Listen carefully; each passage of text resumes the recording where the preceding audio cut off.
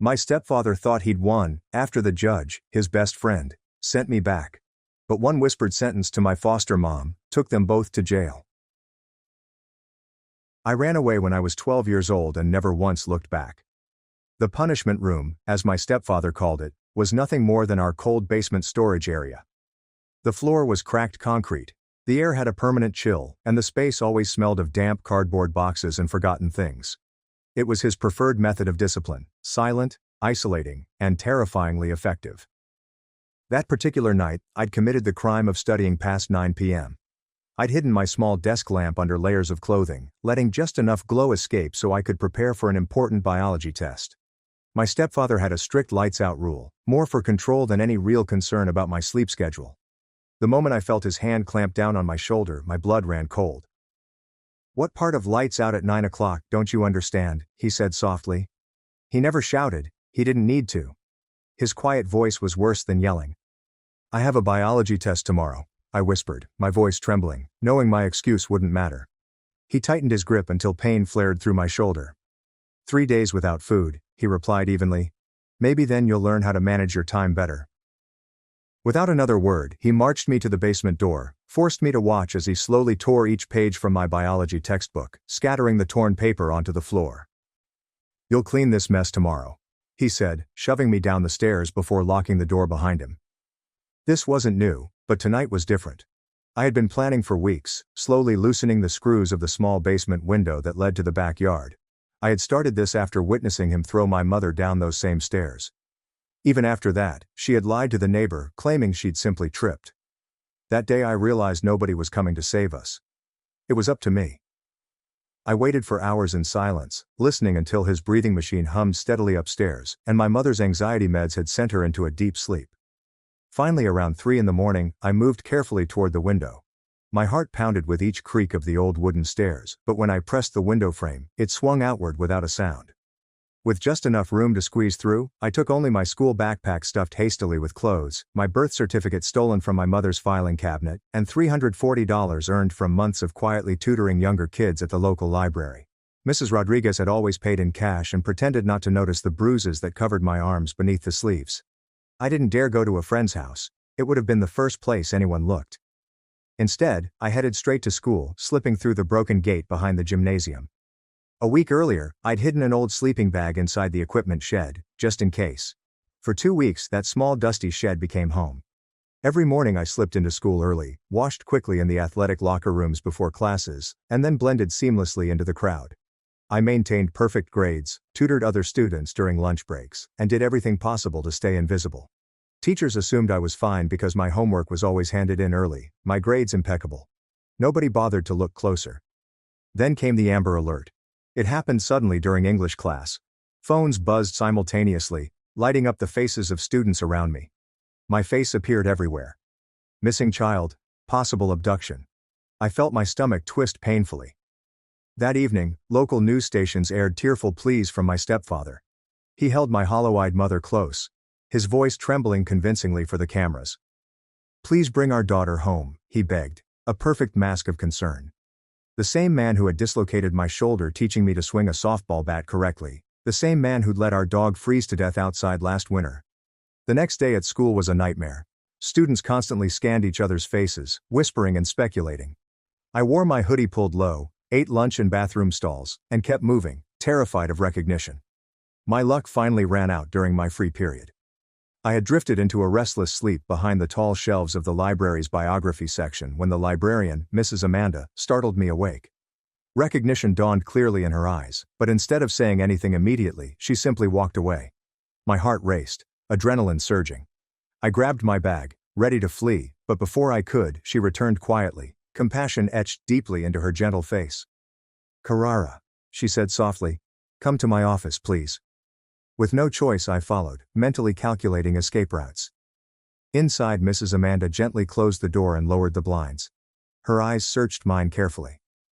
"Everyone's looking for you," she said gently, yet her voice held no accusation. I nodded silently. "Are you safe at home?" she asked softly, her voice thick with unspoken concern. I almost lied out of habit, out of fear, but something in her quiet empathy broke through my defenses. Slowly, deliberately, I rolled up my sleeves, revealing the series of small, circular scars burned into my skin from extinguished cigarettes. Then, hesitating only briefly, I lifted my shirt to expose the belt welts across my back. "There's more," I whispered. "But you understand." Without hesitation, she picked up the phone not to call my parents but social services. Then she handed me her own lunch turkey and Swiss on wheat, apple slices on the side. It was the first real meal I'd eaten in days. When social workers arrived, they documented every injury, recording my testimony meticulously. For once, adults listened, believed me. Within hours, police had found evidence corroborating my story. Blood on the basement walls from desperate attempts to escape, a makeshift toilet bucket in the corner, and my mother's suspicious medical records documenting repeated injuries. My stepfather was arrested the same evening. Mrs. Amanda held my trembling hand as we watched him being led away in cuffs. Everyone assured me it was an open and shut case. 20 years, minimum, the prosecutor confidently promised. Then came the trial. Mrs. Amanda and my foster parents supported me quietly from behind. But when the judge entered, my blood froze solid in my veins. I knew him instantly from every smiling photo in my stepfather's home office. It was his closest friend, his college roommate of 30 years. The judge looked directly at me, and with a cold, knowing smile began reading his decision. After reviewing the evidence, I'm ordering immediate family reunification. I felt the world collapse around me, hope slipping rapidly through my fingers. The judge's words reverberated through the courtroom, each syllable echoing ominously in my mind. Family reunification. I was going back to the man who had spent years meticulously destroying my sense of self-worth and safety. My legs felt numb, rooted firmly in place by dread and disbelief. Behind me, Mrs. Amanda surged to her feet, her voice a mix of fury and desperation. "You have to recuse yourself. This is a clear conflict of interest." Her hands gripped the wooden barrier tightly, knuckles white from the strain. Security officers moved swiftly toward her, their intentions clear. The prosecutor frantically searched his files, papers scattering around him like fallen leaves. He found a conflict of interest form, still blank, and his expression darkened in horror. The judge remained eerily calm, reclining slightly as he clarified in a measured, chilling voice. "I have no legal obligation to recuse myself based on a casual acquaintance. There's nothing improper about my involvement here." I saw my stepfather subtly adjust his tie, a faint smirk dancing briefly at the corner of his mouth. The gesture was subtle but chilling. My foster mother grabbed my hand beneath the table, her grip urgent, reassuring despite her trembling fingers. "We'll appeal," she whispered desperately, though the social worker was already approaching, transition paperwork firmly in hand. Mrs. Amanda tried again to intercept, pleading for an audience with the judge in his chambers. Security blocked her path, leading her forcefully from the room. My stepfather rose slowly, the embodiment of false relief. His gaze locked firmly onto mine, silently daring me to resist. In that moment, 1,000 thoughts raced through my mind. Should I make a scene, validate their accusations that I was an unstable runaway? Or comply quietly, praying for another chance? Across the room, the prosecutor caught my eye. His lips silently formed 2 words. "I'm sorry." With that quiet apology echoing in my head, I chose to remain calm. As security escorted Mrs. Amanda away, I leaned close to my foster parents and whispered urgently, "Check my library cubby."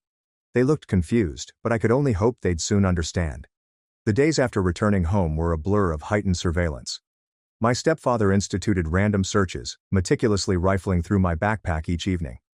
I anticipated this, hiding crucial evidence in a flash drive filled with recordings inside my calculator. During a brief restroom break at school, I discreetly transferred it to the lining of my shoe, always staying several steps ahead. Then Mrs. Amanda disappeared from school, abruptly barred from the premises following her courtroom outburst. Word spread quickly her position was under immediate review.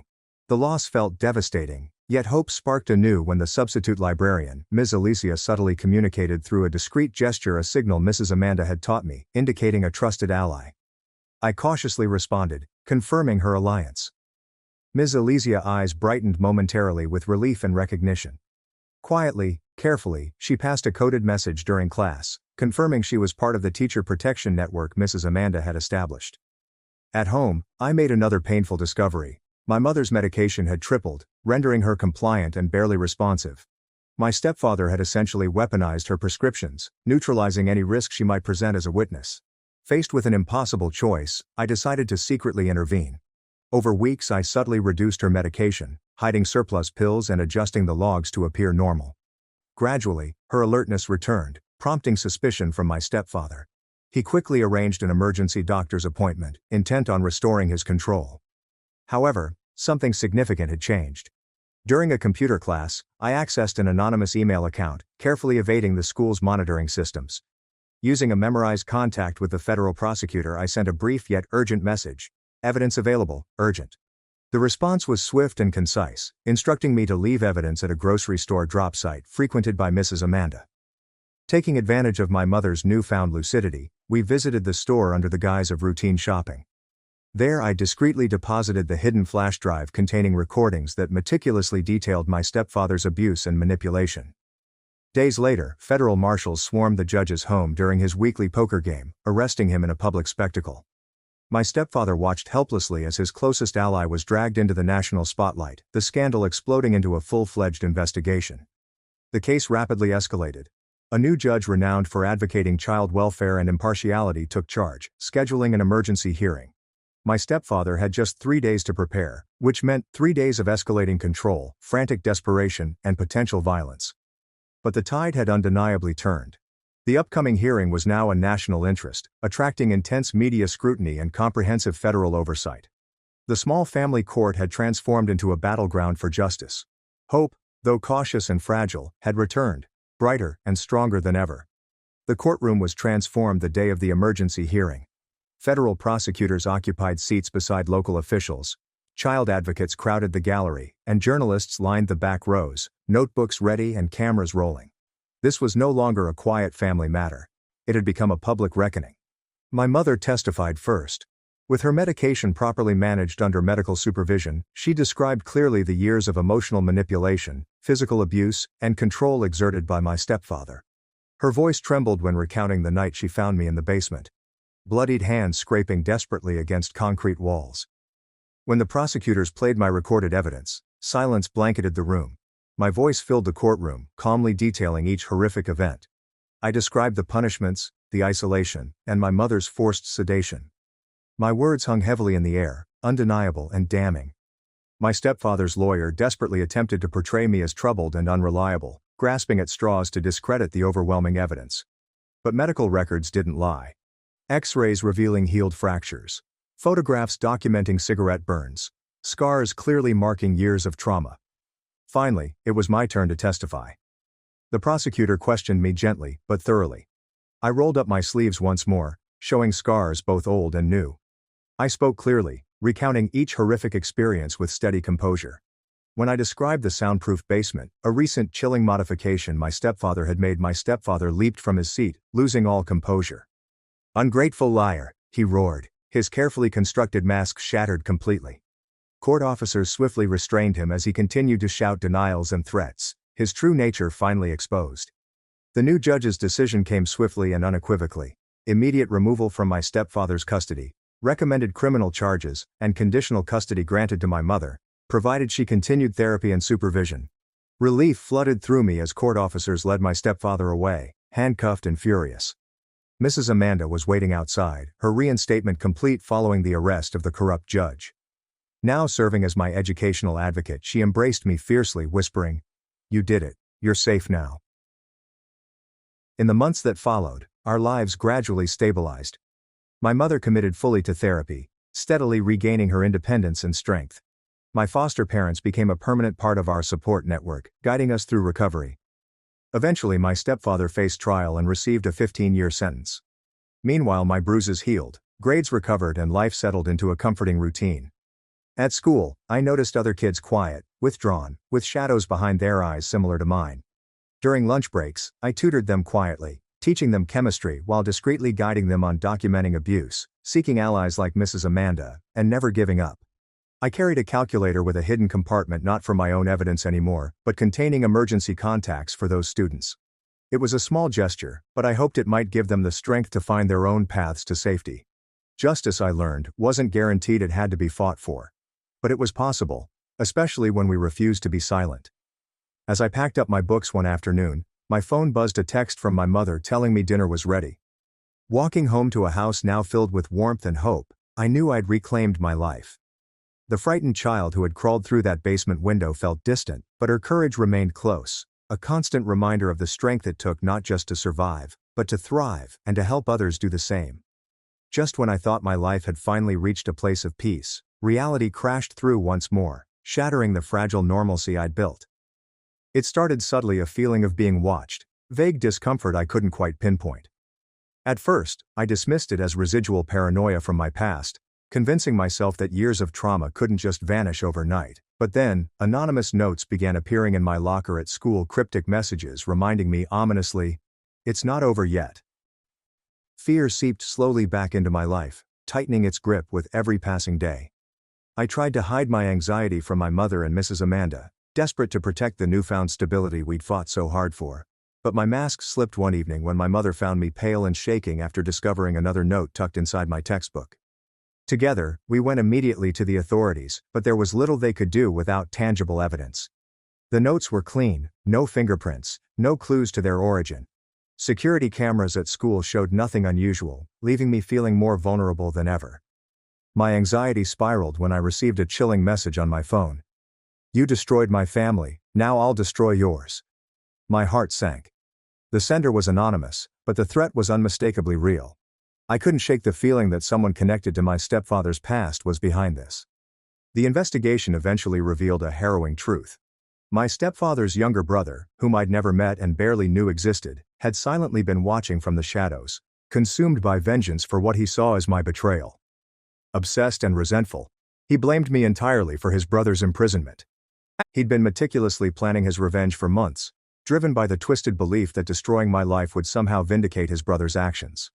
Authorities apprehended him just before his threats could escalate into physical harm. But the damage was done. The fragile sense of safety I'd fought for had been shattered yet again. Even as the police led him away, the raw wounds reopened, forcing me to confront once more the painful reality of how deeply trauma could embed itself. Recovery, I realized, was not linear. Safety was not guaranteed. It was something I would have to constantly fight for. This time, however, I wasn't alone. My mother, Mrs. Amanda, my foster parents, and even the kids I'd quietly helped all stood beside me, forming an unbreakable shield of support. Together, we took the necessary steps forward, reaffirming that no matter how many times darkness returned, I would never again face it alone. In the wake of that final, terrifying confrontation, a profound shift occurred, not only within myself but also within my community. Media attention returned once more, this time highlighting resilience and hope rather than tragedy. My story was shared widely, transforming from a narrative of victimhood to one of empowerment and courage. I began receiving letters from others who'd endured similar hardships, thanking me for speaking out and showing them they weren't alone. Inspired, I collaborated with Mrs. Amanda, my mother, and local child advocacy groups to establish a community initiative aimed at supporting young survivors of abuse. We named it the Hope Initiative, a resource hub and safe space offering counseling, legal support, educational resources, and mentorship programs. It quickly grew into a vibrant center, funded by donations from people who believed in our mission. One evening, standing before an auditorium filled with survivors, supporters, and friends, I shared my journey openly. I spoke of the fear, the setbacks, but most importantly, the unyielding strength found in community and compassion. "My past does not define me," I said firmly, my voice steady and confident. "And neither does yours. Together, we reclaim our lives. Together, we heal. Together, we ensure no one ever faces this alone." The applause that erupted was overwhelming, not just because of support for me, but because of what it represented: hope, solidarity, and transformation. In that moment, I knew I'd reclaimed not just my own story, but helped countless others begin to rewrite theirs. Today, as I walk through the doors of the Hope Initiative each morning, greeting familiar faces and welcoming new ones, I realize my journey wasn't about escaping the past. It was about transforming pain into purpose. And in choosing my purpose, I found my peace. Stepmom threatened to cut us off from our 2 grandkids unless we changed our will to include her 2 children, but my son discovered her emails first. I'm Catherine, 62, and I've been married to Edward, 64, for more than 35 years. We met at college and have been inseparable ever since. Our road has not always been simple, but we have weathered each storm together. Our son, Jonathan, 38, recently married his second wife, Vanessa, 36. Jonathan has 2 children from his previous marriage. a 14-year-old daughter named Chloe, and a 12-year-old boy called Noah. They are great children, and we have been highly involved in their lives since birth. Vanessa has 2 children from her former marriage, Caleb, a 10-year-old boy, and Grace, an 8-year-old daughter. Laura, Jonathan's first wife, was a beautiful woman. We considered her a daughter, not only a daughter-in-law. She was diagnosed with a rare autoimmune illness soon after Noah's birth. Despite the difficulties, she stayed optimistic and was an excellent mother. Unfortunately, she died 6 years ago from consequences from her disease. It was a tragic loss for our family, particularly Jonathan and the children. The years after Laura's death were trying. Jonathan poured himself into his profession and children, scarcely leaving time for himself. We tried our best to help him, frequently staying over to help with the kids or having them at our house so Jonathan could relax. It was painful to see our kids struggle, but we were pleased of how he managed to stay strong for Chloe and Noah. About 3 years ago, Jonathan resumed dating. He was hesitant at first, feeling bad about moving on, but we pushed him. That's when he met Vanessa via a mutual friend. When he presented her to us, we hoped that he had found happiness again. Vanessa appeared pleasant enough, albeit a little reserved. She didn't make much of an effort to get to know us, but we assumed it was due to anxieties and the pressure of meeting her new partner's family. Vanessa's children, on the other hand, were quite the handful. Caleb was frequently unpleasant and disruptive at family events, while Grace had a habit of throwing tantrums when things didn't go her way. We tried not to judge, figuring they were still adjusting to their new family dynamics. However, as time passed and their behavior did not change, we were unable to ignore the glaring contrast between them and our well-behaved grandchildren. Edward and I have been lucky enough to collect a significant amount of wealth over the years. Edward had a good banking profession, while I had a modest but profitable interior design business. We've always been fiscally responsible, investing carefully and living below our means. We have always intended to leave everything to Jonathan and our grandchildren, Chloe and Noah. We never considered putting Vanessa or her children in our will because we didn't know them well and didn't feel close to them. Vanessa requested a private meeting with Edward and me last week. Jonathan was on a business trip, so we thought she may be interested in discussing arrangements for his forthcoming birthday. We asked her over for tea, hoping to bond with our daughter-in-law. However, the debate took a surprising and unpleasant turn. Vanessa began by stating that she had overheard Jonathan and I discussing our will over the phone. It's true that I called Jonathan to discuss amending our will, since we had recently purchased some new property and wanted to make sure everything was in order. I was shocked Vanessa was listening in on the chat, but I said nothing. She then told us that Jonathan was unhappy with the current arrangement and wanted us to include Vanessa's children in the inheritance. According to her, Jonathan believed it was unjust to exclude them but was worried of appearing ungrateful if he brought it up himself. This struck me as weird, given that Jonathan has always been upfront and honest with us about everything. What stunned us even more was Vanessa's threat to limit our access to Chloe and Noah if we did not comply with her requests. She said it was all Jonathan's idea, and he wholeheartedly supported her viewpoint. The notion that our son would use his children as negotiating chips was entirely out of character, and plain ridiculous. Edward and I were stunned to silence. We have always had a tight relationship with Jonathan, and this did not seem like him at all. He's always been straightforward in his interactions with us, never hesitant to express his thoughts or worries. The idea of him employing Vanessa as a courier for something so significant seemed extremely implausible. Furthermore, the threat of keeping our grandchildren away from us was profoundly upsetting. Chloe and Noah have been an important part of our lives since their birth. We've been there for every milestone, school play, and sporting event. The thought of being cut off from them was painful. We didn't want to accuse Vanessa of lying openly, so we politely said we'd think about it and get back to her. As soon as she left, we called Jonathan to confirm her accusations. He was in the middle of a conference but stepped out to accept our call, hearing the desperation in our voices. When we told Jonathan about the conversation, he was astonished and outraged. He told us that he had never mentioned anything of the such and was shocked that Vanessa would go behind his back like this. He had no idea whence she got the impression that he was dissatisfied with our decision or that he wanted her children included. Jonathan immediately requested that we keep Chloe and Noah with us until he returned from his trip and could resolve things with Vanessa. We gladly accepted, and the kids have stayed with us ever since. They were initially pleased about the surprise sleepover at Grandma and Grandpa's house, but now they're wondering why they haven't left yet.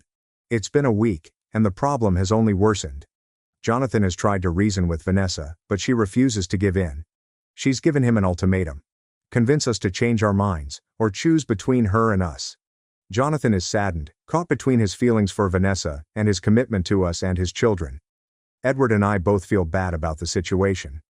We never meant to cause family conflict with our inheritance plans. We've always viewed our wealth as a means of securing the future of our sons and grandchildren, rather than a source of contention. At the same time, we are hurt and angered that Vanessa would try to manipulate us and jeopardize our relationship with our son and grandchildren. We are at a loss on what to do. Should we hold firm or give in to Vanessa's requests for the sake of family harmony? Is there a compromise we aren't seeing? The notion of losing our relationship with Jonathan and our grandkids is devastating, but being pressured into rewriting our will is equally unsettling. I'm hoping to get some outside perspective on this issue. Have we unintentionally been unkind to Vanessa and her children? Should we have made a bigger effort to involve them in our family? Or are we justified in feeling cheated and manipulated? Any suggestions on how to get through this difficult position would be greatly appreciated. Update 1. It's been 2 weeks since my last post, and I'd want to thank everyone for their kind words and advice. It's been reassuring to hear that many of you believe we're not in the wrong here. Unfortunately, things have only gotten worse, and I felt compelled to inform you all of the situation. Jonathan has been staying with us, along with Chloe and Noah. He took an extended leave of absence from work to deal with his family crisis, which I understand was not an easy decision for him. Jonathan has always been dedicated to his job, often working long hours to support his family. Seeing him put his career on wait like this emphasizes how bad the situation has become. He's been trying to work things out with Vanessa, but she won't budge from her demands. She continues to insist that we include her children in our will, or she will ensure that we never see Chloe and Noah again. It's evident now that this was never about what Jonathan desired, but rather Vanessa's notion. Jonathan is clearly feeling the effects of stress. He has lost weight, is having difficulties sleeping, and appears to be always on edge. It breaks our hearts to see him this way. Edward and I have been doing our best to assist him by cooking his favorite dishes and attempting to create a peaceful environment at home. However, it's evident that the situation is wearing him down. Chloe and Noah are also picking up on the tension, despite our best efforts to shelter them from the dispute. Chloe, the more sensitive of the two, has been silent and reclusive recently. Noah, on the other hand, has started acting out in school, which has never happened before. We had to attend a parent-teacher meeting to discuss his behavior, which exacerbated Jonathan's stress. Vanessa has intensified her tactics. She's been constantly calling and texting Jonathan, alternating between guilt-tripping him and making new threats. She's even been spreading stories among their mutual friends that we're attempting to dissolve their marriage because we never accepted her or her children. This could not be further from the truth, but it is causing Jonathan a great deal of distress. He has always cherished his connections, and the prospect of losing them over this is really troubling him. What's more disturbing is that Vanessa has begun to include her children in this issue. According to Jonathan, she has been telling Caleb and Grace that we do not love them and do not want them in our family. It's a nasty thing to do to young children, and we're concerned about the emotional manipulation she's capable of. Edward and I are upset with Vanessa's actions, but we are trying to remain calm for Jonathan's sake. We've suggested that he consult with a lawyer to better understand his options, particularly about custody of Chloe and Noah. Given Vanessa's previous threats, we're concerned that she'll use them as puppets in this power play. Jonathan is beginning to realize that his marriage may not be salvageable. He admitted to us that he had previously ignored most of Vanessa's manipulative conduct, either making excuses for her or giving in to keep the peace. This event has made him realize her actual nature. He told a story from early in their relationship that now appears like a red sign. Vanessa reportedly pressed him into purchasing an expensive car that they couldn't afford, arguing that it was vital to maintain appearances in their area. Jonathan gave in to avoid a fight, although it had strained their finances for months. Looking back, he recognizes it as the start of a pattern of manipulation that he had overlooked due to his love for her. We're doing our best to help Jonathan and the kids get through this terrible period. We've made it obvious that our home is always open to them, regardless of what happens. We've set up Jonathan's guest room and created an area in the study for the kids to complete homework. It's a tight fit, but we're making it work. We're also looking into family counseling options to help Chloe and Noah deal with the stress of another possible family breakdown. They're still grieving the loss of their mother, and the prospect of them going through another huge upheaval hurts our hearts. We haven't changed anything about our will and have no plans to do so. Vanessa's actions have further strengthened our resolve to maintain our assets inside our immediate family. We're even considering establishing a trust for Chloe and Noah to protect their future security, regardless of what happens between Jonathan and Vanessa. Edward and I have had lengthy discussions about how we came to this point. We can't help but think what we could have done differently. Should we have been more accommodating of Vanessa and her children? Did we unintentionally make them feel like outsiders? But then we remember how many times we asked them to family dinners, how many birthdays we celebrated together, and how hard we worked to include them in our lives. It's difficult not to feel that no matter what we did, it wouldn't have been enough for Vanessa. This whole circumstance has caused us to focus on our own marriage and the principles we've attempted to inculcate in our children. We have always valued honesty, integrity, and putting family first. Seeing Vanessa's acts has further increased our desire to uphold these beliefs. I'll keep you all updated as the issue progresses. Thank you again for your help and advice. It means more than you realize at this tough time. Update 2. It has been another week, and things have finally gotten to a head. Jonathan has chosen to file a divorce from Vanessa. He made this decision after learning that Vanessa had planned this deception for months, even before their wedding. It all began when Jonathan decided to review some old files on their shared home computer. He was searching for some tax paperwork when he came across a folder containing Vanessa's emails. Normally, he would have respected her privacy, but the subject line drew his attention: plan to safeguard the inheritance. Jonathan's world completely changed when he read through the emails. Vanessa had been prying through his personal records and discovered details regarding our family's holdings. She saw an opportunity to provide a stable financial future for her children and began planning how to incorporate them in our will. The emails went back to before their wedding. Vanessa had asked friends for guidance on how to exploit the situation. She had stated her strategy of first establishing herself as a loving wife and stepmother, then gently introducing the concept of include her children in our will. If it didn't work, she had other options, such as emotional manipulation and threats. Vanessa made no attempt to reject the evidence presented to her by Jonathan. Instead, she was upset that he had violated her privacy by reading her correspondence. She then issued him an ultimatum: either he persuades us to alter our minds, or she would make the divorce as ugly and painful as possible. That was the final straw for Jonathan. He packed up his and the kids' essential stuff and relocated them all to our home permanently. He's already spoken with a lawyer and begun the divorce process. We're all still stunned at how rapidly everything has unraveled. Chloe and Noah are understandably upset and puzzled. This is the second time they've experienced serious family turmoil, and it's taking a toll. Chloe has been increasingly introverted, spending hours alone in her room. Noah, on the other hand, has been having nightmares, and has begun to exhibit symptoms of separation anxiety, not wanting Jonathan to leave his sight. We are doing our best to give them with a secure and loving atmosphere, but we understand that it will take time for them to adjust to yet another huge shift in their lives. We've established a pattern to offer them a feeling of normalcy, including family dinners every night, schoolwork assistance, and weekend trips to the park or the cinema. Vanessa has alternated between sending angry messages and appealing for Jonathan to return. She has threatened to battle for custody of Chloe and Noah, even though she has no legal right to them. Jonathan's lawyer told us that her threats were false, but they are still creating a lot of stress.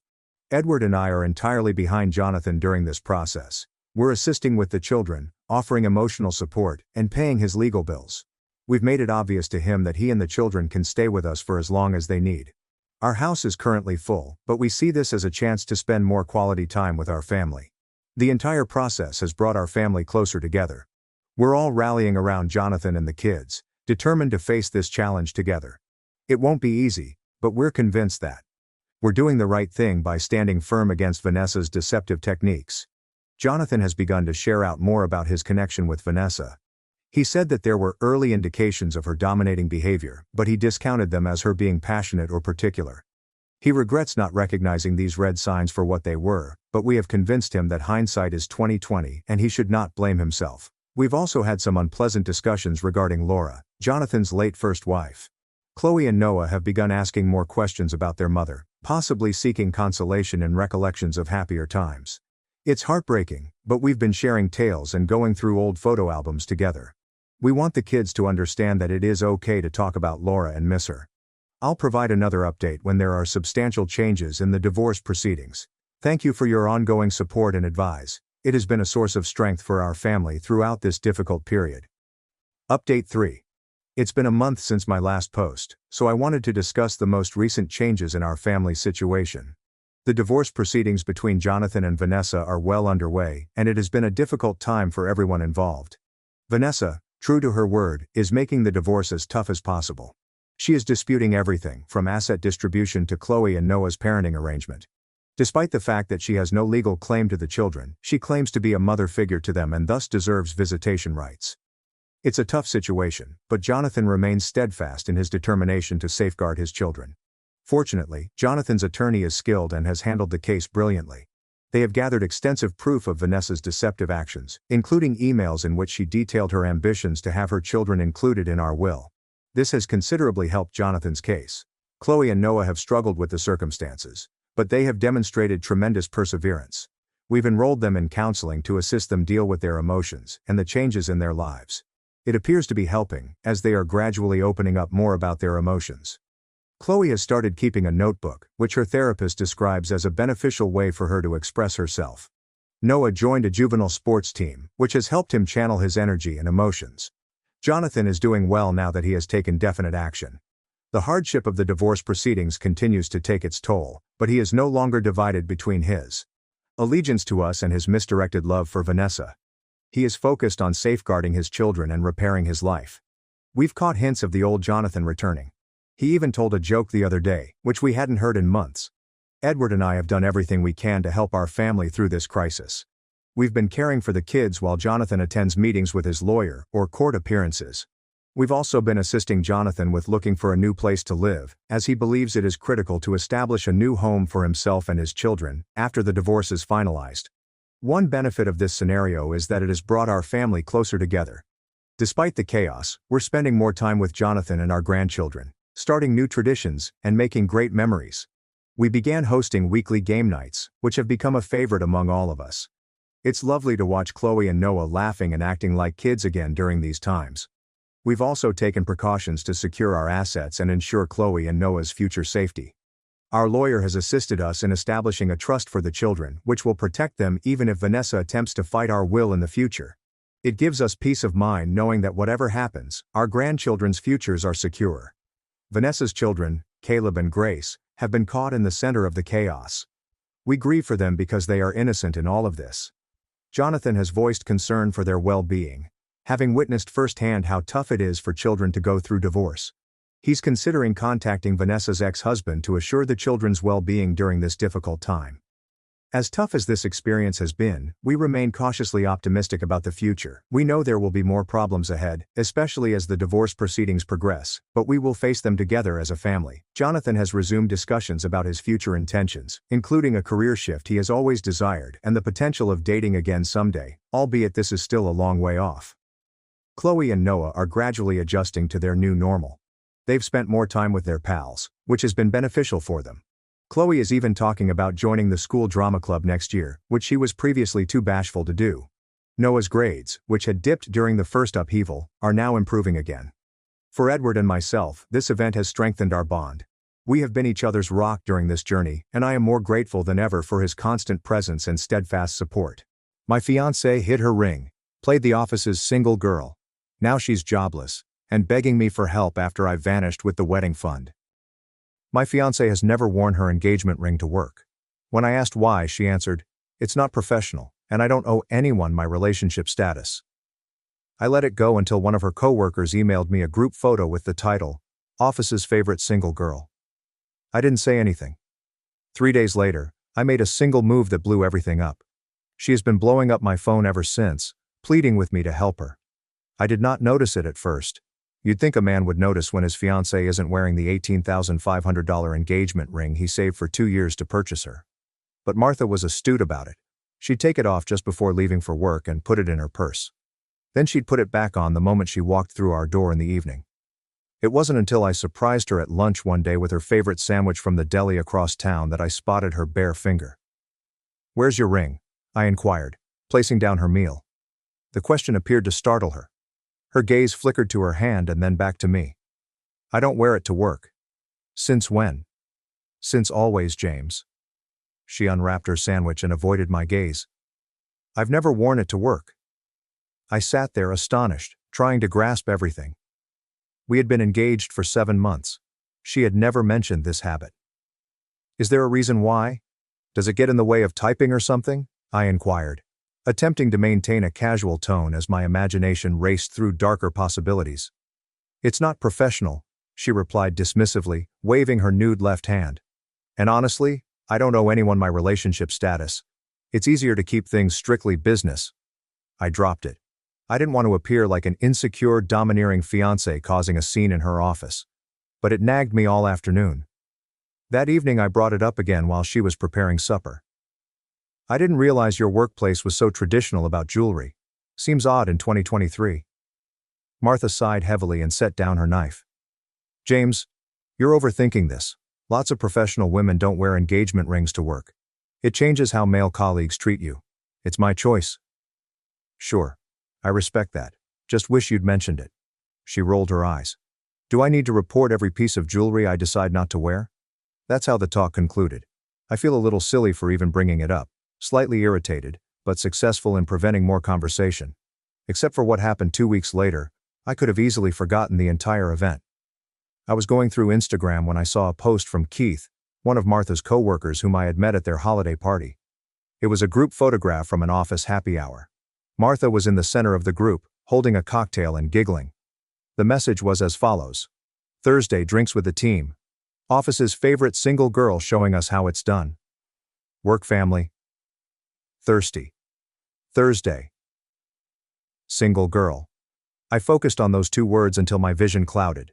Then I focused in on her left hand, which was visible around her cocktail glass. There is no ring, obviously. The hashtag in the caption, however, took my breath away. This wasn't simply about not wearing a ring.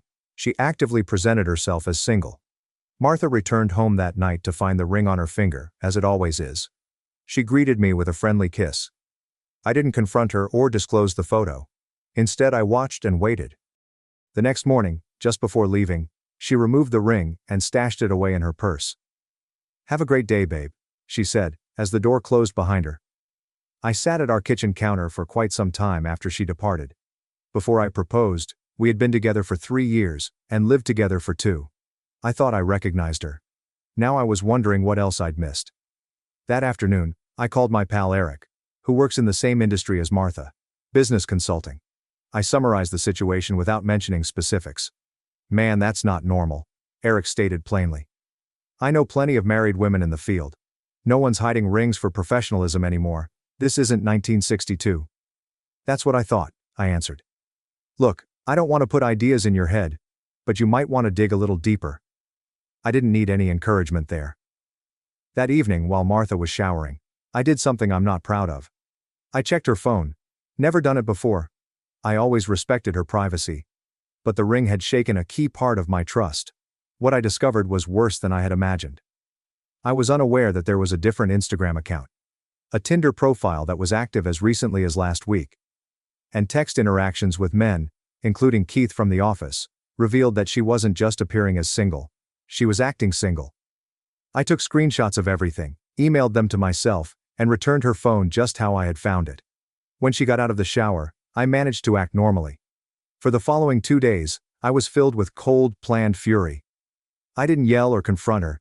Every evening she'd come in with that ring on her finger, kiss me, ask about my day, and I'd pretend everything was good, all while plotting my escape. On the 3rd day, I made a move. I waited till she departed for work, the ring neatly tucked into her purse. Then I packed my important items, piled them into my truck, and headed to the bank. See, I had been saving for our wedding. A separate account with $42,000 put aside for everything, including the venue, catering, and honeymoon. Martha was aware of this account, but did not have access. She had no idea that I had secretly added her name to it last month. I had intended to tell her at dinner that weekend that she would have complete access to the wedding finances and could book whatever she wanted. What a surprise, huh? At the bank, I closed the account entirely. All the cash went back into my own account, which she couldn't touch. Then I drove to my friend Mark's lake cottage. He agreed to let me stay there while I figured things out. Text messages began at 2:17 p.m. James, what the hell were you doing? The wedding venue has just called. They stated that our money had bounced. I called the bank, and they told me the account was closed. Answer the phone right now. I did not respond. I just watched the notifications build up. By dusk, her tone had shifted. James, please speak to me. I don't comprehend what's going on. Whatever you suspect is going on, we can repair it. Please call me back. I love you. Please do not do this. The next day, she must have gone home over lunch and discovered some of my belongings missing. That's when the terror set in. You moved away without speaking to me? What the hell is wrong with you? This is ridiculous. You can't waste 3 years for nothing. Please, James. I beg you. Whatever the issue is, we can work it out. Nonetheless, I said nothing. Just documented everything. Then her most recent communication took me off guard. Oh God. Did anyone tell you anything? Is this regarding work-related issues? I can explain anything, I swear. It's not as you think.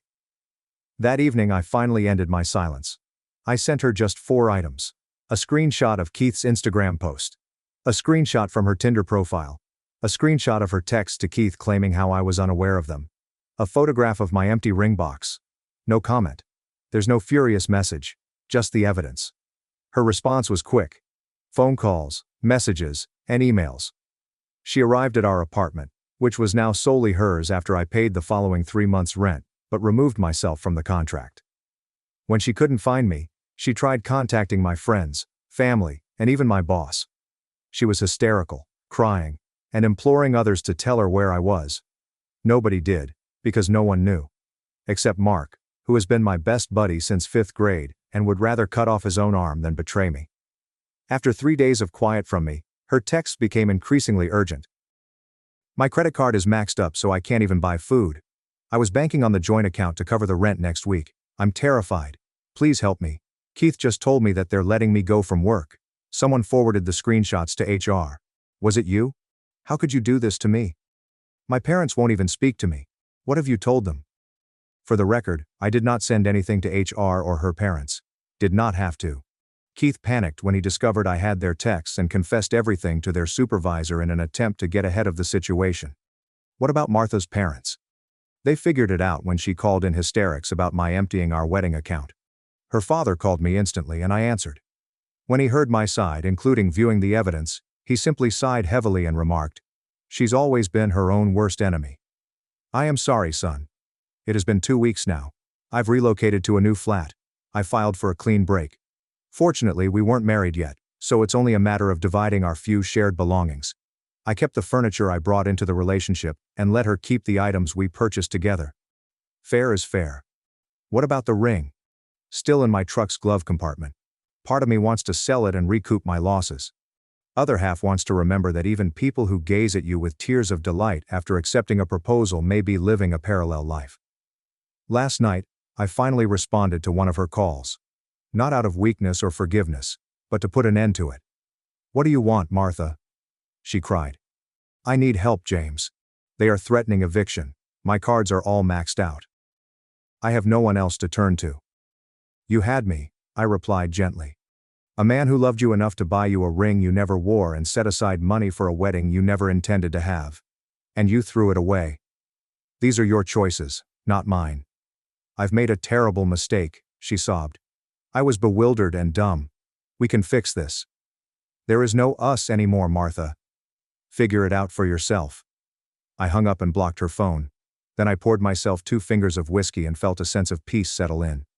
The worst aspect of betrayal is not the lies they tell you, but the reality they disclose about themselves.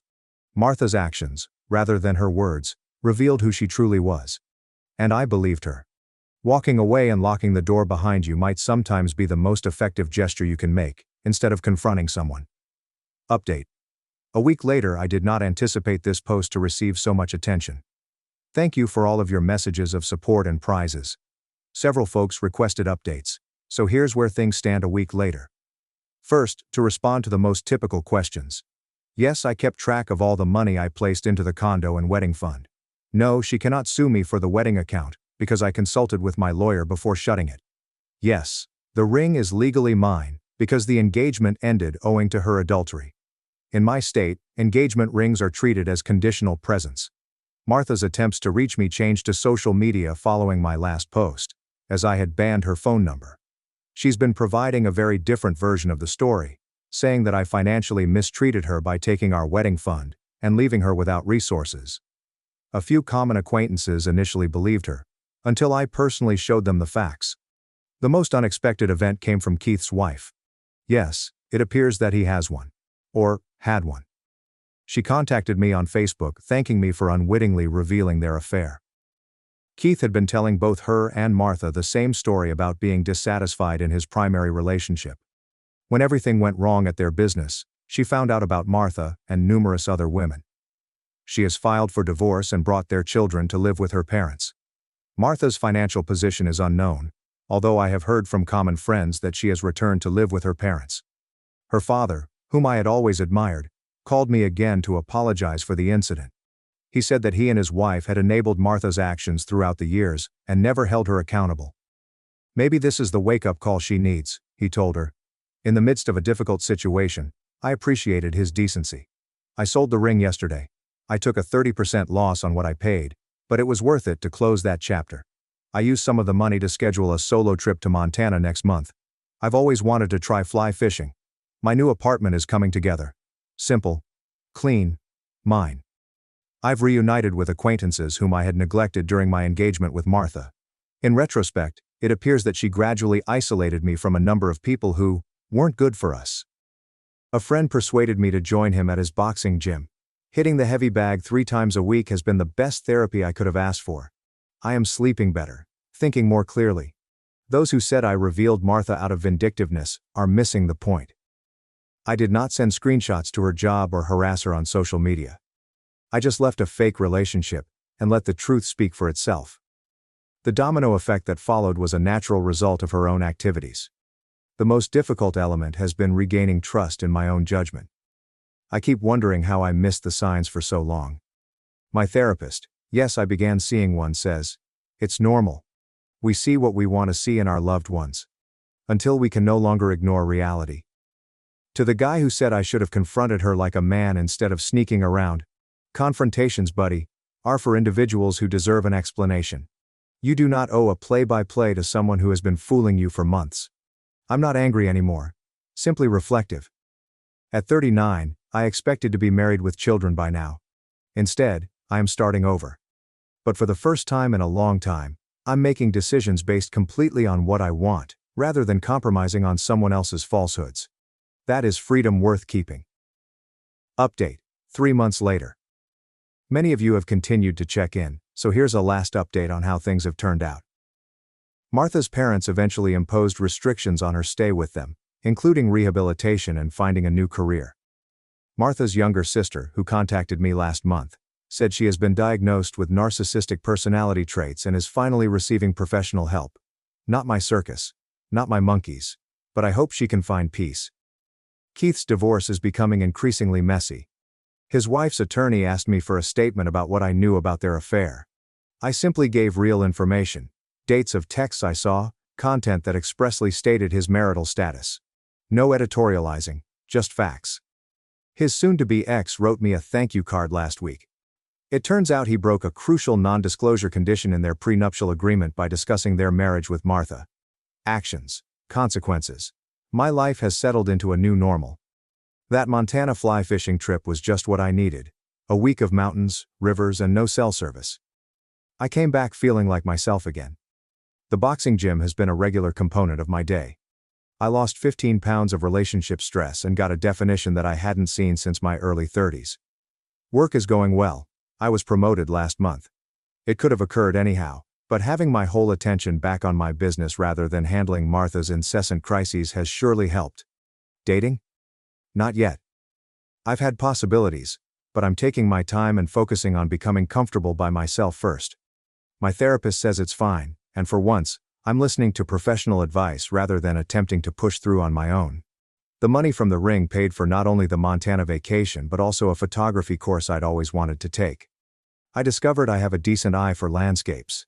It has become a weekend passion that keeps me outside and focused on something productive. Last week, I ran into Martha at a grocery store, the first time I'd seen her since everything transpired. She appeared different, slimmer, less makeup, and more subdued. She approached carefully, asking if we might talk sometime. I told her that while I was delighted she was getting help, I didn't see the need in rehashing old wounds. She accepted it without protest, possibly as a sign of development. As I was leaving, she remarked something that stayed with me. I never deserved the ring. Not because of what I did, but because I never realized what it meant. For once, we agree on something. So that's it. This is the final update.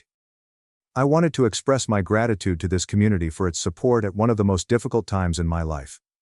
Your comments, notes, and shared experiences helped me realize that I wasn't insane for feeling deceived, and I wasn't wrong to move away. To anyone experiencing something similar, trust your instincts. Document everything. And remember, how you handle betrayal reveals more about your character than it does about theirs. Life carries on. Sometimes things turn out better than you could have imagined.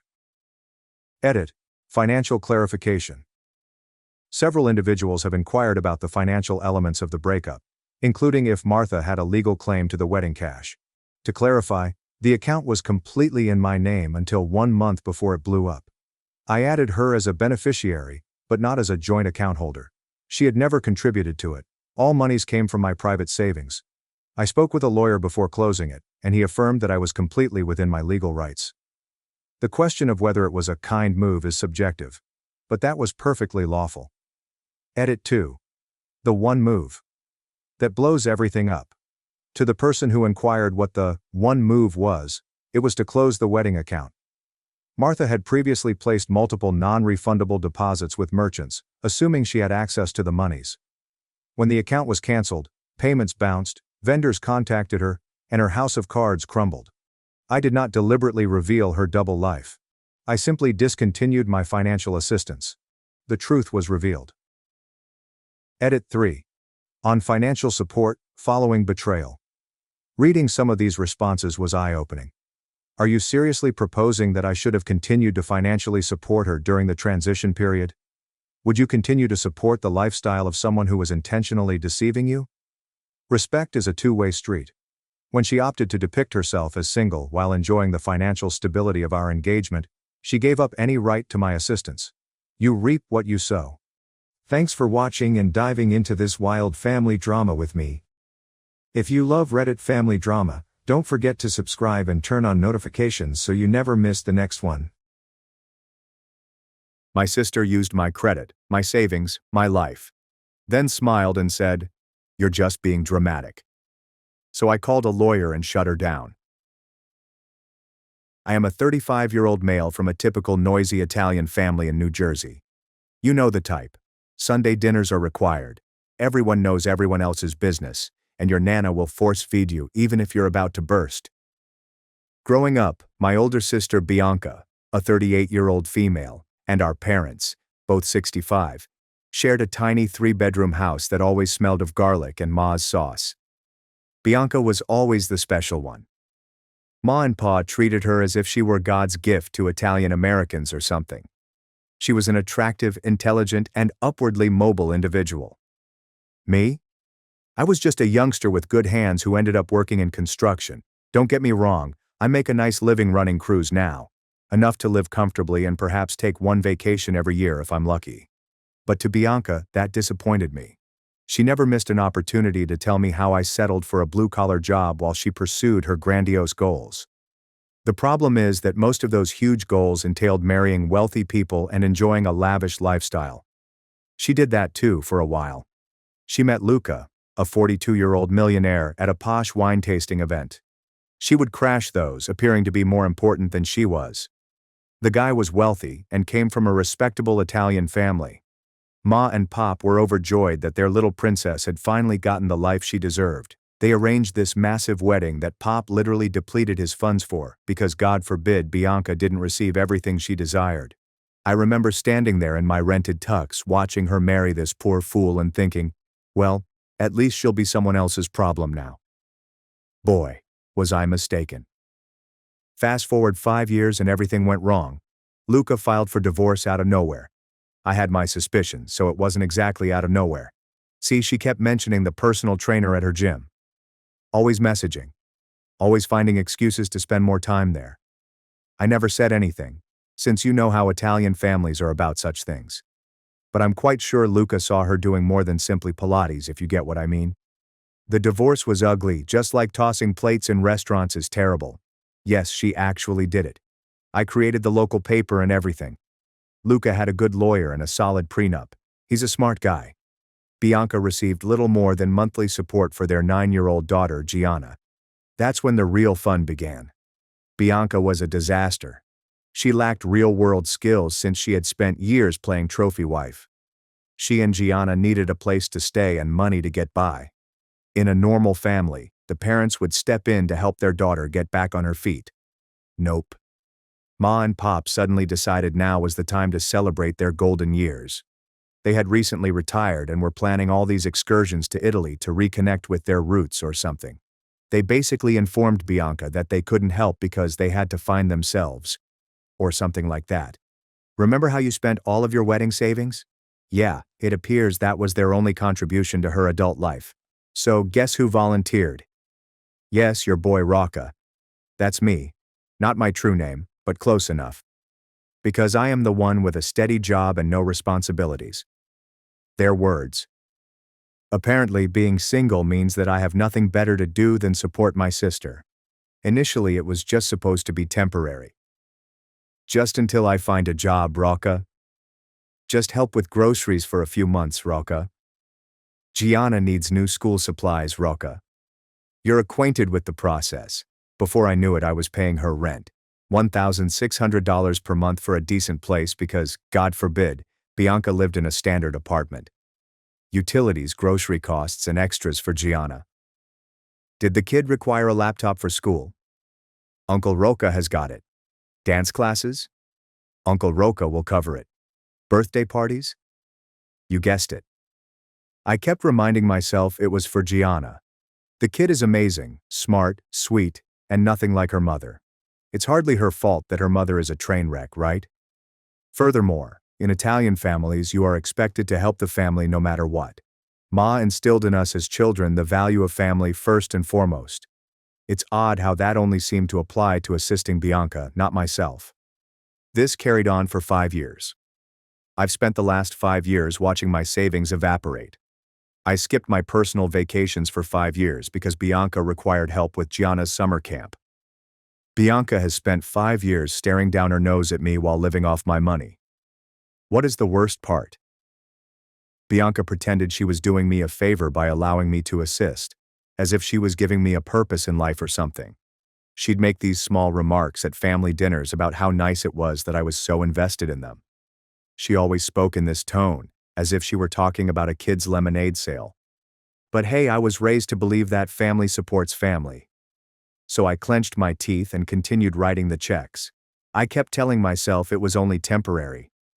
So about a year ago, Bianca finally found a decent job, like really decent. Some human resource positions at a pharmaceutical company, benefits, pay, and the overall package. I believe it was approximately $65,000 per year. Not quite raking in money, but far superior than the miscellaneous consulting work she claimed to be doing previously. Spoiler, she wasn't really consulting anyone. I figured this was it, my moment to gradually step back from being her personal ATM. I assured her I'd be there for her for a few months while she adjusted to her new work. Be a good brother and all that. Make sure the adjustment goes smoothly for Gianna's sake. That's when things turned weird. First, Bianca showed up to Sunday dinner wearing these beautiful shoes. Then a flashy new phone. Then she got a whole new wardrobe because her previous clothing were clearly not professional enough for her new work. Whatever, correct? Perhaps she received a signing bonus or something. However, the situation continued to escalate. Every week, she arrives at Mom and Pop's house with some new expensive item, fancy handbags, jewelry, and even mentioned attending this really expensive gym because her previous one didn't have the right atmosphere. Meanwhile, I am still paying her rent and utilities since she kept insisting she needed a little more time to save. A quick side note. Sunday dinners are considered sacred in our family. Miss 1, and Ma acts as if you committed a crime against humanity. So every week I had to sit there and witness this circus, Bianca flaunting her new clothes, Ma and Pop beaming at their lovely princess getting back on her feet, and me discreetly calculating how much of my money went toward her rent versus her shopping spree. Aunt Teresa, a 64-year-old woman, was the only one who appeared to sense something was wrong. She would give me these looks across the table as if she knew I was ready to lose it. Thank God for her, by the way. She is the only sane member in our family outside me. So, this continued on for several months. Bianca is becoming more and more entitled, while I am becoming increasingly frustrated. Then came the Sunday that caused me to snap. We are all seated around the table. myself, Bianca, Gianna, Ma, Pop, and Aunt Teresa. Ma made her delicious lasagna, which Bianca usually complains is too high in calories. Everything is normal now, right? Bianca is bragging about something work-related. Pop is discussing their forthcoming trip to Sicily, and Gianna is fiddling with her phone under the table. Afterwards, Bianca says this terrible thing. "Oh, I'm thinking of getting this gorgeous Gucci bag I saw. It's only $500 and it would be perfect for client meetings." I nearly choked on my wine. $500 for a stinking purse, and I'm still paying her $1,600 rent? I truly tried to be calm. I asked her casually, "That's a lot for a purse when you're still getting help with bills, don't you think?" I still hear her response in my head. She chuckles as if I were a foolish kid and says, "Don't be cheap, Rocca. A professional needs to look professional." Cheap, she called me cheap. I hadn't bought new work boots in 2 years because her rent ate into my budget. I missed my closest friend's wedding in Vegas because she needed money for Gianna's summer camp. I hadn't been on a true date in months because every spare dime was spent on her emergency. The worst part was that she didn't even say it. It was everyone else's response. Ma and Pop suddenly became quite interested in their plates. Gianna was uncomfortable. Poor kids are used to their mother's nonsense by now. Only Aunt Teresa appeared to be about to say something, but I spoke first. I set down my fork slowly, took a drink of wine, and simply let it all out. I don't yell around Gianna, just the cold, harsh truth. "Let's talk about cheap, Bianca. Let's talk about how I've been paying your rent for 5 years while you buy designer crap. Let's talk about how our parents won't help because they're too busy finding themselves in Italy. Let's talk about how you look down on my simple job while living off it." The room went completely silent. You might have heard a meatball drop. Then I said what was really important. I'm done. No more rent, no more utilities, no more groceries, no more nothing. You've got a good job, great. Time to be an actual adult and pay your own bills. Bianca's expression changed into 5 different emotions in 2 seconds. Astonished, angry, afraid, and attempting to figure out if I was serious. Aunt Teresa actually began slowly clapping. "Way to go, Rocca. Right there at the table." Ma looked like she was about to faint. Pop would not even look at me. I got my jacket and headed for the door, but I came back for one more shot. "And Bianca, that $500 purse? Maybe spend it on rent instead, because I mean it. I'm done being your bank." Then I walked out. Aunt Teresa followed me, hugged me, and told me how glad she was that someone was finally standing up to Bianca's BS. Bianca would have blown up my phone with angry texts or voicemails, right? That is her regular move. She once texted me 47 times because I was 10 minutes late picking up Gianna from dance class. But nah, complete radio silence. For a week there was nothing but silence. Strangely, the silence affected me more than her yelling. I kept checking my phone, expecting to find missed calls or anything. Even my WhatsApp family group, yes, we have one. It's typically just Ma sending odd prayer chains and food photos. Was absolutely quiet. Aunt Teresa did, however, write me a private message stating, "They'll get over it. You did the right thing." I skipped the following Sunday dinner. I texted Ma that I had to work, which wasn't entirely false. I had picked up an extra shift. I could just feel her displeasure over the phone. She responded passive-aggressively. "That's fine. Gianna asked about you, but work is more important than family. I understand." That's the classic Italian mom guilt trip right there. Then about 9:30 p.m. on Wednesday, someone starts hammering on my door. I'm already in my sweatpants, half sleeping on the couch watching the game.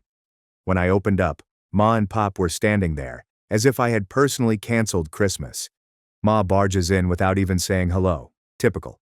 Starts pacing around my living room in her church attire. They'd probably come straight from evening mass. Pop simply stands there with that disappointed parent expression he's mastered over the years. "We need to talk about Bianca," Ma says, as if she's going to begin peace talks or something. I get a Coke from the fridge and give them some. They both give me that look, as if I had suggested we loot the bank. "Fine. More for me." "She's struggling, Rocca," Pop eventually admits. "Gianna doesn't deserve to suffer because of your stubbornness." I almost spat out my soda. What's with my stubbornness? Let me get this straight, I say, trying to maintain my voice level. You two, who've been on cruises and wine tours instead of assisting your own daughter, want to lecture me about causing Gianna pain? Ma's face has that expression when she appears to be sucking a lemon. That is not fair. We are retired. We've worked hard all our lives. You're young, you have a wonderful career, and Bianca is your sister. Sister, I respond. But I guess that only matters when it's convenient, right? This sets off the whole thing. Ma begins ranting about family responsibilities, how I'm callous, and how Gianna is an innocent child. Pop keeps making tiny comments about how this isn't how they raised me. What is the best part? They hit me with a diamond. We don't enable her the way you do. She needs to learn responsibility. I lost it. Like, absolutely lost it. Started laughing right in their faces. Oh, now she has to learn responsibility. Where was this attitude 5 years ago when I began paying her bills? Where was this while she was spending my money on fancy crap? Ma, this is such convenient timing. Pop. Pop attempts to interrupt with some nonsense about how I'm being chilly, and how this isn't like me. I simply stepped to my door and held it open. Thanks for stopping by, I say. But this is how it will be from now on. Bianca wants to behave like an adult. It's time to pay bills like one. They left, murmuring Italian under their breath. Always a clue that they are furious. Ma didn't even try to force leftovers on me, which in Italian mom speak means I'm dead to her. Aunt Teresa contacted me the following morning. Apparently Bianca had been wailing to everyone about how she might have to move to a risky neighborhood, aka somewhere without a Whole Foods nearby, after her nasty brother cut her off. Ma and Pop had been making the rounds at church, telling everyone about their once sweet son who had abandoned his family. But here's the deal. Aunt Teresa learned from a friend at the salon that Bianca had been talking about a lavish vacation she was preparing. A spa weekend or whatever. With what money? That is what I wanted to know. Then, Friday night I received this call from Bianca. Her voice is all nice, just like when she used to trick me into buying her stuff when we were younger. Just wanted to let you know I'm moving out of the apartment next month, she says, as if we're having a regular chat. What? Cannot afford it without me? I inquire, possibly sounding more arrogant than I should. Her laughter sends chills down my spine. Oh, I can afford it. I've just found something better. It turns out that she's moving in with Ma and Pop. They offered Gianna their guest room so she wouldn't have to live in a terrible apartment. Bianca sounded delighted with herself as if she had won a game. Next month I received a call from my accountant. He told me to check my credit report right away. Apparently my sister used my information to set up additional bank accounts. I quickly signed into my Experian account. My hands were shaking so much that I had to type my password 3 times. Guys, what I saw nearly made me throw up. Over the past 6 months, 4 new credit cards have been opened in my name. 4. Everything is maxed out. We're talking thousands of dollars in charges to places I'd never heard of, including Saks Fifth Avenue, Nordstrom, and some upscale boutiques in the city. Even flight tickets to Miami. I guess that explains her work trip last month. What is the total damage? $23,400. Let that sink in. $23,000. That's nearly what I had saved for a down payment on a home. All gone because my sister decided to engage in identity theft. I'm not proud of what occurred next, but I absolutely lost it. I threw my phone across the room, thank God for decent cases. I punched a wall. Yeah, I know, smart move. My hand still hurts. Then I sat on my kitchen floor experiencing what felt like a panic attack. She's known as Aunt Teresa since she's the only one in this family who has common sense. It's approximately 11 p.m. At this point, she notices the second ring. When I tell her what Bianca did, she begins cursing in Italian, the kind of stuff Nana would have cleansed our mouths with soap for. You need to call the police, she replies. But here's the thing. Bianca has Gianna. What happens if I press charges against my niece? She's the only innocent person in this mess. I spent the entire night going over the charges. Designer spa treatments. Fancy eateries. This woman was enjoying the high life on my credit card while I was eating ramen to save money. There were even fees for Gianna's private school tuition, which explains why Bianca abruptly ceased asking me for school expenditures. The next morning, after about 2 hours of sleep and enough espresso to kill a horse, I called a lawyer. Guy specializes in identity theft cases. My consultation cost $400, but it was well worth it. Here's the fun part. Bianca didn't even try to disguise her tracks. Every single order was delivered to her address. She utilized her personal phone number and email address for the accounts. The lawyer described it as one of the most clear-cut cases of identity theft he'd encountered. With this proof, he says she faces significant charges, but there is always a but. Since she is family, perhaps we could try negotiating first. He proposes that we send her a formal letter seeking complete payback before taking the criminal path. Allow her one chance to correct this before I damage her life more than she deserves. I think about Gianna, and I agree. So I called Bianca. My hands are shaking again, but this time with wrath. "Hey, Johnny," she says cheerfully as if nothing is amiss. "How's my favorite?" I shut her off. I know about credit cards. There is no more sound. Then, I can explain. Shut up. Just shut up for once in your life and listen. My voice is so frigid that I barely recognize it. My girlfriend blocked me for 5 days on a girls' trip. At the airport, I sent a process server with an eviction notice instead of picking her up. She said, "You don't need to know what happens on a girls' trip, that's why you're blocked until I get home." I didn't respond. However, when she returned to the airport expecting me, she discovered who was actually waiting for her. I'm a private investigator. It's a job that will alter you. You learn to perceive the world via layers of truth and falsehood. You learn to read people based on what they do, rather than what they say, and more importantly, what they try to hide. Rachel, my girlfriend of 3 years, has always remarked that my profession makes me too cynical. The truth is that my job did not make me cynical enough. Our connection, I felt, was my only safe haven from the society I live in. It was the only place where I didn't have to search for the angle, the lie, or the underlying motivation. We were partners. We lived in my house, which I had purchased and paid for with a decade of hard nights and perilous assignments. We had same ambitions and a shared existence. I trusted her. In my line of employment, trust is the most valuable currency, and I had given her everything of it. The trouble began, as it frequently does, with a trip, a 5-day girls' trip to Las Vegas with her 3 best pals. Veronica, the ringleader, was twice divorced and constantly on the lookout.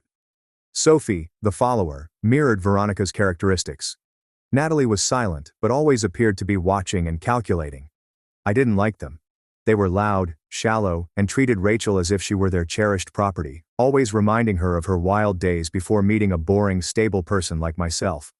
I helped Rachel pack a few days before the vacation. I asked for her flight information and the name of the hotel so I might have it in case of an emergency.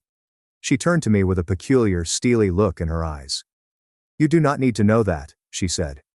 I was taken aback. "What do you mean?" "I just want to know where you are." She crossed her arms and spoke with a nasty, dismissive tone. "It is a girls' trip, Derek. The whole point is to get away from everything, including you. You do not need to know what happens on a girls' trip. That is why you are blocked until I am home." I simply stared at her. Blocked. She was not simply seeking for privacy, she was proclaiming a 5-day blackout. She was making a distinction between her life and ours. I didn't react. I didn't yell. I didn't argue. In my line of work, when someone shows you a wall, you don't try to break it down. You find a way around it. My mind, trained to see everything, automatically switched to professional mode. The boyfriend was gone. The investigator had just checked in. "Okay," I replied, my voice totally calm. "I understand. Have a great time." Her confident, arrogant countenance faltered for a moment, followed by a glimmer of confusion. She expected a fight. She'd wanted one. A battle would have made her feel vindicated. My simple agreement left her with nothing to argue against. She left the following morning. I drove her to the airport. She was happy, enthusiastic, and already in holiday mode. As she exited the car, she leaned in to kiss me. "Do not miss me too much," she added with a wink. "I will call you when I land to let you know I am unblocking you." "I will not, I told you." She laughed, assuming I was joking. I watched her enter the terminal, dragging her bag after her. I then drove away. I didn't go home. I went into my office. The investigation had already started. She felt she was going to have a 5-day blackout, She had no idea I was going to flood her world with light. She expected me to be waiting for her at the airport when she returned. She was correct in a way. I wouldn't be there, but she was about to find out who was actually waiting for her. Update 1. Rachel left for her girls' trip 1 week ago. She has had a week full with parties, photos, and secrets. For me, it's been a week of quiet, systematic work, the kind of work I excel at. The first thing I did when I arrived at my office was basic. I checked the license plate of the vehicle that had picked up her 3 pals that morning. Veronica had shared a photo of the 4 of them in front of her house, ready to go. The car in the backdrop was a luxury SUV. The plate was returned registered to a man called Richard Hale. A brief search found that Richard Hale was a senior partner at one of the city's top investment firms. He was also married and has 2 young children. Interesting. Rachel had informed me that they were flying on a budget airline. A little investigation into airline manifests for Las Vegas that day revealed a different story. There were no commercial airplane tickets in her or her companions' names. However, a private plane owned by Richard Hale's organization had filed a flight plan from our city to Las Vegas that morning. The passenger list was not made public, but that wasn't necessary. The picture was already becoming clearer. The blocking was a gift. It was not a barrier. It was a confirmation of deception.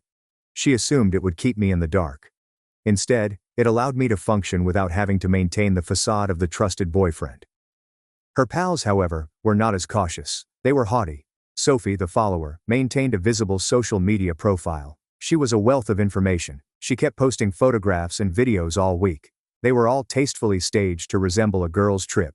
Photos of the 4 of them drinking cocktails by the pool, a video of them dancing at a nightclub, and a selfie in front of a prominent casino. However, novices always make blunders. In one selfie, the reflection of Sophie's sunglasses revealed the unmistakable silhouette of a man seated across from them in a cabana. In the backdrop of a video from the nightclub, I noticed Veronica laughing and leaning closely against a man who was not her ex-husband. Natalie's biggest blunder was a photo she posted. It was a group photograph of the 4 of them at a formal dinner. A giant abstract picture on the wall stood out in the background. A reverse image search takes less than 5 minutes. The picture was well known and hung in the private dining room of one of the most luxurious high-roller suites at the Bellagio, which is not open to the public. A suite allocated for the casino's top customers. I placed a couple calls. I have contacts in Las Vegas, and they owe me favors. A guy who works in casino security confirmed it to me. Richard Hale was the registered owner of the unit. He was there for a week hosting a group of clients, including 4 women. My girlfriend, Rachel, was one of them. This wasn't a girls' trip. It was a paid party. She wasn't on vacation with her friends. She served as an accessory for a wealthy married man and his business associates. The entire journey, the secrecy, the blocking, it was all a ruse for a life she was leading that I had no part in. The last piece of the puzzle was the most painful. In one of Sophie's films, I noticed Rachel in the background. She was laughing, holding a drink, and speaking to a male. I couldn't see his face properly, but something about him felt familiar. I extracted the audio, cleaned it up, then processed it using a voice analysis tool. It was a long shot, but I needed to know. The software matched the vocal pattern to a sample from my own database. Her ex-fiancé, Andrew, was the man whose voice she heard. The man she had told me she despises. The man she said had cheated on her and destroyed her heart. He was one of Richard Hale's clients. The whole thing was a lie. A complicated, multi-layered, and extremely offensive deception. She hadn't just taken a trip without me. She had taken a trip to be with another man, which had been paid for by another man, all while claiming to be with her pals. My plan of action was clear.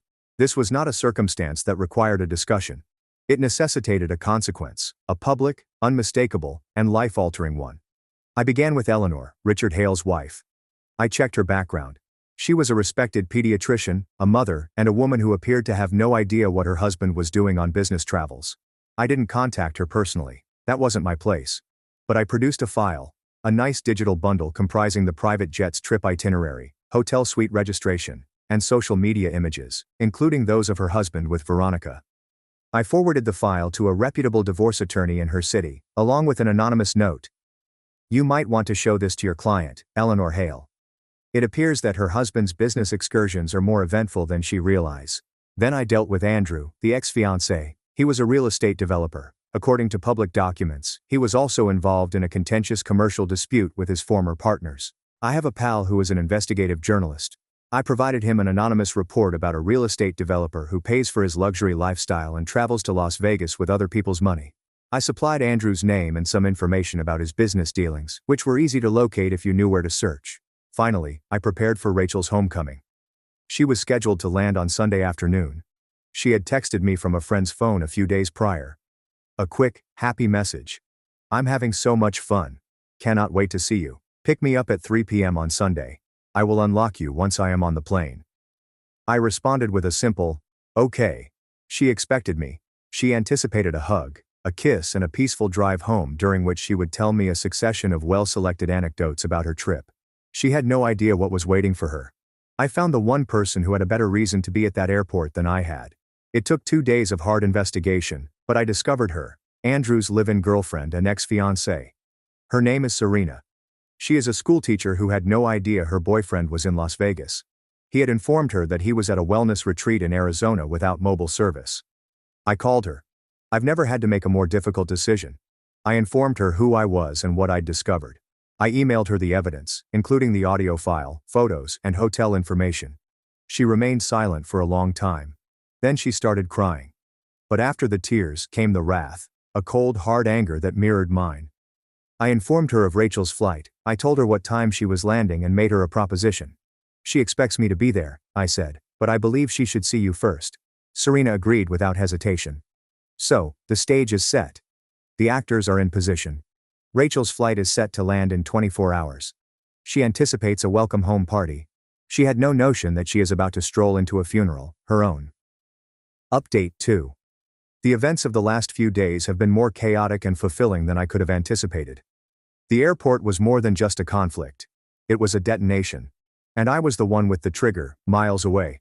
I wasn't at the airport on Sunday. I was at home, watching the scenario on a live feed from a private security contractor I'd hired.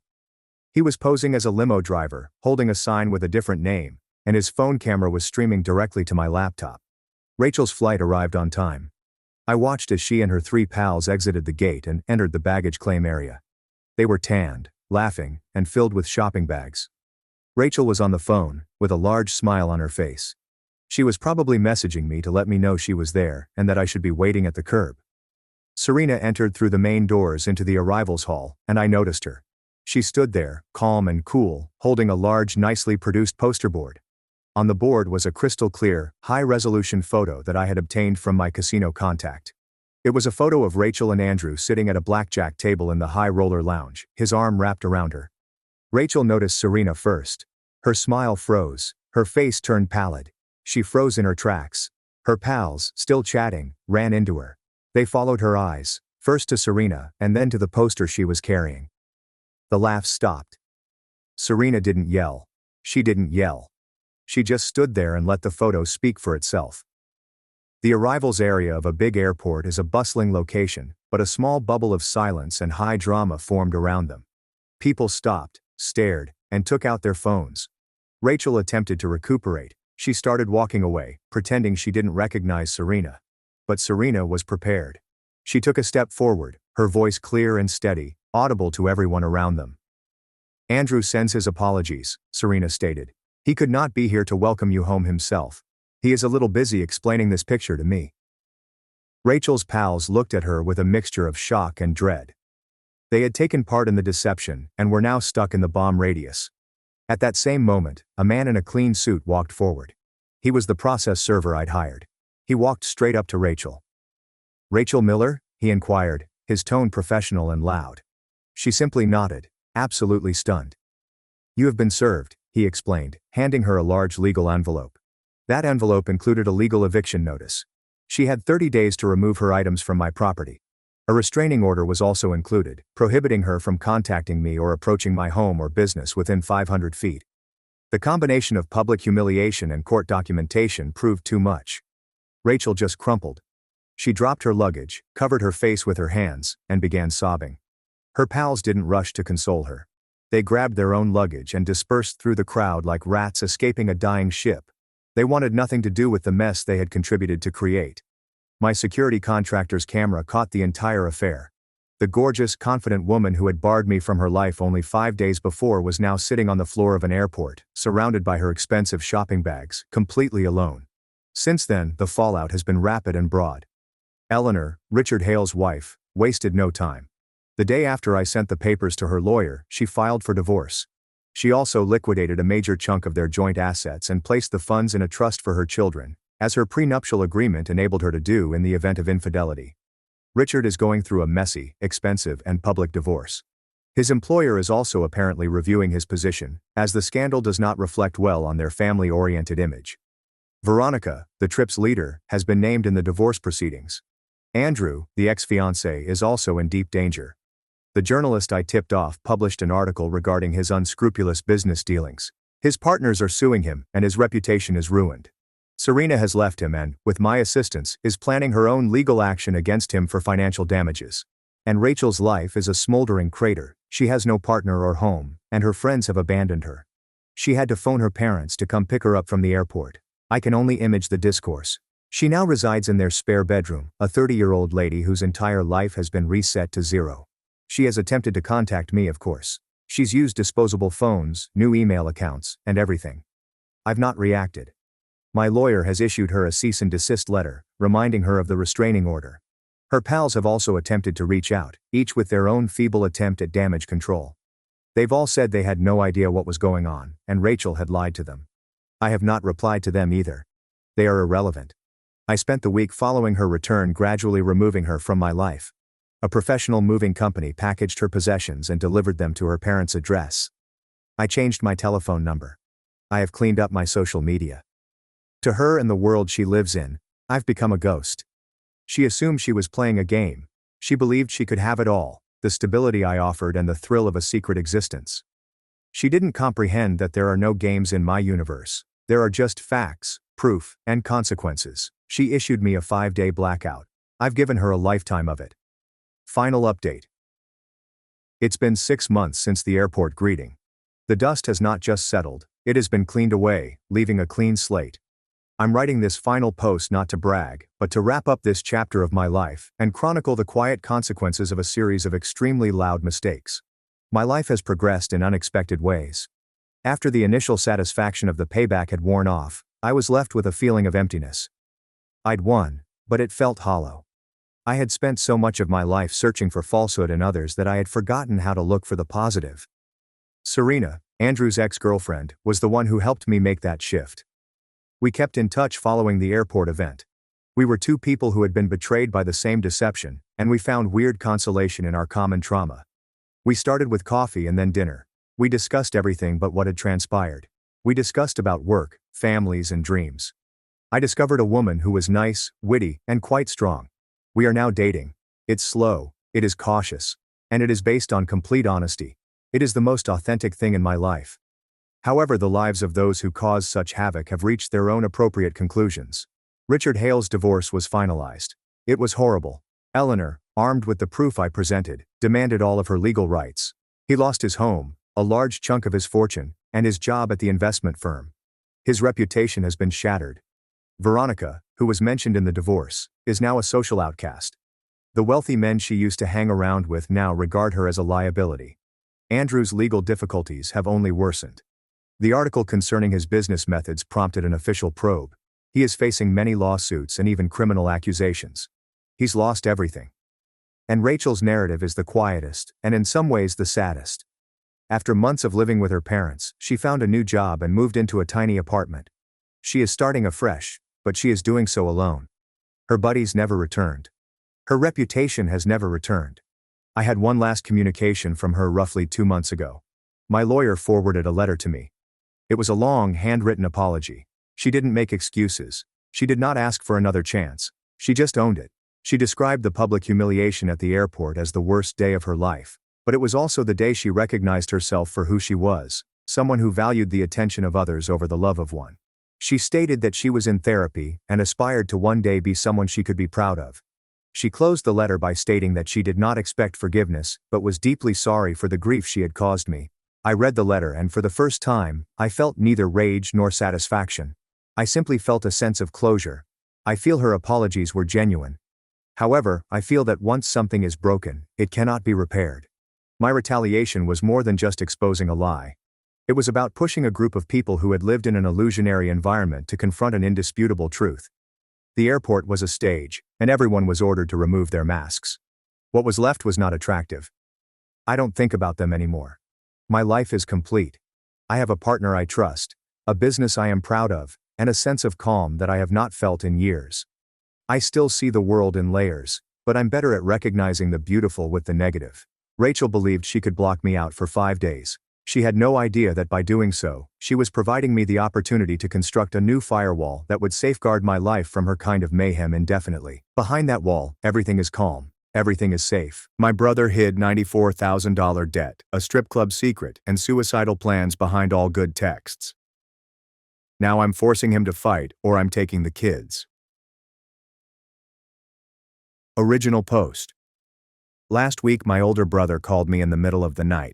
He was crying, really crying, and asked me to promise that I'd take care of his little girl if anything ever happened to him. He's always been the steady one. He made it through the chaos of their first child's newborn stage without much trouble. But since their second child was born, she's 2 now, something has clearly changed. In the evenings he sits alone in the driveway with the engine turned off. He moved into the spare bedroom, saying it was so I don't keep my wife up. But honestly, it feels more like he's retreating than being considerate. During the day, he texts me things like all good, without showing any obvious signs that something's wrong. I'm scared this is more than just typical fatherhood stress. He won't talk to his wife about it, and I don't want to push him too hard, but I also don't want to sit around waiting for another phone call at 2 in the morning. For parents or anyone who's been the concerned sibling, what actually helped you when fear and isolation were overwhelming? How do I start a conversation about therapy or support without making him shut down? Any suggestions are welcome. I just want my brother to be present and okay for his kids. Edit 1. I've read every single comment, thank you all. The message came through loud and clear. That 2 a.m. call was a cry for help, not just dad stress. I'm flying out tonight. Waiting until the weekend just feels wrong. The plan is simple. Over breakfast, I'm going to ask him directly, are you thinking about killing yourself? If the answer is even close to a yes, we'll call the Suicide and Crisis Lifeline, 988, or go to a doctor together. After that, I'll take him out of the house to do something he used to enjoy, maybe golf, maybe a steakhouse, or even a terrible action movie just to help his mind decompress and give him some space to open up.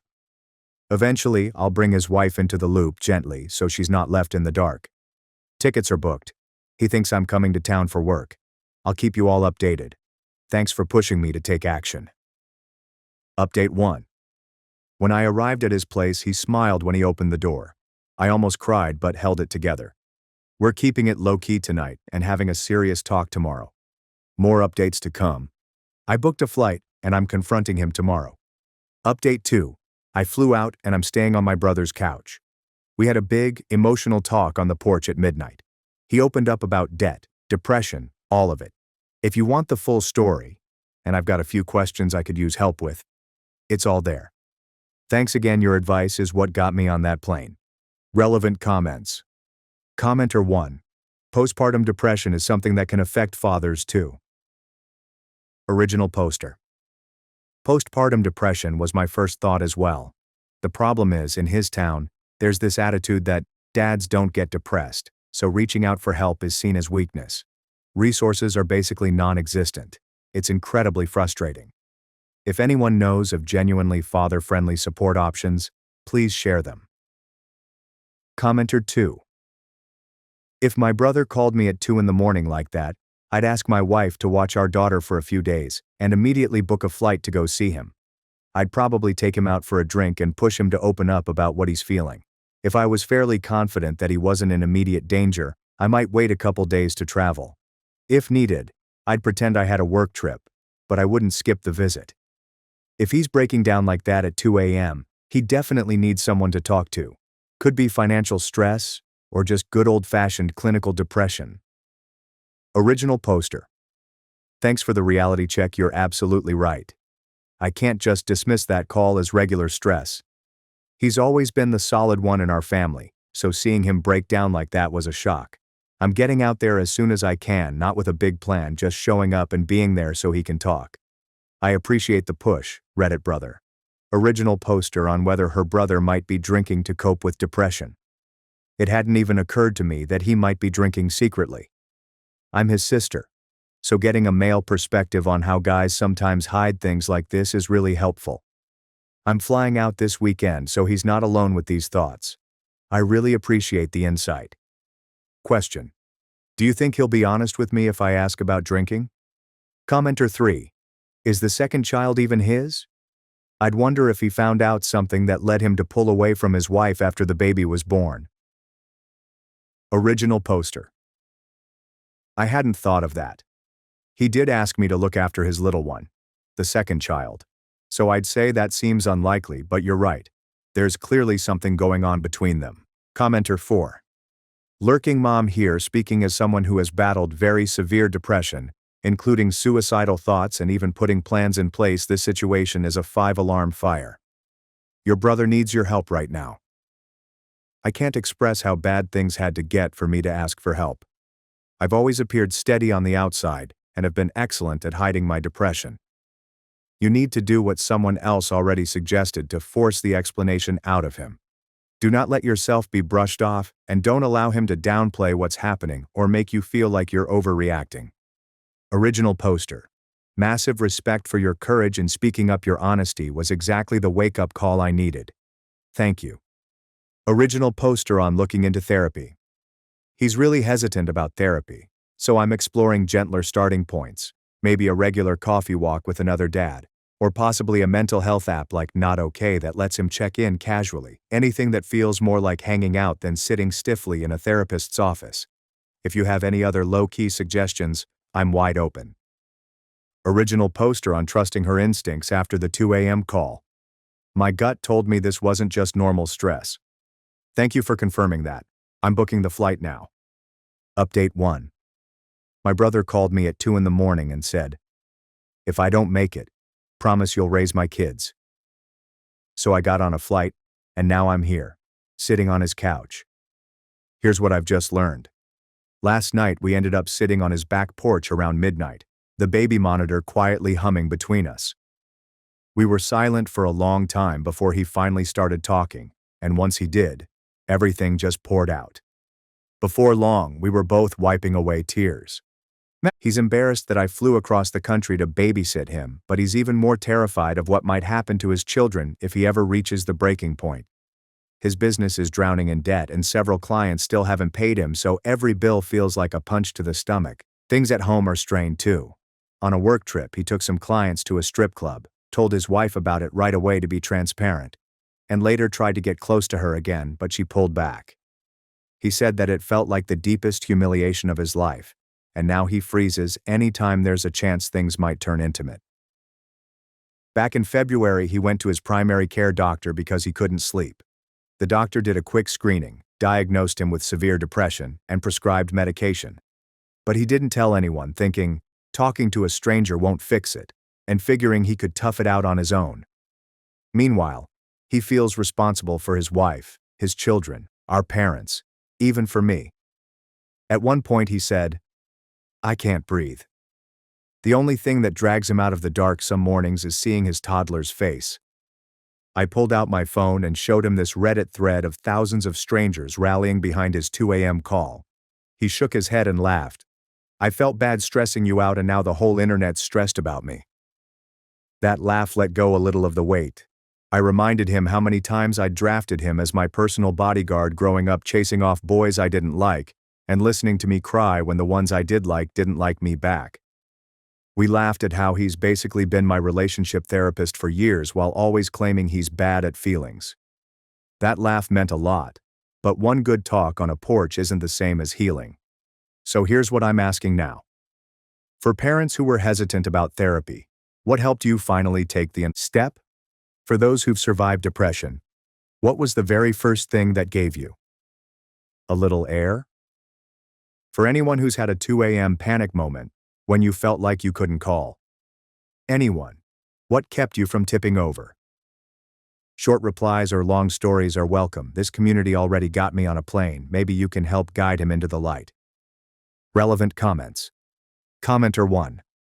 This doesn't directly answer your question, but if your brother has clients who haven't paid, assuming he's a freelancer or contractor, and he has basic documentation, he can absolutely take them to small claims court. I know someone who did exactly that.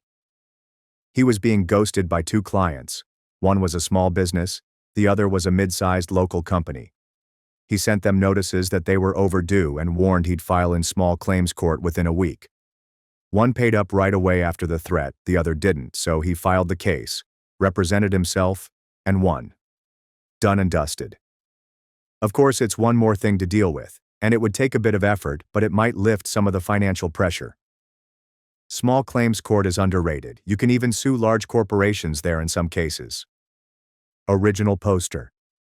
This is super helpful, thank you. I'll definitely pass this along to him. Commenter 2. I used to be very resistant to therapy. What changed it for me was realizing I wasn't going for my sake, I was going for my kid.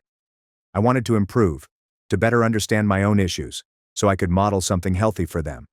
I want to have a relationship with clear boundaries, a stable self-image, a healthy approach to money and emotions, all the things my parents didn't give me.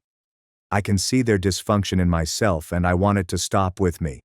Tell your brother, if the only thing keeping him going is his toddler's face, then he needs to make it so that darkness lifts, not so his child has to carry him through, but so the child never has to.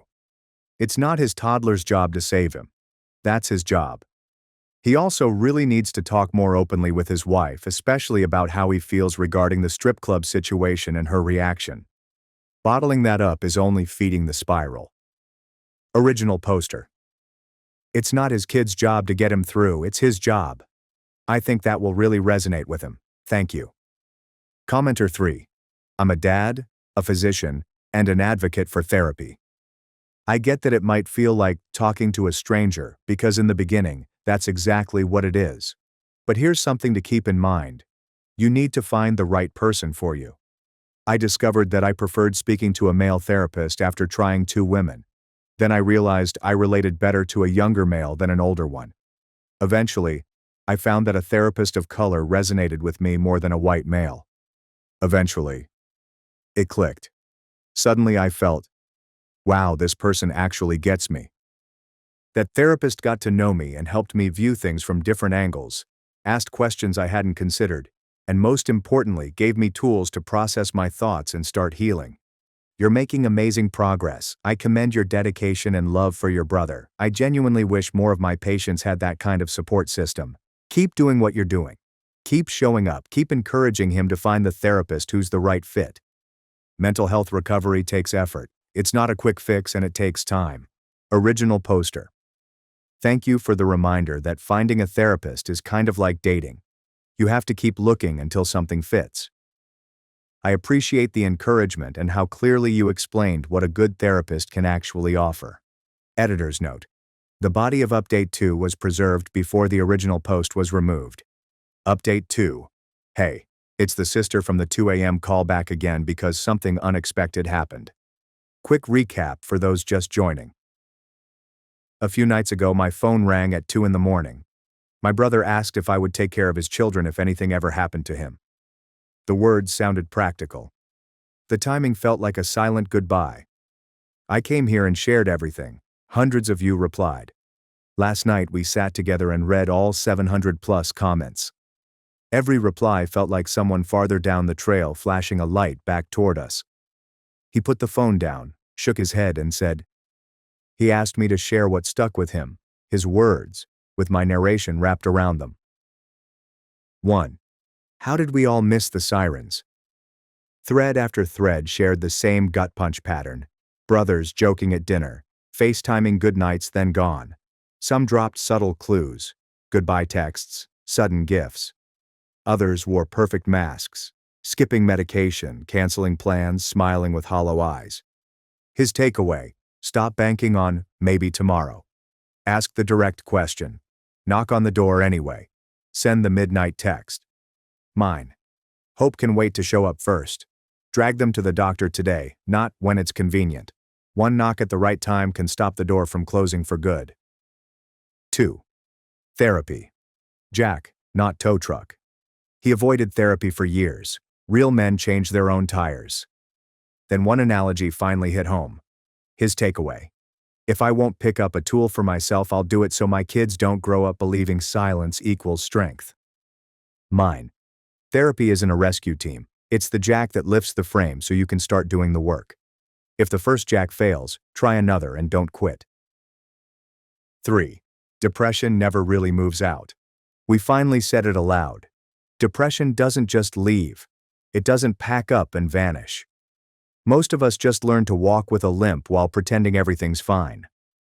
Relief looks different for everyone. Weights, guitar riffs, sketchbooks, medication, cognitive behavioral therapy drills. But even the strongest routine falls apart when you're alone, and the limp turns into sludge. His takeaway. Depression wins if I freeze in isolation. Any movement with people lifting, riffing, walking, talking gets oxygen back into the day. Mine. Normalize the limp, keep pushing toward motion, and never let anyone walk that limp alone. 4. The 2 a.m. kill zone. That's the hour when the brain tears off its daytime mask and insists the only way out is to stop breathing. 2 refrains echo through countless stories. I wish he'd called, and I had no one to dial. But we are never truly isolated, even if a lone rock in the ocean has fish swirling underneath. So when you can't pull yourself back, reach out. His takeaway. When tunnel vision sets in, a real live voice can be the crowbar that pries the door open again. Mine. You have to build safety nets before you ever enter the kill zone. Keep important numbers visible. Have a plan in place. And if you can't calm the storm inside your own head, send a signal someone out there is awake and ready to help steer you through to the morning. Why I'm writing and staying. I typed parts of this with tears rolling down my face because the full weight of almost losing my brother has finally hit me. The internet is rarely this human, but this thread flooded us with empathy and light. If even one person is pulled back from the edge because these words reached them, then sharing this was necessary. No one should die from silent suffering. No one is truly alone. Even a so-called isolated island has life surging beneath the waves. Let's be the proof of that for anyone who feels stranded. What we still need to add your piece. I'm still crying because if I hadn't listened to the stories from the moms and dads who commented earlier, I might be planning a funeral right now. Your words saved my brother. So I'm turning back to you. If you're still deep in the struggle, what's weighing on you right now? Is it financial panic, medication that's not working, feeling like you have no one? Name it, because calling it out helps others recognize it in themselves. If you've made it to steadier ground, what do you wish you'd done sooner or wish had existed when you were at your lowest? What actually helped? A habit, a quote, a tool, a moment that truly moved the needle for you?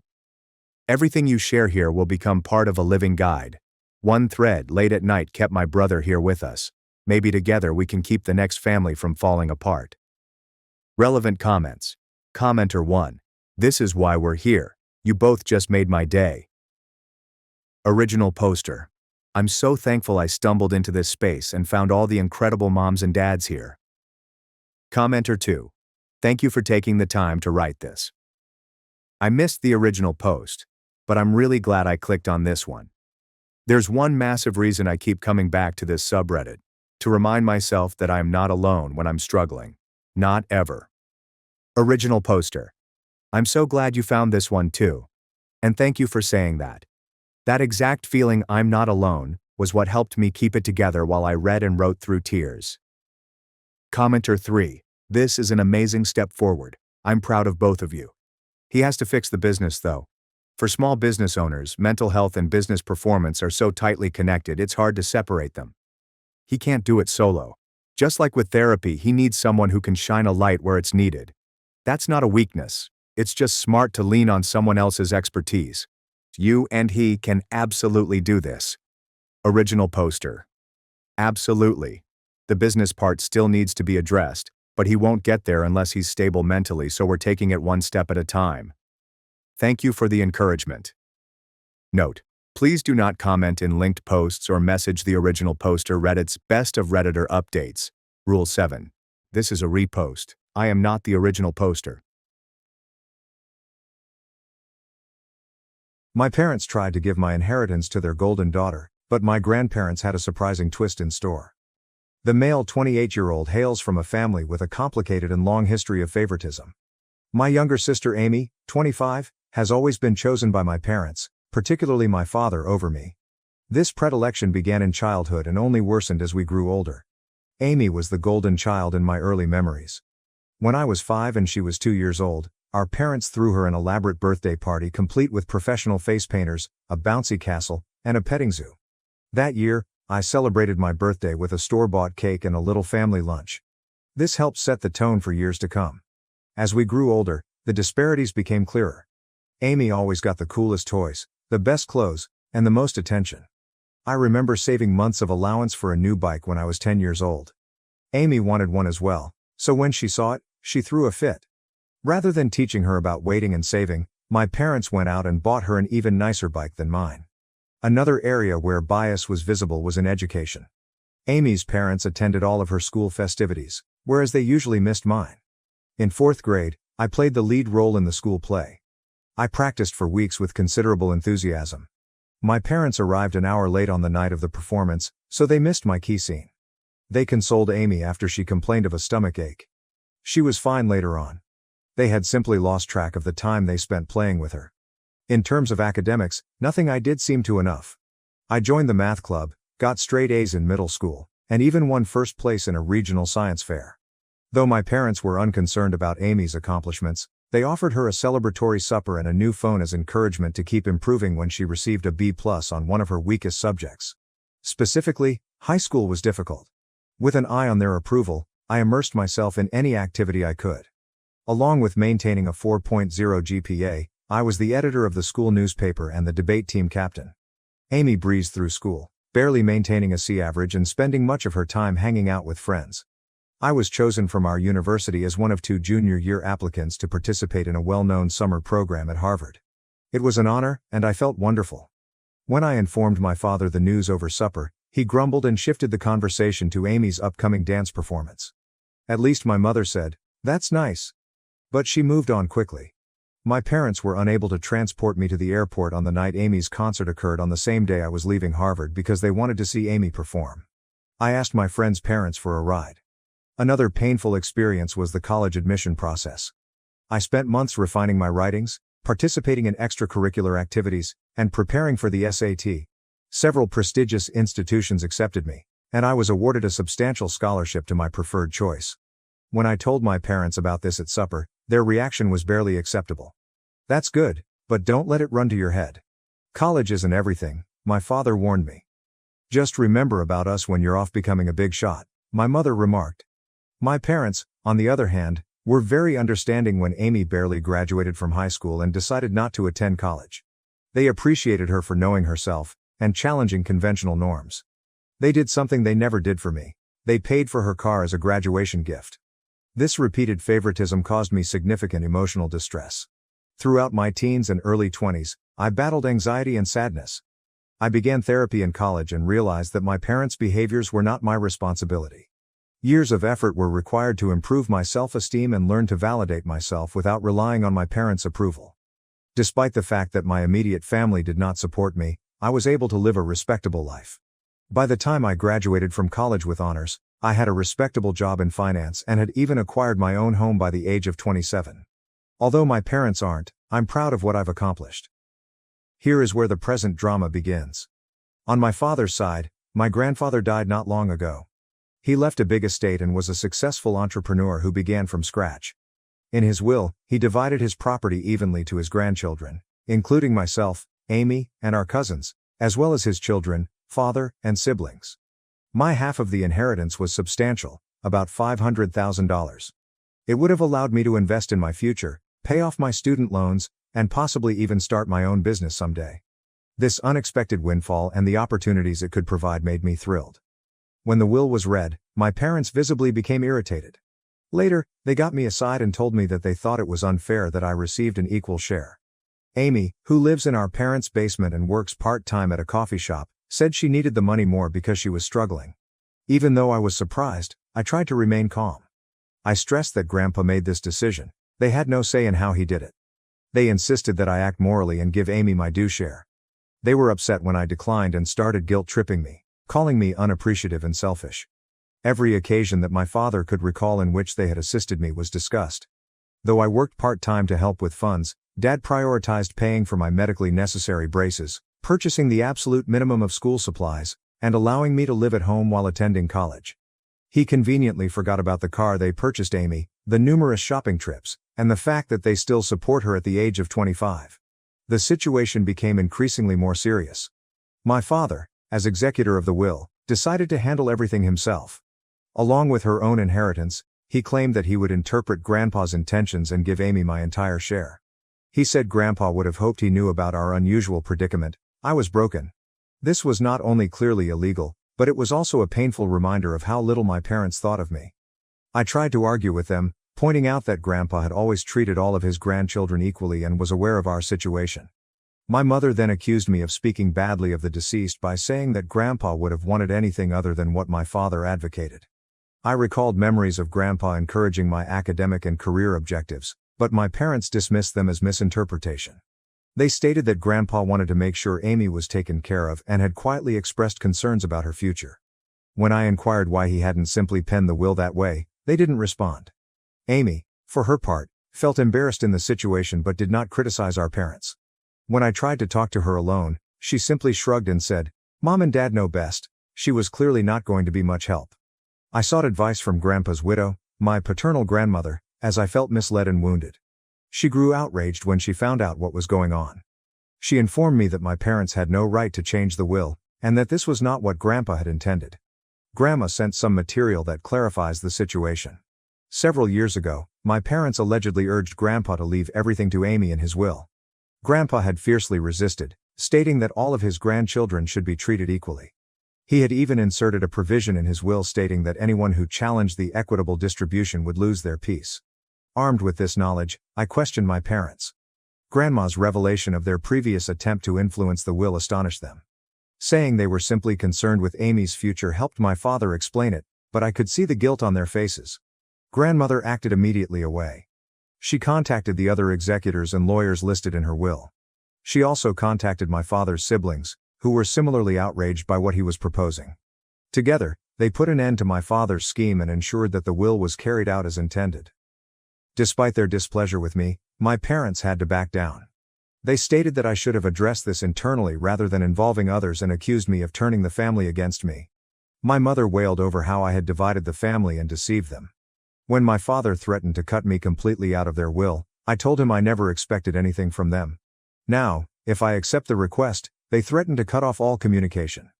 My father even suggested that if I inherited their house, I would not be welcome there.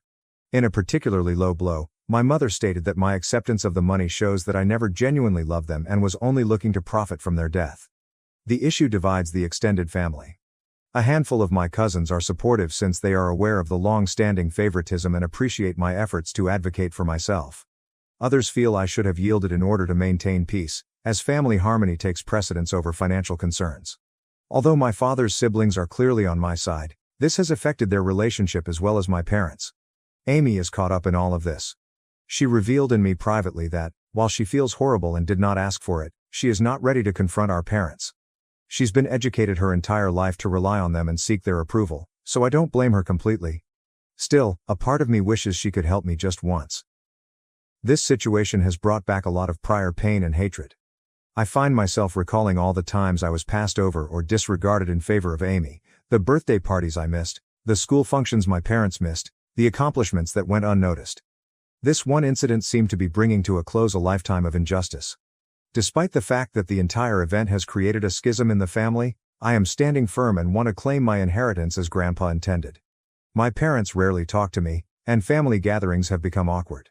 I missed our monthly family supper last week for the first time in as long as I could bear the icy shoulders and accusing glares. Despite the stress, a small part of me feels empowered. For the first time in my life, I am confronting my parents' harsh treatment. I'm declaring my worth and refusing to be written off. It's both dreadful and liberating at once. Though I believe I am in the right, the family turmoil is tiring me. I've been experiencing anxiety episodes again, which I hadn't had since college. To cope with all of this stress, I'm considering returning to therapy.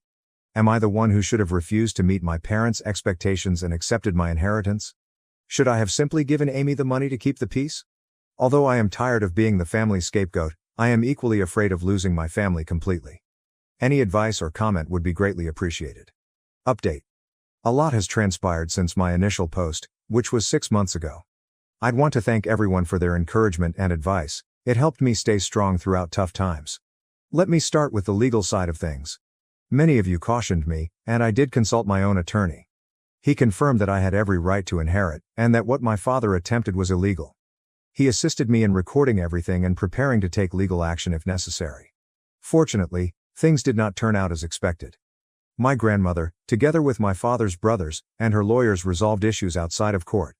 I received my entire money, and the will was carried out exactly as intended. My father was dismissed from his position as executor due to his attempts to manipulate the will. This was a pretty tough process that lasted several weeks. My parents threatened litigation, and there were stressful meetings and angry phone calls, but the law was clear, and they had to back down. The family rupture, which is still ongoing, is significant. My parents initially remained firm in their stance. They accused me of being avaricious and uncaring of my sister. They also attempted to rally other family members against me, spreading charges that I had pressured Grandpa into giving me money. Fortunately, most of the family saw through their deception. About a month after the will was accepted, there was one particularly terrible incident at a family gathering. My parents caused a disturbance when they arrived unannounced, despite the fact that my aunt was hosting and had not invited them. My father began to yell about how I had stolen from Amy and corrupted Grandma against her. My mother tossed an old photo album straight at my feet, claiming that I had wrecked all these great memories. It was unpleasant and terrible. It took several family members to calm things down and persuade my parents to go. My grandmother, bless her heart, proved to be my most significant supporter throughout this process. She told stories about how my grandfather had always been proud of my accomplishments and how he wanted to ensure that all of his grandchildren had equal opportunities. She even claimed Grandpa kept a scrapbook of my successes, including newspaper clippings of academic distinctions, copies of my college acceptance letters, and even the program from the university play that my parents had been late for. This understanding was both sad and amazing. Grandma also offered to help the rest of the family organize their records. She staged a family meeting that excluded my parents, recounting the full history of my parents' prejudice, even episodes I had long forgotten or had never heard of. Having someone finally realize the injustice I had endured for years was gratifying, but it also revived old wounds. About my sister Amy, she finally found her voice throughout all this. She approached me personally and apologized for not standing up for me before after some soul-searching and several lengthy conversations with our grandmother. She claimed she thought our parents' preference was inappropriate, but she was too afraid to challenge it. We talked about our childhoods and how they inspired each of us in tremendous depth and emotional intensity. Amy stated that being the favorite child was not as enjoyable as it seems. She never learned to stand on her own 2 feet and felt a lot of pressure to meet our parents' expectations. She told us of times when she wanted to do things on her own, but our parents would step in and handle everything for her, depriving her of the opportunity to grow and learn from her mistakes. This conversation marked a significant turning point in our relationship. We began to rebuild the sibling bond that our parents' prejudice had severed. Just the two of us have been meeting for coffee on a regular basis to discuss and encourage each other during this family issue. Everyone was taken aback when she announced that she planned to use her inheritance to pay for education. She claimed that watching me stand up for myself inspired her to start directing her own life. Once she had selected what she wanted to study, she enrolled in a nearby community college with the intention of transferring to a 4-year university. Our parents put out a shocked gasp. I suppose they were aware that their babying had not benefited Amy. My parents' reactions to all of this have been diverse and changing. They initially assaulted both of us angrily. They tried to guilt Amy into dropping out of college to support the family because they said I turned her against them. When their previous plan proved unproductive, they altered it. After numerous lengthy conversations with my grandma and witnessing Amy's remarkable transformation, my mother realized how detrimental their actions had been. She has made some tentative steps toward reconciliation, including starting therapy to address her issues. She contacted us to apologize, admitting that she had been unfair and requested the opportunity to make things right. It's a gradual process, and while I'm cautiously optimistic, I'm also setting firm restrictions. Unfortunately, my father has been less willing to own his mistakes. He is still outraged and feels like the victim in all of this. He has been cool toward Amy since she decided to go to college and hardly speaks to me. He has tried to control us several times, threatening to sell our childhood home if we don't come to our senses or forgiving us if we admit we were wrong. Although we are both standing firm, it hurts to see him alienate both of his children in this manner. The dynamics within the extended family have shifted considerably. I now reside closer to my father's siblings, who have been really helpful, and my grandma. Hearing from my aunts and uncles about how they dealt with my father's hard behavior throughout the years has helped to alleviate my loneliness in this fight. I've also formed stronger ties with several of my cousins who have supported me. Starting a monthly cousin meal helps us to catch up without the drama of the older generations. For myself, I have made good use of my fortune. After paying off my college loans, I now have a great sense of financial freedom. Working with a financial advisor, I developed a diverse investment portfolio. I've also saved some money in case I decide to start my own business in the future. I'm looking into opening a community center that offers competitively cost mental health treatments and financial literacy lectures. However, for me, purchasing therapy for myself and volunteering to do the same for Amy has been the most meaningful use of the funds. We're both learning to set fair boundaries with our parents and attempting to heal from our childhood experiences. Despite the long road ahead, I already feel like I'm growing in my understanding and ability to overcome emotional neglect and long-term prejudice. This entire procedure has brought some unexpected positive changes into my life. I now know a lot about setting boundaries and defending myself. Even though I know I did the right thing, it has not been easy, and there are still difficult days. I feel proud of myself for defying guilt and pressure. Among the more unexpected outcomes has been a shift in my career route. Dealing with all of this family discord and going through treatment has made me realize my own love for helping individuals who, dealing with all of this family turmoil and treatment has shown me how motivated I am to help others who have experienced similar family dynamics. I am currently considering returning to school to specialize in adult offspring of emotionally immature parents and working as a family therapist. I have also been assisting children from difficult family situations at a neighboring youth facility. It is extremely rewarding to be able to provide the encouragement and support that I wished I had received as a child. I'm even thinking of establishing a scholarship fund for youngsters in similar circumstances with some of my inheritance. My contact with Amy has gotten better. We celebrate Siblings Day once a month by doing something fun, just the two of us. Our hiking and picnic last month were the most relaxed and connected we'd felt since we were kids.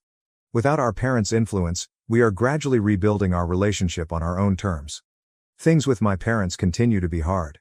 My mother has tried to rebuild our relationship. She has been attending therapy on a regular basis, and she has begun to realize some of the consequences of her bias. We've had a couple one-on-one lunches when we've had some honest, albeit challenging discussions about our history and future plans. Though it is not perfect, there is clearly room for improvement. Nonetheless, my father continues to be resistant to change. He still claims he has done nothing illegal and that Amy and I should be grateful. He refused to be in the same room as me, so he skipped several family occasions. Though it hurts, I'm attempting to let go of my desire to force him to see things differently or control his reactions. Grandma has become a pillar of strength for Amy and me. She has been telling us more stories about our grandfather and how proud he was of us for standing up for ourselves. She has always advocated for justice and understanding, making her an excellent mediator in family disputes. The entire experience has taught me a lot about what it truly means to be family.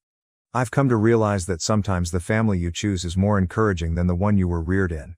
Along with forming a close circle of friends who have been extremely supportive throughout this road, I have gotten closer to my aunts, uncles, and cousins who have stood by me. Setting limits and exercising self-care have become increasingly important to me. I'm getting better at saying no to situations that jeopardize my mental health, and I no longer feel awful about putting my personal well-being first. I was so focused with gaining my parents' approval that I had always avoided exploring new interests and activities. To those in the same situation, I would advise you not to let anyone make you feel terrible about collecting what is rightfully yours. Even if it causes disagreement, it is reasonable to defend oneself. Though family dynamics may be complicated, you are entitled to fair treatment. Remember, it is never too late to begin living the life you deserve. Consult a therapist if required. Surround yourself with positive individuals. And don't be afraid to set boundaries. Your value is determined by who you are personally, not how your family treats you. I'd like to thank each of you again for your suggestions and encouragement. It meant more than you could have imagined during a particularly difficult time. Despite the difficulties, I am optimistic about the future and feel a sense of self-assurance that I have not felt in years. I am excited about where this new chapter of my life will take me, and I am determined to break the cycle of favoritism and develop stronger relationships with my own future family members. My parents praised my golden child sister while calling me an embarrassment. Now I'm successful, and they're begging me to rescue her career. My parents, who have not spoken to me in 5 years, just contacted me. I am 29 years old. They want me to help them out, or more specifically, my sister. My 31-year-old sister Claire has always been the golden child. My parents never bothered to hide it because she was superior than me in every way back then. Especially academically, which my parents never let me forget since they kept telling me that she was doing so much better than me at school, and that I needed to buckle down if I wanted to be in the same league as my sister. She was accepted into a renowned institution, and 5 years ago, she became the company's youngest vice president. She had been working there since she graduated, and she had always been able to support herself. But later, when she made history by becoming the company's youngest vice president, her expensive corporate career became the norm for me to beat, and my parents couldn't stop rubbing it in. To be honest, I was not interested in working a 9-to-5 job. I'm sure life has its advantages, but I've wanted to be an entrepreneur since I first heard the term. 5 years ago, after working at many locations and accumulating experience in the field that I wanted to work in, I decided that I was finally going to establish my own business, modern and edgy automobile accessories that I designed myself. I had spent enough time on research and development and had a solid business concept to move forward with. So I decided to go to my parents about it first, since despite how they had always treated my sister, I had assumed they would want the best for me as well. After all, they were my parents. So I decided to tell them about it after they had prepared a party for my sister's new employment.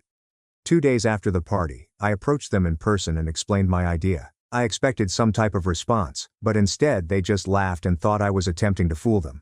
They found it insulting that after years of self-education, this was my big idea for my future firm.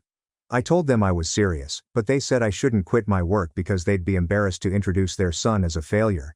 They said they knew my business was doomed from the start because I was not capable, and they didn't want me to fail as severely as my sister. So I had better continue with the job I already had.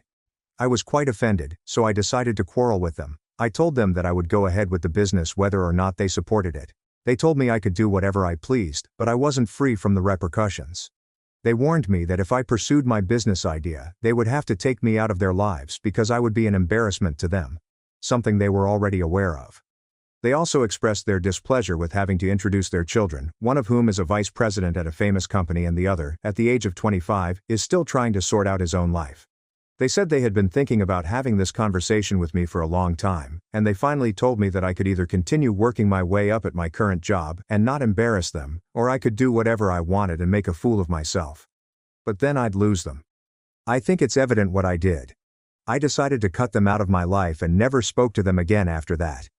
I have also not communicated with Claire since then, because she clearly chose our parents' side over mine, which I am comfortable with. She was too haughty in any case, so I avoided her from the start. I'd been dealing with vehicles for a long time, and that's where my company idea came from, so I believed in it. I knew this was something that people wanted, so I decided to go in blind and simply prove my parents wrong. I quit my job and began working for my objective. Now I see that was a risky move, and I should not take it so proudly. I wouldn't advocate it to anyone, but it worked out for me. Within a few months, I had some investors on board and was able to launch my own firm. It was tough at first. I was basically living hand to mouth, relying solely on word-of-mouth marketing. People became aware of my business, and I gained an increasing number of consumers. Then, after approximately a year and a half, things began to pick up, and there was no going back.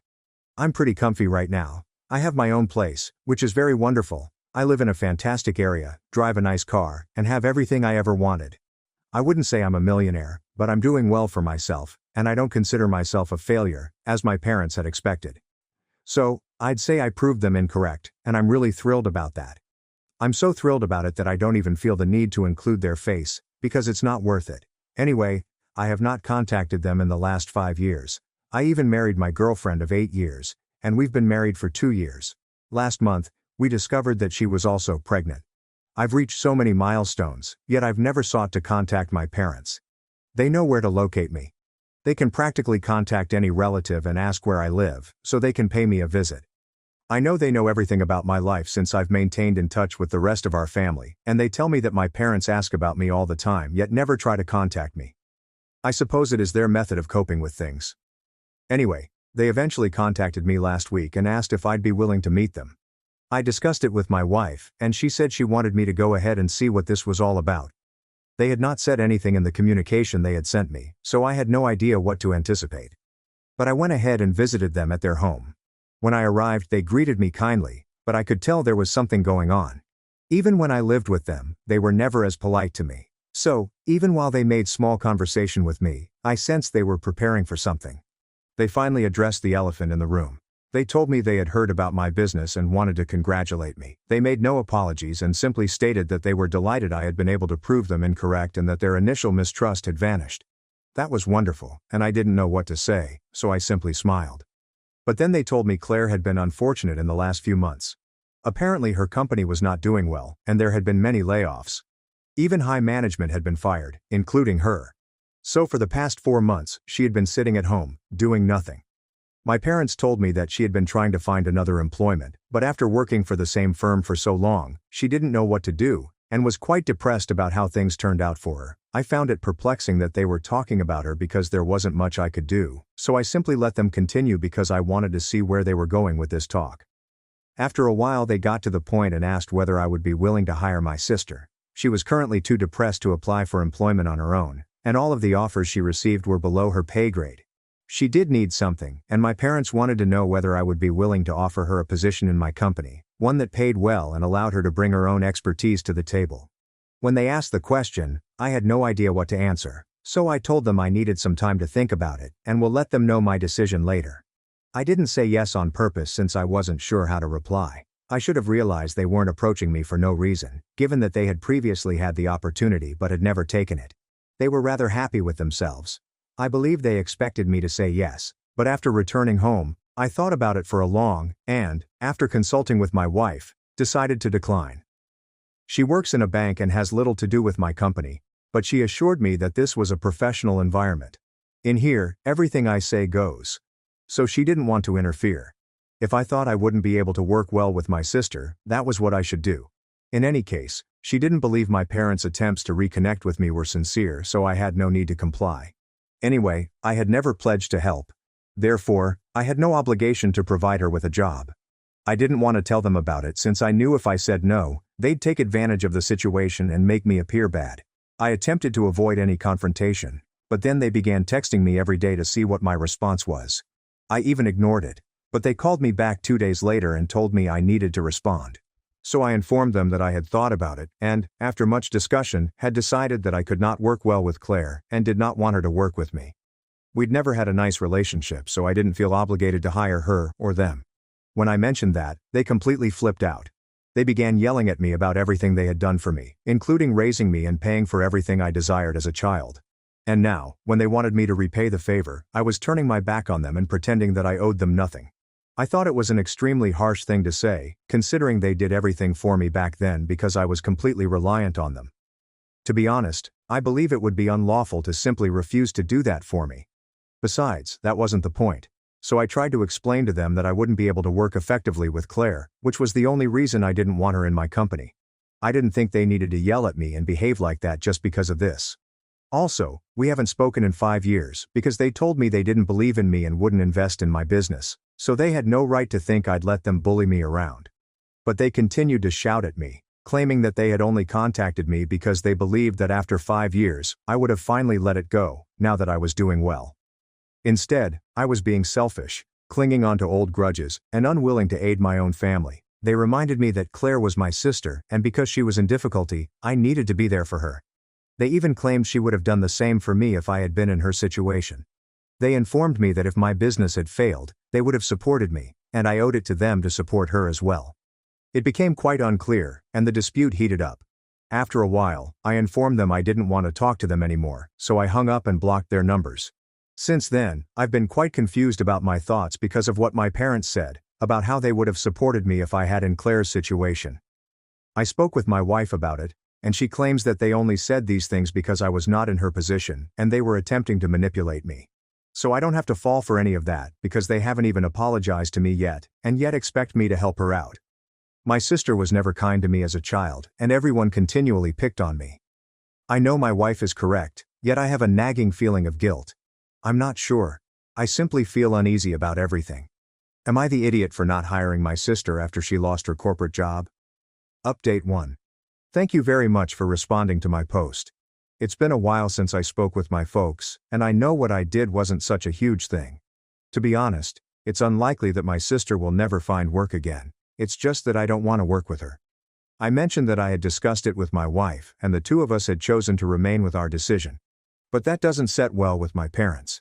They've been making it sound like I've always been envious of my sister and was excited about the opportunity to do this to my family. I don't even understand why they're taking this so seriously, given that they've been contacting every single relative we have about it.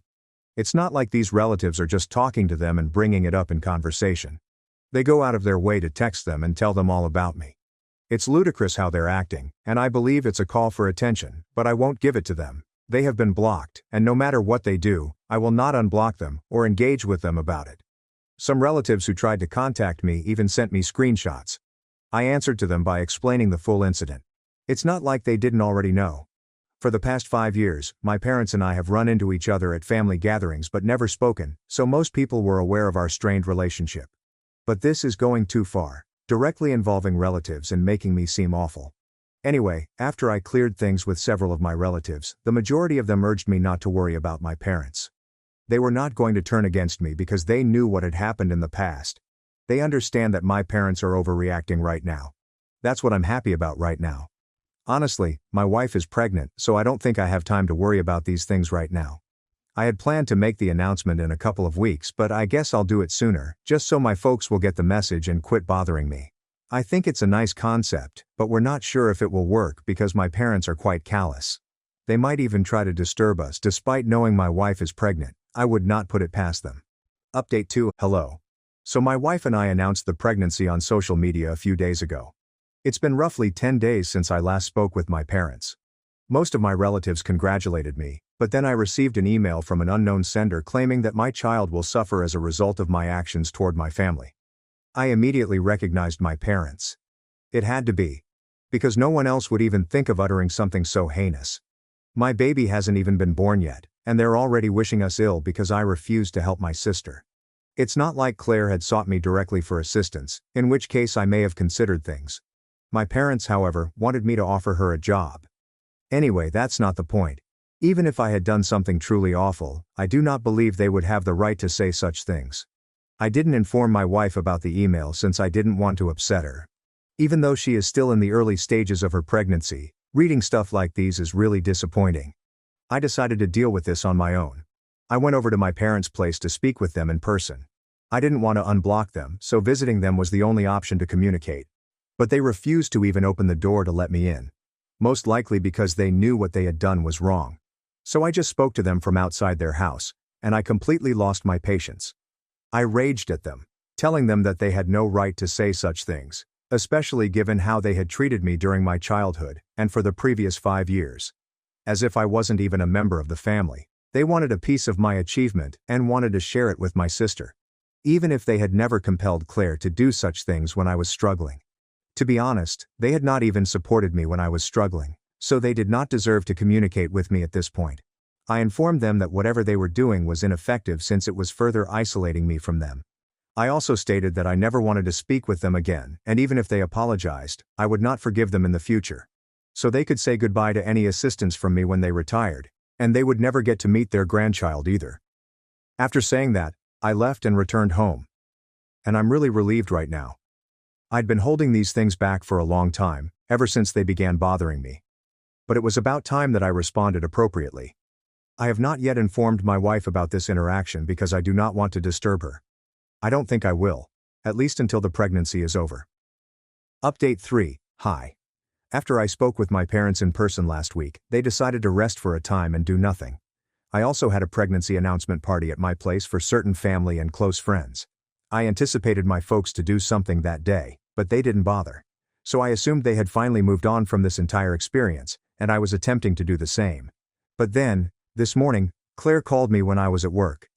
That was weird because she had ceased speaking with me 5 years ago, and I had no idea what she wanted. For a brief moment, I considered that she may approach me in the same way that my parents did and demand that I give her a job, forcing me to repeat the entire scenario, so I ignored her initial call. But then she contacted me a couple more times and messaged me, stating it was an urgent matter and she wanted to speak with me. She assured me that I would not need to worry because she would not expect anything from me.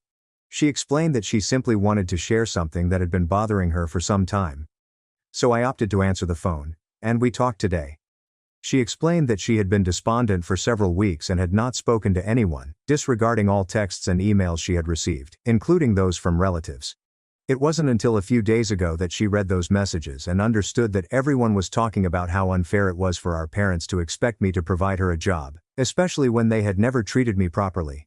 Claire was perplexed because she had been speaking with our parents on a daily basis for the past few weeks, but they had not said anything about such family events. She had talked with them after reading those messages and inquired if they had done anything of the such, but they flatly refused, claiming they had no idea what was being alluded to. She suspected they were lying to her, so she called me instead to find out the truth. She mentioned that she had spoken with our parents about her work predicament and how distraught she was. She'd never asked for my help. So she couldn't understand why they'd enlisted me, and then tried to force me to contact her and offer her a job when she hadn't asked for it. After some deliberation, I decided to tell her the truth, because I believed she deserved to know what our parents had been up to behind her back. I gave her the entire thing that they had told me. I explained that once they told me about her position, they told me that I needed to get her a job and help my family since she was not in a good place right now, and they didn't want her to suffer. I informed her that while their initial aim was to really aid and support her in getting her life back on track, it gradually degenerated into harassing me, which I was not okay with. I told Claire that I was very sad about her employment because I knew how important it was to her and how much work she had put in. It couldn't have been easy being laid off like that.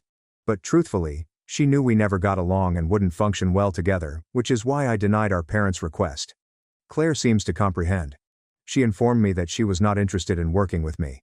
She did not intend it offensively, but she was simply not in the appropriate frame of mind to work with anyone right now, so she was taking a break on deliberately.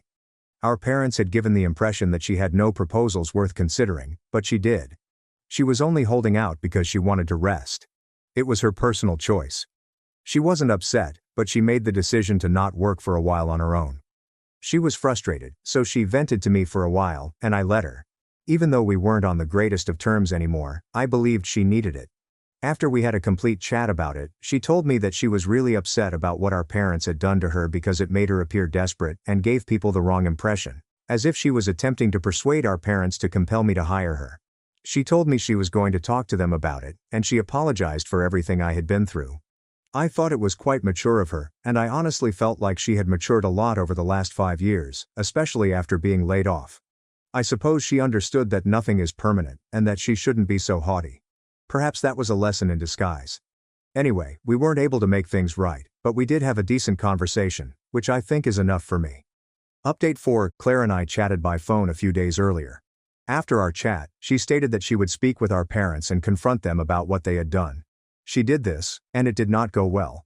Our parents were defensive, claiming that they were only trying to help her since they didn't think her decision to take some time for herself was a good one. They insisted that she resume her search for a better career immediately. They ended up in a massive quarrel because Claire accused them of trying to control her life from the start and never allowing her to make her own decisions, even as an adult. Of course, my folks were upset about it. They began listing all of the things they had done for her, which were the typical things parents do for their children. I'm not sure why they always feel it's appropriate to talk about it as if it were a favor. It wasn't a favor, they had to do it regardless. The fight escalated to the point where Claire no longer speaks to them. And who do they blame for all of this? Yes, they're blaming me again. I just don't get how I can become the scapegoat for almost every problem they end up in. This time, no personal confrontations occurred. Instead, they just decided to create a Facebook post about it. Lucky for me, all of our relatives rushed to my aid and called my parents out on their stupidity. They reminded them that they had been bad parents, not just to me, but also to Claire in some ways, because they continued to attempt to control and push her, especially when she was already going through a difficult time. They should have been there for her morally and emotionally, encouraging her. Instead, they were putting her down even more and portraying her as the evil guy. After receiving several comments from relatives, my parents decided to erase the post and block everyone in the family. To summarize, pretty much everyone has ostracized them now, which I am really glad about. Claire has apologized for mistreating me in the past, and we want to work on improving our relationship in the future. But for now, my wife is the most important thing in my life. and I am very happy to be a father. My parents disowned me for not giving my sister money, so I repossessed their Lexus. Now they're crying on Facebook, and I'm done playing nice. I saved $8,000 for my mom's gift. She invited everyone but me. It's one thing to not be invited. It's another to realize everyone else was. Not only my sister, but also her ex-boyfriend, used to make my mother cry. Not only the neighbors, even the girl next door who inadvertently hit my father's car with a basketball and was banned from our driveway for 2 years. No, everyone except myself and my children. That's what struck me the hardest. My mother had said that this year had been too chaotic. She suggested we forgo it. Next year, she said, as if it were a logistical change. I answered sure, and she hung up as if she had simply postponed her dental appointment. My children had already drawn birthday cards. My daughter created a paper crown with Queen Grandma inscribed in glitter glue. My son chose slippers with built-in foot massagers. They were excited. They always are. They love my parents more than they should, given how little they give back. My parents tolerate them. That is the perfect word for it. Polite smiles, short visits, never overnight. They have still not forgiven me for being a single mother. He left me, even if I did not leave him. He currently resides out of state, but he calls his children every night. Pays for their health insurance, brings gifts, and inquires about their day. He doesn't say much to me, yet he never disappears. And yet, in my mother's view, this makes me a failure. I expected this year to be different. I had been planning her birthday gift since March. It was a $7,800 set of gold jewelry, including a necklace, bracelet, and earrings. I skipped everything for it. Coffee shops, clothing, and dining out. I cut coupons as if it were my work. I wore the same boots with a hole in the soles until April. But I did not touch a single dollar from the children's money. They had everything they needed. I believed if I gave her something memorable, maybe I'd be seen again. I heard nothing the day before her birthday. Later that night, my cousin texted me a video. It was already posted on Facebook. My mother was sitting at the head of the table, blowing out the candles on her favorite lemon cake. My sister was to one side. Her ex, who my mother used to swear she couldn't stand, stood alongside her. Their infant is in a high chair. The teenage children of our neighbors, even a coworker from Mom's previous job, whom I hadn't seen in 10 years. Everyone except us. The table was set with gold-rimmed plates, which she only uses to impress. Her finest linens.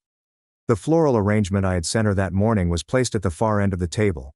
I noticed the cards were still in it, unopened. I did not cry. I did not even call her. I waited till the kids fell asleep.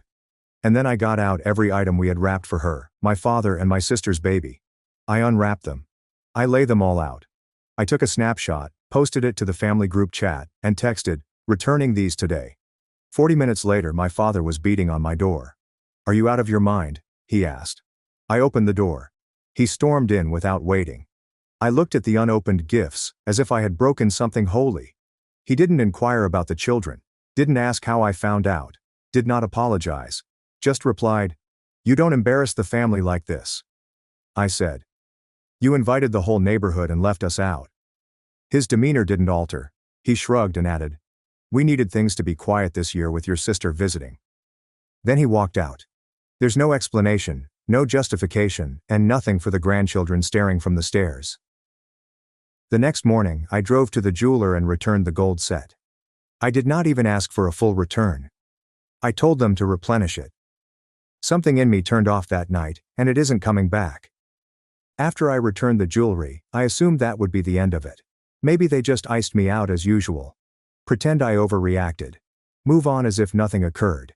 But that is not what happened. It began with silence. I received no calls or texts, not even from my sister. Then, my mother shared a photo on Facebook. Her and my sister sat on the porch, arms around each other, holding coffee mugs, as if it were a wonderful morning in an ideal world. The caption read, "So grateful to have my baby home for a while." That grabbed my attention. My sister lives on the opposite side of the country. Supposedly holds a high-profile position in tech marketing, real estate, or consultancy. The story varies every time my folks brag about her. She's always at gleaming airports or minimalist houses with candles blazing in the backdrop. But in the shot she was wearing the same hoodie as in the birthday video. Hair pulled back, no makeup, and sleepy. I didn't think much about it until I received a call from Aunt Laya. She doesn't call until someone is dying or inebriated. She inquired if I was aware that my sister had been at my parents' house for almost a month. She said she spotted her at a grocery store a few towns away, using WIC vouchers. I did not say anything. A week later, it was confirmed. My mother casually mentioned it during a phone discussion with Laya, who promptly contacted me. It turns out that my sister lost her job 6 months ago. Accumulated debt trying to preserve the image. She sold her furniture before flying home, arriving with 2 suitcases and a totally different story. My parents did not tell anyone. They wanted it to appear as if she was merely visiting. Still golden and successful. But she's currently living in my old room. They are covering her car insurance and paying her phone bill while stating it is only temporary. Meanwhile, I had heard nothing from them. No apologies, no explanations. That weekend my father sent me a message. Short said, "Can we talk?" I did not respond. Hours later, another one, this time from my mother. "Your sister's going through something. It's been very hard on all of us. We need to talk." I stared at the message for a long time. Not one word about what they did to my children. Not a thing about the dinner, the gifts, or the screaming on my porch. Only a request. I ignored it. My sister texted me. She said she wanted to clear the air. I questioned, "Why now?" She replied, "They think you might be willing to help." There was no apology, only desperation. I did not respond to my sister's text right away. I waited. Let her sit with it. I did not open the follow-up voice note that she sent. I didn't trust her when she said, "I didn't know they weren't inviting you." I swear. Maybe she didn't realize at first, but she realized once the food was distributed around the table and my children weren't present. She knew when my chair was vacant. Still, I said, "What do they want?" She responded, "I believe they want you to help me financially. There's no easing into it." There was no denying they wanted to mend problems. I nearly laughed. They demanded money from the daughter, who was ordered to keep away. From the daughter whose children were not even worthy to sit at the table. I didn't respond. Instead, I texted my mother and asked if we could talk in person. She said, "Oh, thank God. Your dad and I were hoping we could all move past this." She stated they'd be done. I assured her I would cook. When they showed up, my mother brought a pie. My father brought nothing but his customary self-righteousness. They walked in as if nothing happened. I said hello to the youngsters. My daughter clung to me. My youngster did not look up from his tablet. We sat down. I served lunch. We exchanged small chat. Following that, my mother remarked, "You know your sister's situation. She's been having a rough time. It's not her fault the company downsized. We were hoping you could maybe just help her get back on her feet." I nodded, as if I were thinking about it and felt charitable. Then I said, "Sure, I'll help her find a job." She blinked. "Well, yes, but we meant maybe something more immediate.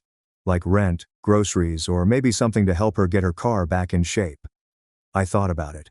Helping her find a job is immediate. My father interrupted, voice clipped. "She's not used to working that kind of job. She needs something that matches her background." My response was, "She can match whatever she's got left." They kept quiet for a while. My mother looked around the room as if it might offer her some leverage. I saw the new couch and the upgraded kitchen tiles, which were paid for with my money, work, and decisions. Then she continued, "If you're going to be like this, we'll just have to get by without your help." I stood up, took her pie and placed it gently in the trash. "Hey," I said. They went without saying anything else. That night, I emailed a pal who works in staffing. I told her I had a candidate with a college degree and a few gaps in employment. I asked if she had any customer service, administrative, reception, or retail experience. It didn't matter, just something. My sister began the work. Entry level, with no remote control options. I didn't notify my parents about the arrangement. They assumed it was luck until the day my mother called and said, "You really aren't going to help us, are you?" I answered, "You mean money?" She said, "Anything?" I said, "No." Then I received a letter. A proper mailed letter. They claimed they were disowning me. That I was heartless. And that I had abandoned my family when they most needed me. That's when I recalled my Lexus. They honestly assumed I had forgotten about the automobile. When my father's old truck eventually died, he contacted me in distress. He stated that he only needed temporary assistance. My husband and I hadn't officially divorced yet, and he was feeling generous that month. I agreed to co-sign a loan so that I could buy my father a decent car. Something trustworthy. Something that would not break down when my mother wanted to drive to her reading group. We purchased them a Lexus. Rarely used. Fewer than 20,000 kilometers. One owner. My father cried as I handed him the keys. My mother told everyone I'd finally done something correctly. They never made one payment. And now, after everything, they're driving it around like it's theirs, as if I wouldn't remember. So when I received the letter stating that I had been disowned, I did not cry. I laughed. I then called the loan company. It turned out that the Lexus was still in my name completely. I never transferred the title. My father had never inquired. I suppose he assumed I wouldn't. I did not tell them right away. I waited until my mother shared a photo of my sister posing next to the car in the driveway, as if she were going to drive off to brunch. I took a screenshot of the photo and emailed it to my lawyer. My parents received a repossession notice. I arranged for them to get it in front of their neighbors. That bit was unexpected, but it was satisfying. My mother called for the first time in weeks. She yelled into the phone, questioning how I could do this to them. I said, "You disowned me, the car is with me." I then hung up. What happened next caught me off guard. My sister arrived up at my door, not angry, not crying, carrying a luggage. I inquired as to her current activities. She added, "I quit my job." I said nothing, and she looked me in the eyes and said, "I want to stay here with you. I want to start over." I laughed. I told her I had 2 children and no spare room. She replied, "I can sleep on the floor." That's when she said something I didn't expect. She was pregnant. And the father was not her ex, not somebody she wanted to mention. My mother didn't know. My father surely didn't. I believed her when she stated, "They'll throw me out. I know it." For the first time in years, I saw my sister as something other than gold. I saw her terrified. That complicated things. She remained on the couch that night. There are no questions, no promises. I handed her a blanket, pillow, and towel. She did not ask for anything more. My children were perplexed. My kid muttered, "Why is Auntie sleeping in the living room?" I simply explained that she needed to relax. By the next night, she was assisting with homework and emptying the dishwasher. She did that without asking me. She didn't say much, and when she did, it was primarily minor details. Cravings, backache, and regrets. I did not ask who the father was again. I didn't care. Then the show began. My parents began by sharing old images of her from her happier days. Then came the lengthy, self-pitying posts about how they were grieving a daughter who had turned away from them, and praying for healing in our fractured family. They wrote as though they were victims of a natural calamity. My mother even mentioned that they have nothing left except each other. The best thing was that she put the Lexus in the list of items they had lost. They began calling family, acquaintances, and even church members, telling them stories about how I had changed and how I had been influenced by bitterness. My aunt called to ask why I had stolen the automobile. I sent her the title documents. There was silence after that. But then the doorbell rang. It was my mother. She looked straight through me and said she came to visit her daughter, not me, the actual one. My sister was in the kitchen with a bowl of cereal. When she heard the voice, she froze. She said quietly, "Don't let her in." I didn't. My mother remarked, "You're making a mistake. This is family." I responded, "You disowned me. You can't walk that back now." She departed. My sister received a call. My father, furious, claimed she betrayed them. Said she was ungrateful. She said she needed to come home and that they would forgive her if she reconciled with me. She hung up saying, "They're not afraid I left. They're scared I told you everything." I nodded. Then she said, "I want to keep the baby, but I can't do this alone." I did not respond right away. Later she sat on the edge of the couch asking if I despised her. I replied, "Not anymore, but I don't trust you yet." She answered, "That's fair." She intended it. My mom sent me an alert. A fuzzy photo of her standing next to an old pickup truck on a dealership lot. Caption: New beginnings. A family acquaintance said, "What happened to the Lexus?" My mother responded, "Ask Grace." So I did. I placed a comment directly beside it. Sold. I paid off the loan. I utilized the remainder for my children. I did not get a response, but she did read it. I know she did. The Lexus sold quickly. Low mileage, clean title, and strong interest. A man from 2 towns over paid in full and drove away with a grin, as if he had won something. I observed via my window, not smiling, not sad. Just be still. I utilized some of the money to pay off the loan. The rest went into saving for the kids' college fund, as well as a small side envelope titled Whatever Comes Next. My sister was still on the sofa. She found a part-time job in a baby store. Minimum salary, onesie folding, pacifier stocking, and aisle sweeping. It was hardly glamorous, but she was never late. Not once. She stopped complaining. We didn't discuss the past. She didn't mention her ex or the baby's father. I didn't ask. We got through meals, errands, and calm evenings with kids' shows blaring too loudly. For the first time in years, our stillness was not harsh. It was mutual. Then my parents began showing up in locations where they knew I may be. At the children's soccer field. In the same grocery store. Never said anything. I just made sure I noticed them. And then the messages began again. Not to me. To the children. Birthday cards started to arrive with gift cards inside. A doll for my daughter. A scientific kit for my youngster. Signed. Love Grandma and Grandpa. There's no return address. No note to me. My son requested if we may pay them a visit. I replied, we'll see. Then came the worst part. A typed letter from my mother. She apologized for how things turned out. Not because of what they did. Not for lying. Only for the outcome. Then came the kicker. They wanted to meet. They said they wanted to clear the air. Start anew. They said they missed their family. My sister read it. She returned it and replied, they think I'm your ticket. I nodded. But I'm not going backward. So I drafted a final letter. I did not curse. I did not accuse. I mentioned this. I am delighted you enjoy your version of family. I'm constructing mine. However, it will exclude those who regard my children as mere footnotes. You can explain this however you wish. I am not going to explain myself anymore. And then I blocked them. Phone, social media, everything. That night my daughter snuggled onto my lap and asked, Grandma forgot about us, didn't she? I replied, no. She just didn't know how to treat you right. She nodded, as if she understood more than she should have. We never saw the pickup truck. My mother stopped sharing images.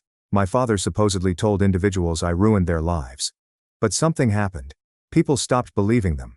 Relatives began to reach out softly, apologizing for not knowing everything and admitting that they should have asked more questions. I did not want their sympathy. I just wanted tranquility, and it is exactly what I kept. No more doorbells. No more begging. No more performances. Just myself. My children. My sister. And a different sort of family. One we established for ourselves rather than out of guilt. I honestly believed that would be the end of it. I envisioned tranquility, quiet evenings, a routine, and nothing dramatic. But then I heard a knock on the door at 9 p.m. It was not my parents. The wife of the man purchased the Lexus. She appeared bewildered. She said she didn't mean to annoy me but wanted to ask some questions. Apparently, after driving it home, he began receiving comments on his windshield at work, the grocery store, and even during his children's school pickup.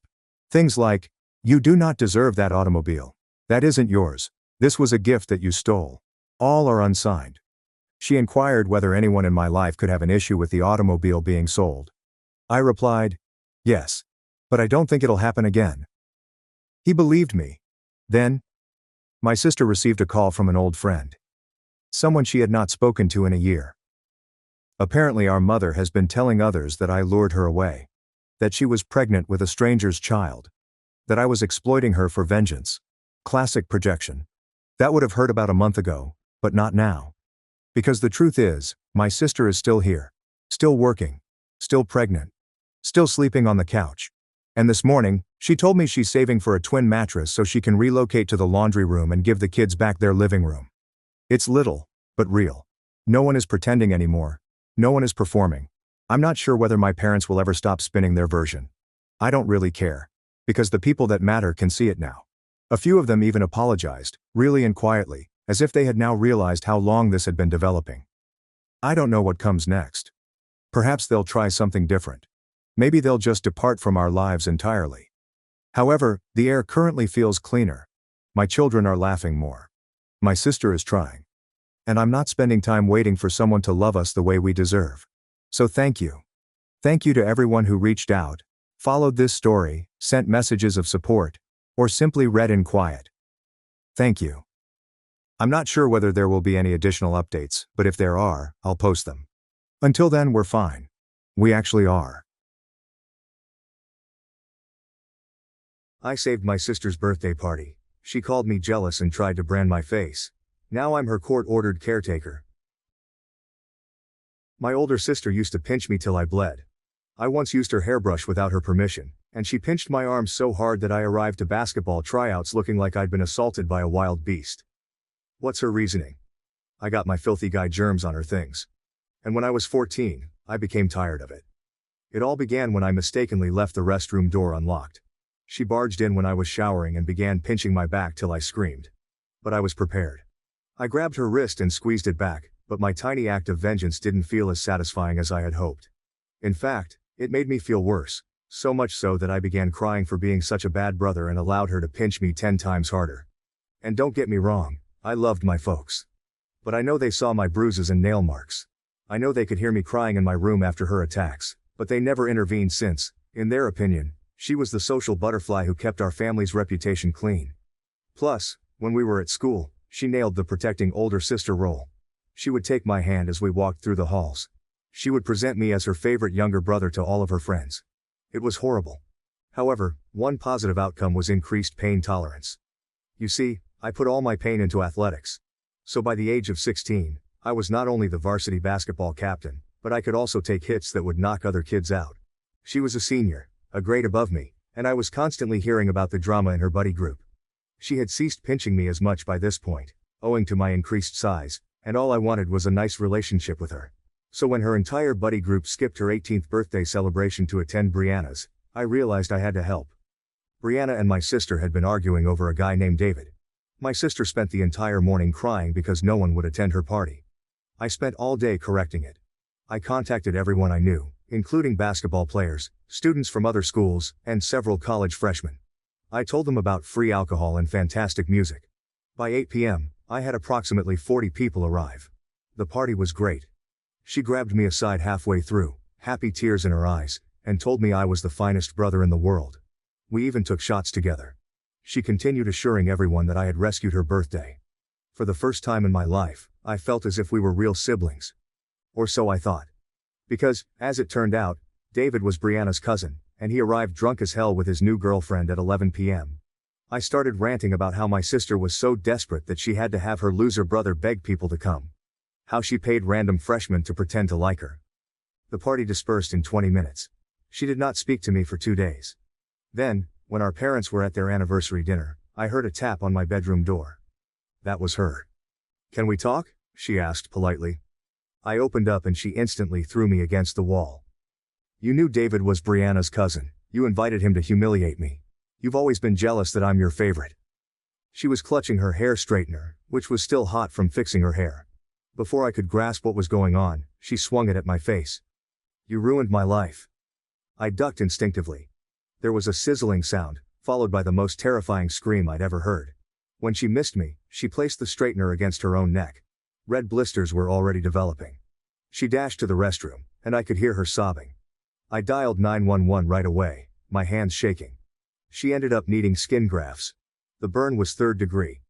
When my parents arrived at the hospital and inquired what happened, I simply responded, "Check her phone." Years of texting her pals to gloat about making me weep. She referred to me as her practice dummy for real-life difficulties. She uploaded photos of my bruises to group conversations, along with laughing emojis. My dad's face turned ghostly white. My mother started crying. They separated us in the hospital. A nurse led me to a different room while they worked on my sister's neck. I sat there for 3 hours, answering the same questions repeatedly. The police arrived about 2 a.m. 2 officers, both appearing weary. They asked me to guide them through everything that had happened. I showed them the texts from my phone. Years of texts between my sister and her friends.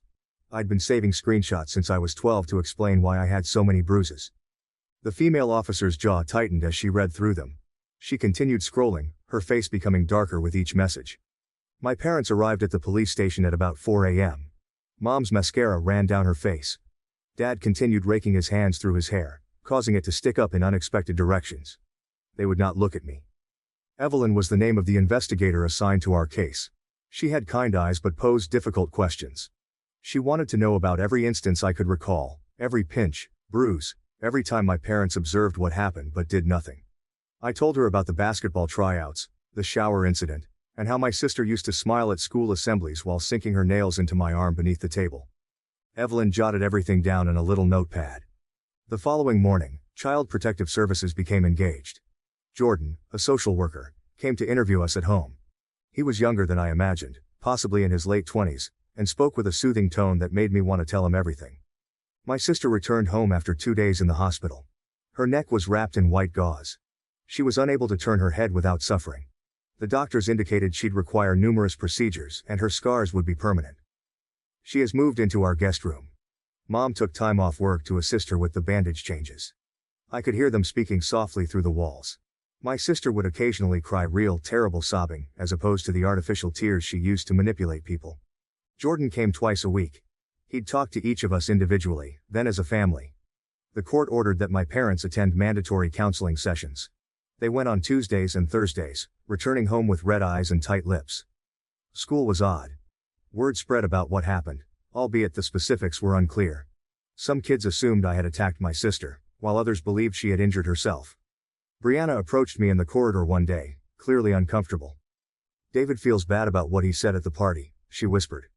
"He was hammered. He didn't mean to start all that." I just nodded. What else could I say? That his drunken diatribe caused the worst night of my life? That a dumb birthday party left my sister permanently scarred? Basketball practice became my escape. Coach Dempsey approached me after the first practice back and asked if I wanted time off. I informed him that I needed to play more than ever. He understood and let me stay late, shooting free throws until the janitor booted us out. My sister began physical rehabilitation 3 weeks following the incident. The burn had injured some nerves. She had problems rotating her neck in some positions. Our parents were at work, so I drove her to her appointments. We'd sit in silence during the 20-minute drive. One day she spoke up. "I know you hate me." I grabbed the steering wheel more tightly. "I don't hate you." "You should." Her tone was bland. "I've been horrible to you." I wasn't sure what to say. Part of me wanted to agree and enumerate all the bad things she had done. But seeing her struggle to turn her head and wince when the physical therapist stretched her neck put an end to that impulse. Evelyn convened a family gathering 6 weeks after the incident. She called in another social worker, an elderly woman named Ramirez who specializes in family trauma. They set us down in our living room. "We need to discuss long-term plans," Evelyn stated. "The criminal investigation is ongoing, but we need to focus on healing as a family." My sister had to take court-ordered anger management lessons, similar to our parents' treatment. She attended every Monday evening. I'd occasionally find her workbook on the kitchen counter, with pages of exercises on identifying triggers and managing emotions. The probe revealed more than anyone anticipated. Evelyn had interviewed my sister's acquaintances. Several people stated they were uncomfortable with the way she treated me. One girl, Lila, had even saved screenshots of particularly harsh texts that she intended to show someone but never did. My parents had to confront terrible truths. The social workers did not sugarcoat anything. They had failed to safeguard me. They had enabled my sister's actions. During one session, Dad burst into tears, revealing that he had always sensed something was wrong but refused to believe his daughter could be abusive. 3 months have gone by. My sister's bandages slipped off, revealing ugly red scars on her neck. She began wearing turtlenecks and scarves even in warm weather. Her pals began to visit less frequently. People murmured in the halls about the popular girl who had previously ruled the school. We ate dinner together every night as part of another court order. Supervised family time. Jordan or Ramirez would occasionally join us and observe our interactions. The interactions were stilted and guarded. We discussed safe topics such as weather, sports, and television shows. My sister lost her fork one evening while eating dinner. The clatter caused everyone to jump. She bent to pick it up, but halted halfway down, her hand reaching for her neck. The scar tissue did not extend like normal skin. I stood up to assist, but she waved me away. "I've got it." Her voice sounded strained. She was able to catch the fork, but as she straightened up, tears streamed down her face. Mom reached for her, but my sister backed away. "Don't, just don't." She left the table, leaving her food undisturbed. We heard the bedroom door crash. Jordan put a note in his folder. He was always holding the folder during our dinners. Never spoke much, but observed and took notes. The next morning, at 5 a.m., I found my sister in the kitchen. She was attempting to make coffee but couldn't turn her head back far enough to check if she had filled the pot correctly. Water was everywhere. "Let me help," I said. She moved aside without arguing. That's when I spotted the bruises on her arms, new ones. purple and yellow markings that resembled fingerprints. What happened to your arms? She rolled her sleeves down. Nothing. I just bruise easily now. The medication makes my skin sensitive. But I recognized the marks. I'd worn them enough to recognize what they looked like. Somebody had seized her. Hard. At school that day I noticed her ex-best friend Lexi encircling her near the lockers. Lexi was making angry gestures and getting in my sister's face. My sister just stood there and took it. The girl who formerly ruled the hallways with an iron grip could no longer defend herself. I walked over. Everything okay here? Lexi turned against me. Oh look, the victim's here to save his psycho sister. How sweet. We're leaving, I announced, leading my sister away. She broke down in her car after school. They all hate me. Every single person at school thinks I'm a monster. Lexi grabbed me yesterday, said I deserved worse than some scars. Said she wished the straightener had hit my face instead. I wasn't sure how to answer. Part of me understood why they were angry. My sister had injured many people over the years, including me. But seeing her so broken and terrified made my chest tighten. Evelyn planned an emergency session that week. She had received reports from the school regarding rising harassment. My sister sat crouched in her chair, appearing smaller than I had ever seen her. We need to discuss alternative schooling options, Evelyn told me. The current environment isn't conducive to healing. My parents exchanged looks. Mom talked first. We can't afford private school. There are online programs, Evelyn added. Or we could look into transferring to Westfield High across town. My sister shook her head. I have 3 months left. I can handle it. But she couldn't. The following week someone spray-painted "abuser" on her locker. The janitor attempted to clean it, but the letters remained visible. She began having lunch at the nurse's office. I attempted to help by walking her to classes when our schedules coincide and sitting with her at lunch when the nurse was not available. My basketball teammates did not comprehend. Why are you protecting her? Mason inquired during practice. After everything she did to you? I missed a free shot. She's still my sister. She's getting what she deserves, another colleague commented. Coach Dempsey overheard and had the entire team commit suicides. We don't kick people when they're down, he told me. That's not what this team is about. But the devastation was spreading. Our parents began fighting more. I'd hear them in their bedroom at night, their voices rising. Mom accuses Dad of ignoring the indications. Dad blames Mom for babysitting my sister. Both blamed themselves. One night, I heard a smash in their chamber. I discovered Dad asleep on the couch the next morning. He has been there ever since. Jordan extended his visits to 3 per week. The court was actively monitoring our family. There was talk about extending the supervisory term. My sister's physical therapy was also not going well. The therapist said that she was forming compensatory movement patterns that could lead to long-term issues. She needed to work out at home, but she had given up. I started going to her room after dinner and making her stretch. She resisted at first, but soon gave in. We'd sit on her floor, me counting repetitions while she dealt with the pain. Remember when we used to play board games? She inquired one night during stretches. Before I got mean? I remembered. We had been close when we were younger, before middle school altered everything and she believed I was an embarrassment. What happened? I inquired. When did you start hating me? She was silent for a long time. I never hated you. I hated that you were better than me, nicer, more genuine. People actually liked you for you. They only liked me because I made them afraid not to. The admission hung between us. I assisted her with the final stretch, watching her face contort in misery as the scar tissue tugged. Everything came crashing down just 2 weeks before graduation. My sister had been doing better by keeping her head down and simply trying to get through.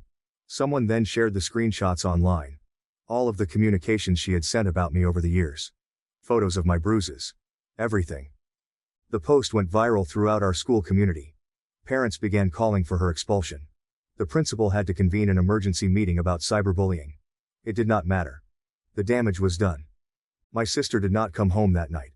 My parents contacted the cops at midnight. I drove about looking for her, examining all the areas I imagined she might go. The park where we used to play as kids, the beach where our family picnicked. I found her automobile on the old railroad bridge outside of town. She sat on the hood, her legs dangling over the edge. The drop was not lethal, but it was painful. We were both aware that we were hurting. Don't, I murmured, gently approaching. I wasn't going to jump, she explained. I just needed to think. I sat near her. We stayed there for an hour without talking. Simply existing in the gap between what was and what could have been. I'm sorry, she finally admitted. For everything.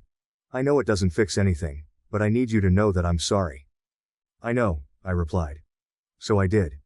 The apology did not heal the physical or mental scars, but it was a start. We drove home individually. Our parents were waiting, along with two policemen. There were processes for missing people, including those who returned. More reports, additional documentation. Evelyn arranged for my sister to finish school at home. The principal agreed that it was best for all. She'd obtain her diploma, but she wouldn't walk at graduation, another result of that night with the straightener. The house felt different from her home throughout the day. Despite her presence, things were quieter. She spent the majority of her time in her room, working on projects and attending virtual anger management sessions. I'd check on her between my own classes and basketball practice. I'd occasionally find her practicing her physical therapy exercises without urging.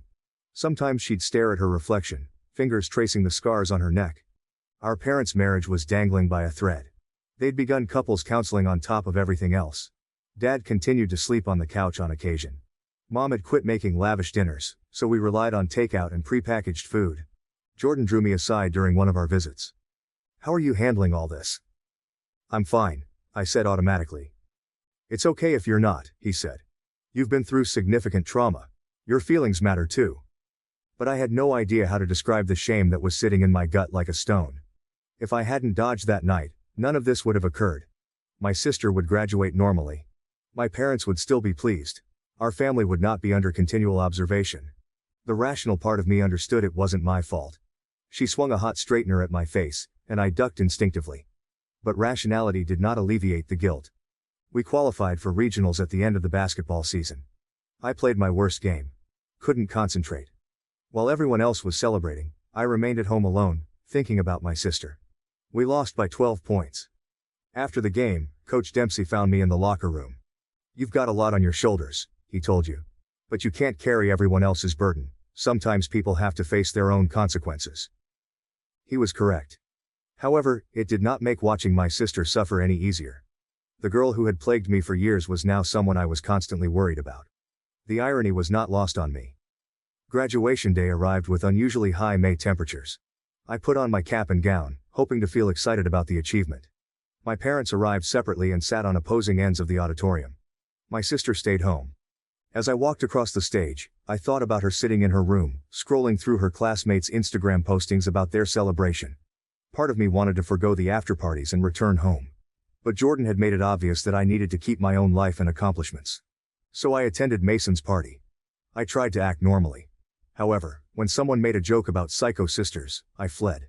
I found myself driving home, still dressed in my graduation gown.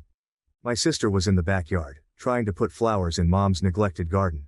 Her physical therapist recommended gardening to improve her neck mobility. She looked up as soon as she heard the gate. Shouldn't you be celebrating? She inquired. Felt like gardening, I remarked, picking up a trowel. We labored quietly, planting marigolds and petunias. The sun blazed down on us, making the scars on her neck gleam with sweat. By the end, we were both filthy and exhausted. Thanks, she replied simply. That evening, for the first time in months, our entire family ate dinner together without supervision. Dad had arrived home early. Mom had truly cooked. We sat in our normal positions. The vacant chair where Jordan typically sat seemed louder than his presence. I got into state, I said. Basketball scholarship. Full ride. I'd been holding on to the news for weeks. My parents grinned, the first genuine smiles I had seen from them in months. Even my sister appeared pleased, but something flared behind her eyes. That's amazing, she exclaimed. You deserve it. She knocked on my door after dinner. Can I ask you something? I allowed her inside. She sat on my bed, picking at a loose thread in my bedspread. Do you think we'll ever be normal again? Asked the woman. Our family, I mean. I considered lying, giving her false hope. But we'd gotten past the lovely lies. I don't know, I replied honestly. But maybe we can be something different. Maybe better. She nodded, indicating comprehension. We could never have had the relationship because there was too much hurt and history. But maybe we can make something fresh out of the ruins. Evelyn returned one last time the following week. The formal supervisory period was about to finish. We had completed all court obligations. The investigation ended with no criminal charges, only required therapy and supervision. You've all made significant progress, she told the audience. But the real work starts now. I was the black sheep until a DNA test proved I was the real son, and the golden boy was the affair baby. So I made them kick him out. I'm Alex, 21 years old, and I've been the black sheep my entire life. My father David never liked me very much. It was evident. He ran my grandfather's little HVAC business, which he started years ago. But, here's the deal. The business does not truly belong to him. My grandfather established a trust, and it is only supposed to benefit the biological grandchildren.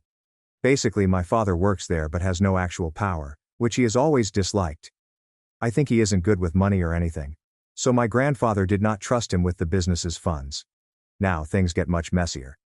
My half-brother Ryan is 23 years old and has always been the golden child. My father treats him as if he can do no wrong. I've always been blamed for everything. It doesn't matter what it is. It is somehow my fault. I'd never fully understood why until recently. About 3 years ago, my father discovered these old journals that my mother Laura had kept for years. And let me tell you, when he found them, it seemed like my entire world had turned upside down. Apparently, my mother had a long affair that no one knew about. Her sweetheart, who died in a vehicle accident roughly 12 years ago, was among those involved. Here's the major discovery. This affair lasted for years. My father has kept this information a secret since he discovered it. They had a screaming match for days. At first I assumed it was simply their normal fights, but then my father dropped the bomb on me and Ryan. He basically informed us that we both needed to take DNA testing. Like what? Ryan and I were just sitting there, startled. It turns out that my grandfather, who began the business, despised my mother because he felt she was deceitful. He was convinced that one of us, or both of us, wasn't my father's biological child. So my father is furious because if it is discovered that either of us is not his child, that person will receive nothing. Nada. There is no claim to the family company or fortune. And I could see it in his eyes. He insisted on me being the one kicked out. He's always treated me as if I didn't belong, like I wasn't a member of the family. I used to assume it was just me being paranoid, but the DNA test proved it. He just cared about this because of the business and money. Otherwise, he would not have cared if I was his or not. So we all walked down to this lab for our testing. The vehicle ride there was certainly one of the worst experiences of my life. My father was very quiet, staring straight ahead as if he already knew what the results would be. Ryan sat next to me in the back seat, grinning like the arrogant jerk he always is, as if he knew I'd be the one kicked out of the family. I just sat there, staring out the window, trying to process the notion that my entire future was dependent on a DNA test. We finished the test, but the wait was excruciating. They said we'd have the findings in a few days, but it felt like years. I barely slept, lying awake, contemplating all the ways this could go wrong. Honestly, I wasn't sure which would be worse. Finding out I wasn't my father's child and being kicked out, versus discovering Ryan wasn't his child and witnessing my father's world fall. Finally the day arrived. We visited the lawyer's office to obtain the results. My heart was beating the entire time. The lawyer opened the packet, and it felt like the entire room became silent. He then read the results. I am my father's biological son, while Ryan is not. The entire room just froze. My father's face turned pale, and Ryan simply looked, his jaw dropping as if he couldn't believe it. I couldn't help but get a strange sensation of satisfaction. After all of these years of being treated poorly, I was the true son, not Ryan, the golden boy. But this is when things become even crazier. It turns out that the house we live in is also involved in this whole trust situation. It was only supposed to go to the biological grandchildren, thus it's mine now. My father had always expected Ryan would get everything. However, Ryan is no longer entitled to anything legally. Everything, from the business to the house, it is mine. My father said nothing during the journey back home. Ryan, on the other hand, kept talking, saying that this wasn't fair and that there had to be an error. He acted as if the test results were a joke. But my father seemed broken. I've never seen him like this before. He'd always been a gruff, remote guy, but now he appeared to have had his entire life ripped apart. That night, my father tried to make things right. He entered my room, and I could tell he had been crying. I'd never seen my father weep before, and it terrified me out. He sat down on the edge of my bed and began talking, saying he was sorry, that he had messed up, and that he wanted to make things right between us. He appeared frantic, as if he were begging me to forgive him. But I could not. Not after all. Not after the way he treated me throughout my life. So I told him, if you really want to make it up to me, Kick Ryan out. You were ready to kick me out if I wasn't your son, so do the same with him.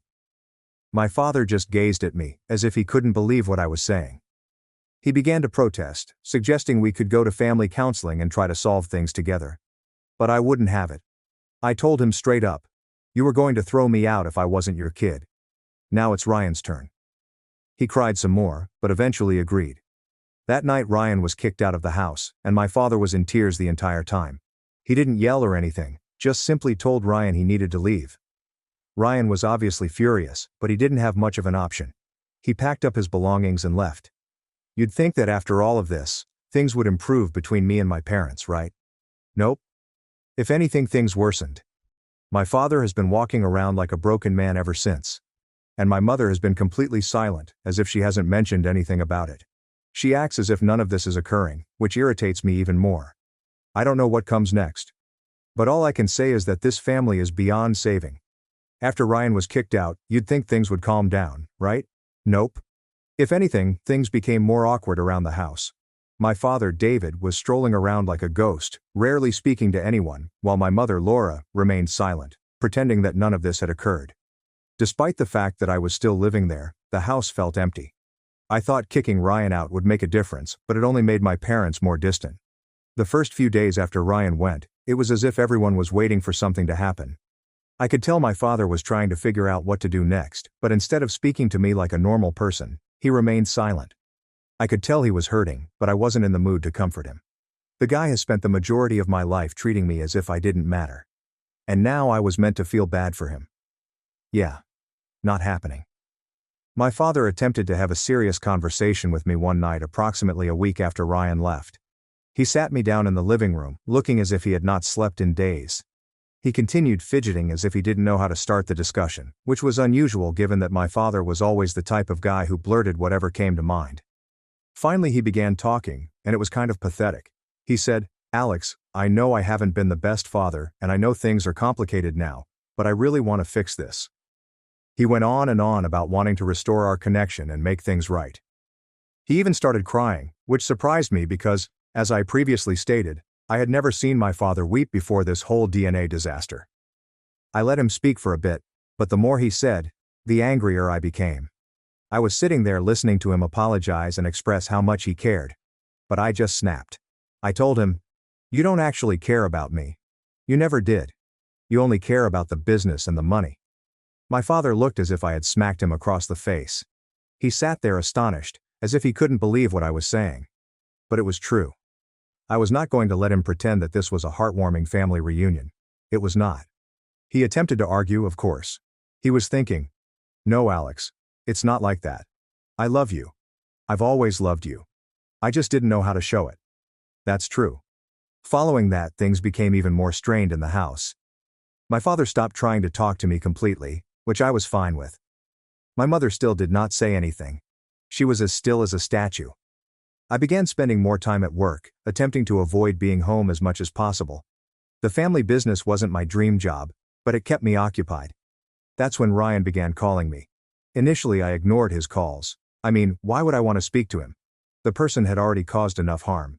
I let him ramble for a while, but then he dropped a bombshell. Ryan informed me that our mother had cheated with more than one man. Yes, apparently the man who perished in the vehicle accident was not the only one. There was another guy, a co-worker from her previous job, and Ryan threatened to notify our father if I didn't assist him get back into the house. I was floored. I knew my mother wasn't perfect, but I wasn't expecting this. Ryan went on to declare that he too had proof. He claimed Dad had always suspected that none of us were truly his children. Ryan was basically blackmailing me, saying, look, Alex, I don't want to blow this thing up, but if you don't help me out, I'm telling Dad everything. He'll kick Mom out, and this whole family is going to be destroyed. I said I'd think about it and hung up the phone. I sat there for a long time, staring at the wall, trying to figure out what the heck I was doing. Ryan had always been a jerk, but this was another level. If he wanted to burn everything down, then so be it. Things worsened a few weeks after Ryan threatened me with the entire "I'm going to blow up the family" stuff. I honestly didn't think it was possible, but here we are. My father, David, was still moping around the home as if someone had died. And my mother, Laura, remained as silent as ever. I was doing my best to stay out of it all by going to work, returning home and keeping my head down. But of course nothing remains quiet for long. One night I overheard my father yelling, "You think I don't know? You think I'm an idiot?" My mother finally responded, her voice trembling. "David, please, it was years ago. It doesn't mean anything now." My heart sank. Ryan had finished it. He told my father about the other guy, who my mother had been meeting behind his back. I felt a strange combination of emotions: relief, rage, and guilt. I mean, I knew Ryan was capable of doing it, but part of me doubted he'd follow through. Now here we were. My father stood there looking more shattered than I had ever seen him, as if he had aged 10 years in one day. He didn't say much beyond asking if I knew about the other guy. I did not lie. I told him I found out after Ryan called me a few weeks ago. He nodded, his face turning pale, and then uttered something that struck me hard. "I never trusted your mom after that first affair. I didn't trust either of you boys either. That's why I treated you the way I did." I was just standing there, transfixed. So, sure, I suspected it. However, hearing him say it out had a different impact.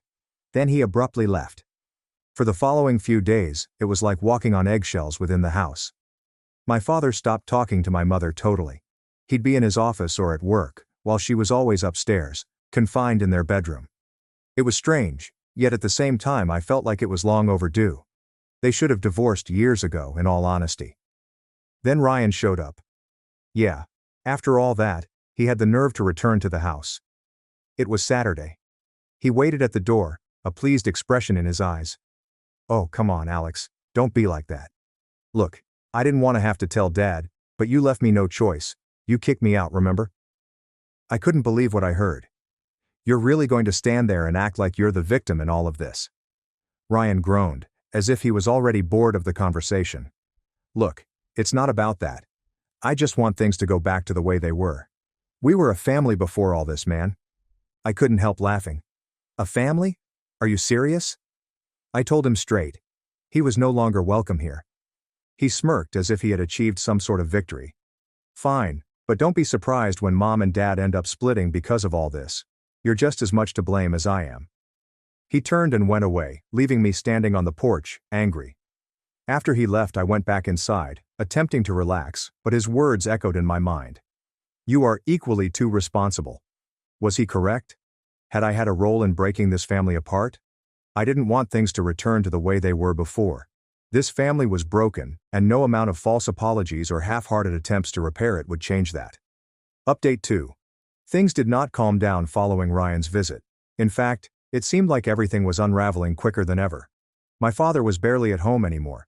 He'd leave early for work, get home late, and when he arrived, he was simply locked up in his office. My mother, Laura, was still not talking to him or me. I began to wonder if I had handled things differently with Ryan, or if I hadn't pushed so hard for him to be sent out, whether this would have turned out the way it did. But every time I felt terrible, I reminded myself that they were ready to kick me out if I weren't my father's biological kid. So, why should I care? But, here's the deal. Whether you care or not, living in a house where everyone pretends the other does not exist is really twisted up. A few weeks after Ryan's brief visit, my father approached me and said, "I can't do this anymore." I inquired, "Your mom?" He nodded, his gaze firmly fixated on his hands. "I can't forgive her for what she's done. I thought I might, but I can't. There is too much harm." For a little while, I was unsure how to answer. I mean, I wasn't surprised. This seemed like it had to happen sooner or later, but hearing him say it was different. "So that's it. Are you just going to end it?" My father sighed and finally looked up at me. "Yeah, I know it's a lot to take in. Was I good with that? Did it really matter if I was?" It wasn't like I had any influence over what happened between them. Despite the fact that things had been bad for a long time, the idea of my parents splitting up seemed weird. "Yeah, I guess," I murmured, unsure how to explain my feelings. My father stepped up and touched me on the shoulder, which felt strange and uncomfortable. "I'm sorry, Alex. I know this hasn't been easy for you." He then exited the room, leaving me sitting there. I expected he'd ultimately tell her, and I wasn't sure I wanted to be present when it happened. And then one night, something happened. I was in my room trying to fall asleep when I heard shouting downstairs. My heart sunk, and I realized quickly that my father had finally told her. I couldn't understand what they were saying, but I could hear enough. My mother was crying and yelling about how he couldn't do it and how she'd made mistakes. But she still loved him. However, my father refused to back down. The next morning she did not come out of her room at all, and my father pretended nothing had happened. He sat at the kitchen table drinking coffee and reading the newspaper as it was any other day. I had no idea what to say to him, so I said nothing. I got some food and departed for work, hoping to avoid unpleasant interactions. But by the time I went home that night, things had escalated. My mother had packed up a lot of her belongings. Her baggage were sitting in the corridor, and she stood there waiting. She held me and whispered, "I am sorry, Alex. I hope we can figure this out someday." I did not hug her back.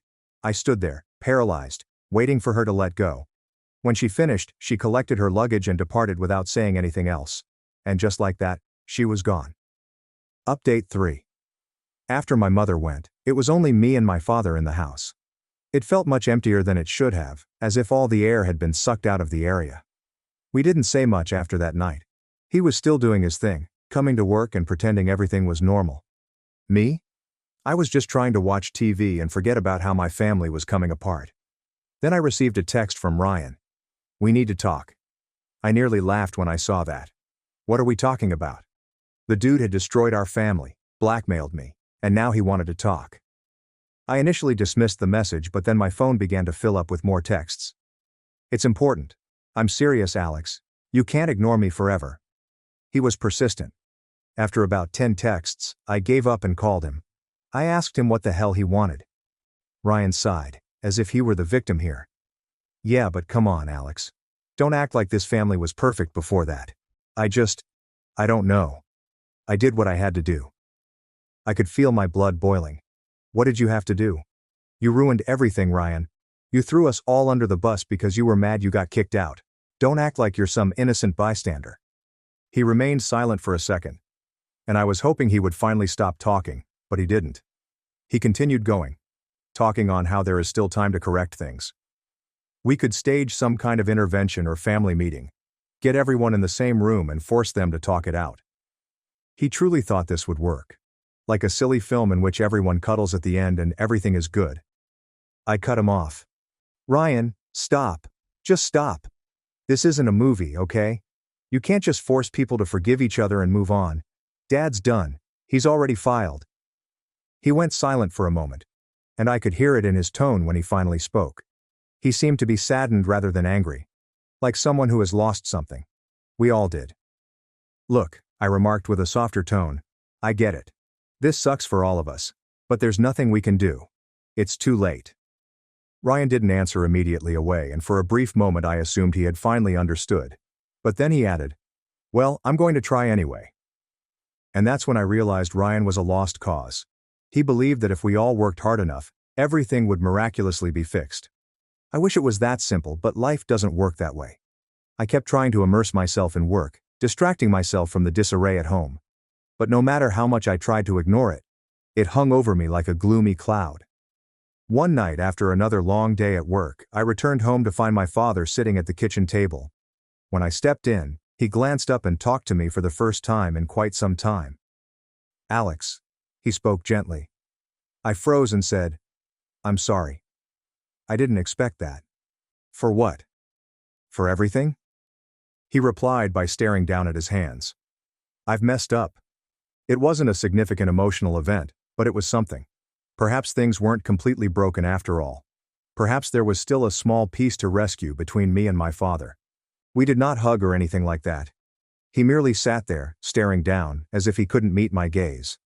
I thought he was the most honest I'd ever seen. No strong guy attitude, no cool distance, simply tired and sorrowful. We sat silently for a while.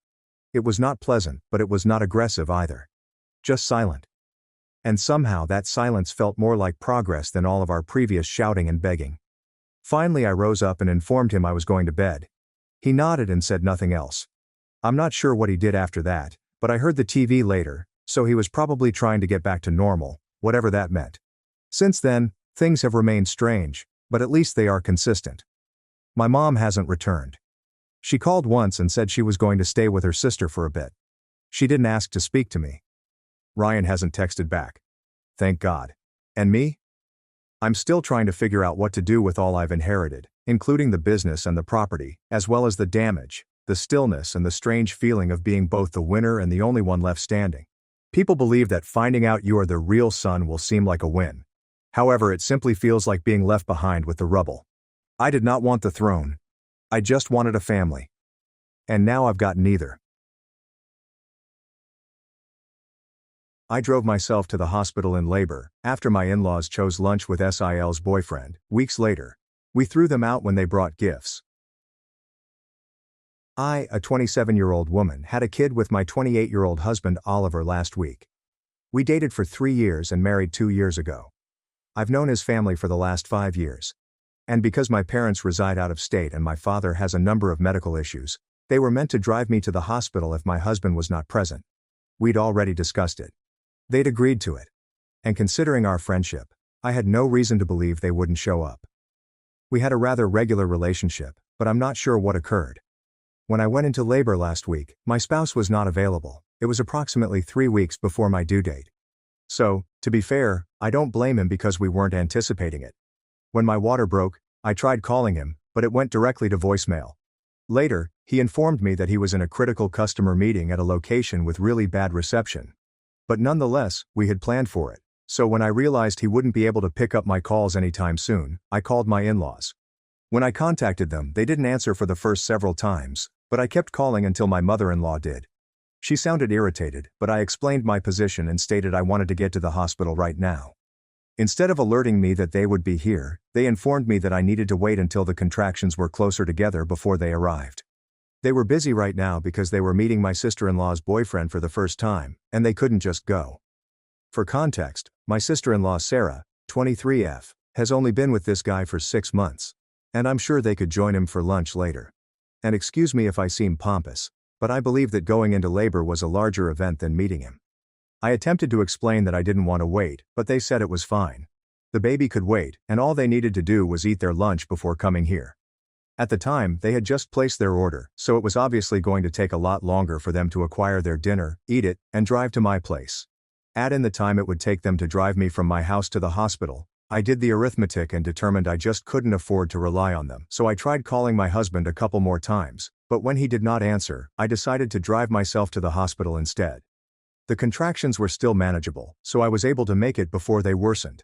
Once I was logged in, I basically waited for someone to call me back. And approximately 2 hours later, my hubby called me back. I told him everything, even my in-laws' refusal to turn up, and he promised to be there. Within another 2 hours he was by my side, and I was well into labor, so I had no time to think about my in-laws or anyone else. I had the baby several hours later, and we were too excited to talk about his parents. In any case, my in-laws never showed up. They called my husband 2 days later to see whether everything went well with the delivery, making excuses about how they had forgotten because they were so preoccupied with lunch. I don't see how somebody can simply forget about the birth of their grandchild, but whatever. Oliver had been waiting for that phone call, and when they called, they really got it from him. He informed them that they were irresponsible and self-centered, and that he never expected them to act like way. But now that it had happened, they could say goodbye to all hopes of having a relationship with their grandson. Because the only grandchild they would have anything to do with was Sarah's child whenever she had one, and it hasn't happened in quite some time. Then he blocked them, and within a few minutes, I began receiving texts from my in-laws and Sarah, telling me that I shouldn't have snitched for no reason. They're saying I overreacted and that this wasn't a big problem because nothing actually happened, so I responded to them, explaining that it was not the point at all. The key was that they'd made a commitment, and at the last minute, they really disappointed me by failing to show up.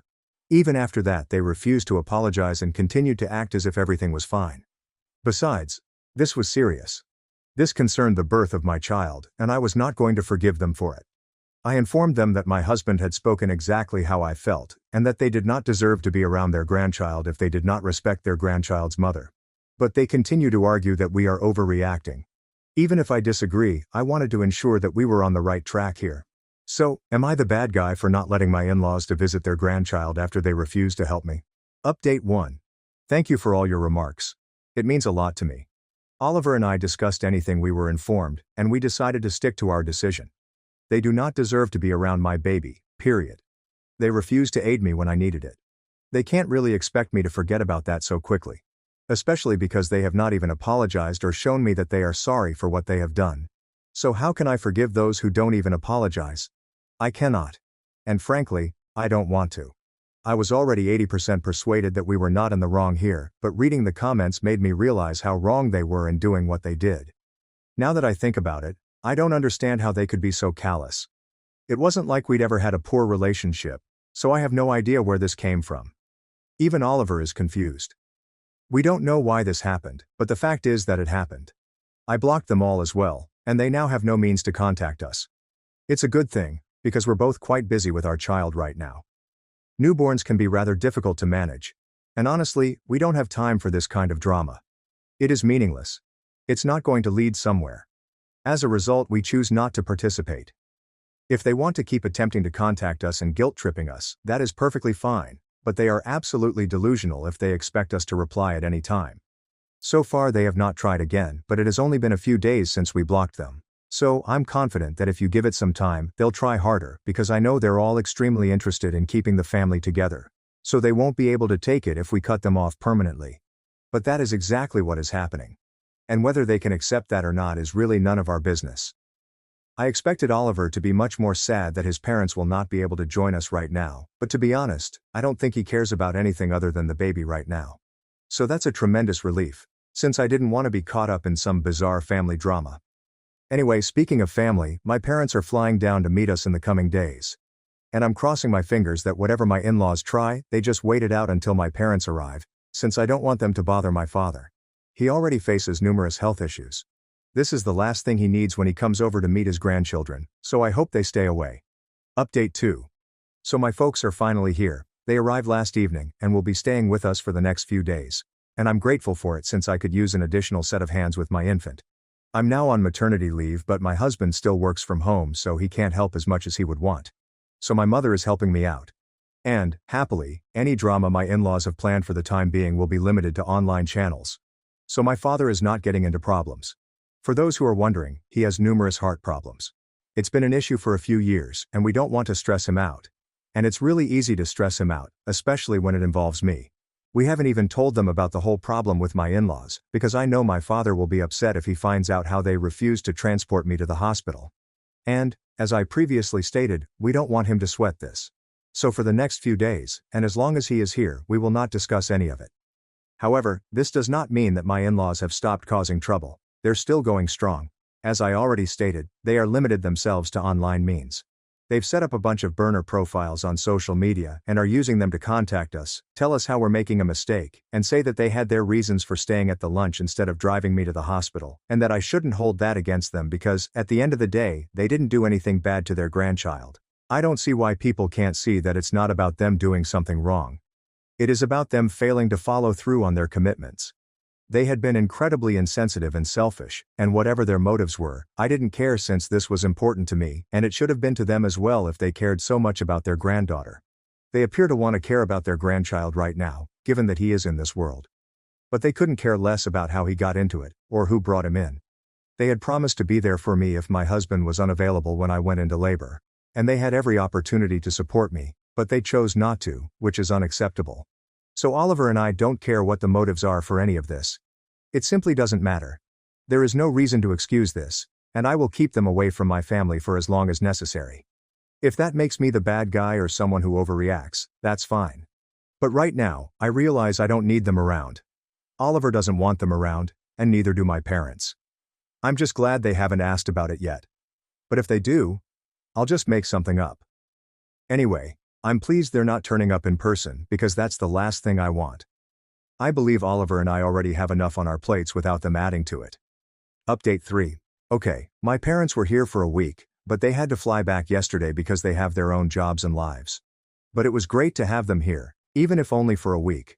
They said they will try to visit again before the end of the month. So I'm looking forward to that. It was lovely to have my mother assist me. But now that she's gone, Oliver has assured me that he'll attempt to reduce his workload to assist me out.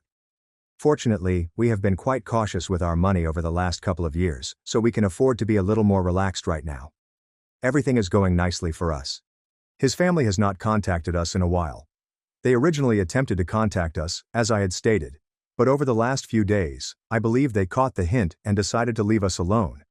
And, as I had feared, my parents inquired about my in-laws and why they were not visiting, as they had found it very perplexing. I debated telling my father the truth, but in the end, I simply told him that they were currently on vacation and would return later. He thought it was unusual, but he didn't question it, so we got off easy. But when I told my mother the same thing, she saw right through my falsehoods and informed me that she knew something had happened, which was why they weren't coming over. Because they are constantly preaching about family and family values and keeping everyone together, she found it difficult to understand that folks like that would choose to stay on vacation rather than return home to see their grandchildren. Of course, there was no hiding it from her. So I told her the truth. She was as astonished as I had been, and she said I made the right decision not to tell my father since he would have freaked out and given my in-laws a piece of his mind. And that would have made him even more stressed. So it was probably best not to offer him any reason at all. Regarding our reaction to the entire situation, she told us that we had done everything correctly. She told me that if she had had the same opportunities as they did, she would have made sure to be there for her daughter-in-law's delivery, especially because we had expressly requested that they be there for us. And they had agreed on it. Regardless, they couldn't be bothered to show there just because they were having lunch with Sarah's boyfriend, as if it was more important than anything else in the world. It was only a lunch. They might have simply excused themselves and came to my rescue, but I was obviously not a priority for them. My mother was truly unhappy that she couldn't have been there for me. But I assured her it was fine since I realized she needed to care for my father and that they couldn't fly out here, especially since they didn't know when my due date was. They planned to come over around my due date. Unfortunately, I had given birth earlier, therefore it was not possible for them. And I do not blame them at all. This is simply how life works. However, that was not the same for my in-laws. They had a chance, but they blew it, and now they will have to face the consequences. I was feeling a little strange about not giving them an opportunity to explain, because they kept repeating in their texts that they had valid reasons. But it was my mother who taught me that I didn't have to feel guilty about anything. Because at the end of the day, they had not been there for me. And that was all. That was everything I needed to know. She was the one who told me that it didn't matter what the reasons were, because we were already very convinced they couldn't have been severe, because we would have known otherwise. And if they weren't serious, they were certainly not excuses. It was that simple, so that's what I'm going to go by, and I'm certainly not engaging with them right now. Update 4. Okay, it's been 2 weeks, and we've pretty much forgotten about the whole issue with my in-laws. We were entirely focused on our youngster during this new lifestyle. So we didn't have much time to sit and think about them. We had practically forgotten about it until they showed up today. Around 9 a.m., practically in the middle of breakfast, they began ringing the doorbell incessantly, and when we checked, it was the 3 of them standing there with a pile of gifts, bouquets and balloons. I'm not sure what they were expecting. They undoubtedly assumed that if they showed up with their gifts and whatnot, we'd melt and let them in. But I remembered everything, as did Oliver. So we answered the door and informed them we didn't need any of this and would be grateful if they left us alone. They squandered an opportunity to help and be courteous to us. So we didn't need all of this pretense. And for some reason, his mother began speaking to me in the same way that adults speak to small children, cajoling and such. She informed me that she realized I was upset and that I had every right to be, but they were only human, and everyone makes errors. So they were permitted one error, and we had already wasted a lot of time arguing with each other. So it was preferable for us to simply attempt to move on from whatever had occurred, because it was what would be best for their grandchild in the long run. Her tone was dismissive, and I honestly didn't know what to say because I was so astonished. Nobody had ever spoken to me in that way, as if I were 5 years old and needed to be treated like a kid. So Oliver told her to stop it since we weren't at daycare and she wasn't my babysitter. So she didn't have to speak to me in that tone because it was just odd. He also told her that whatever was best for our baby, we were better suited to make that decision as parents. They had lost the right to call themselves grandparents when they refused to drive me to the hospital. So, all of this was meaningless. And his parents began bickering with him, claiming that we were going too far now and that it had already been a few weeks, so we should have forgiven them and moved on. But plainly, we just wanted to drag it out and make them feel as if they had committed a sin or something, when in truth, it wasn't that serious. They claimed that we were not only overreacting, but also not being respectful of our son, because intentionally depriving a child of their grandparents' and aunt's love for no reason other than spite is extremely petty behavior. That's when I snapped, telling them that we don't even owe them an explanation for that. And I told them that they needed to go, or I'd call the cops on them, and they'd be sorry for everything. I also informed them that my child would not be denied anyone's love. Our love and affection were going to be sufficient for him. They definitely did not value him enough when he was born. We didn't need them to be around any longer. Especially given that they never felt it was necessary to apologize to me. So far, all they've done is accuse me of snitching and overreacting. They were stunned because I was yelling at them. I'm not normally one to yell at people, but I had had it with them and they were really getting on my nerves. As if it wasn't terrible enough that they had neglected to keep their promise to me. They still had the arrogance to keep showing up and making me feel like the bad person. And, seeing how worked up I was, Oliver ordered them to go, or we'd have to contact the cops, which we didn't want to do. Everything became quite loud and heated, and as a result, my baby awoke, prompting me to attend to him in his cot. Fortunately, he was in the living room, not too far away, so I could hear everything that was happening. Oliver's parents and sister attempted to reason with him. Of course, the only way they could conceive of doing that was to make me the bad guy. They stated I was pregnant, therefore I was obviously hormonal and upset, and he should keep his cool in the circumstance and consider things from their perspective as well. They simply did not want to appear rude or disrespectful to Sarah's boyfriend, whom they were meeting for the first time, and that was the only reason they had missed the delivery. And they insisted that subsequently they had simply forgotten about it, as if we were going to buy any of it. You don't simply forget that your daughter-in-law is giving birth, and your first grandchild is about to arrive. And it's quite unusual that all three of them forgot at the same moment. So they omitted that on purpose, and that's the truth. They continued to dispute, and Oliver attempted to drive them away until he took out his phone and announced that he was going to call the cops because he was sick and tired of them.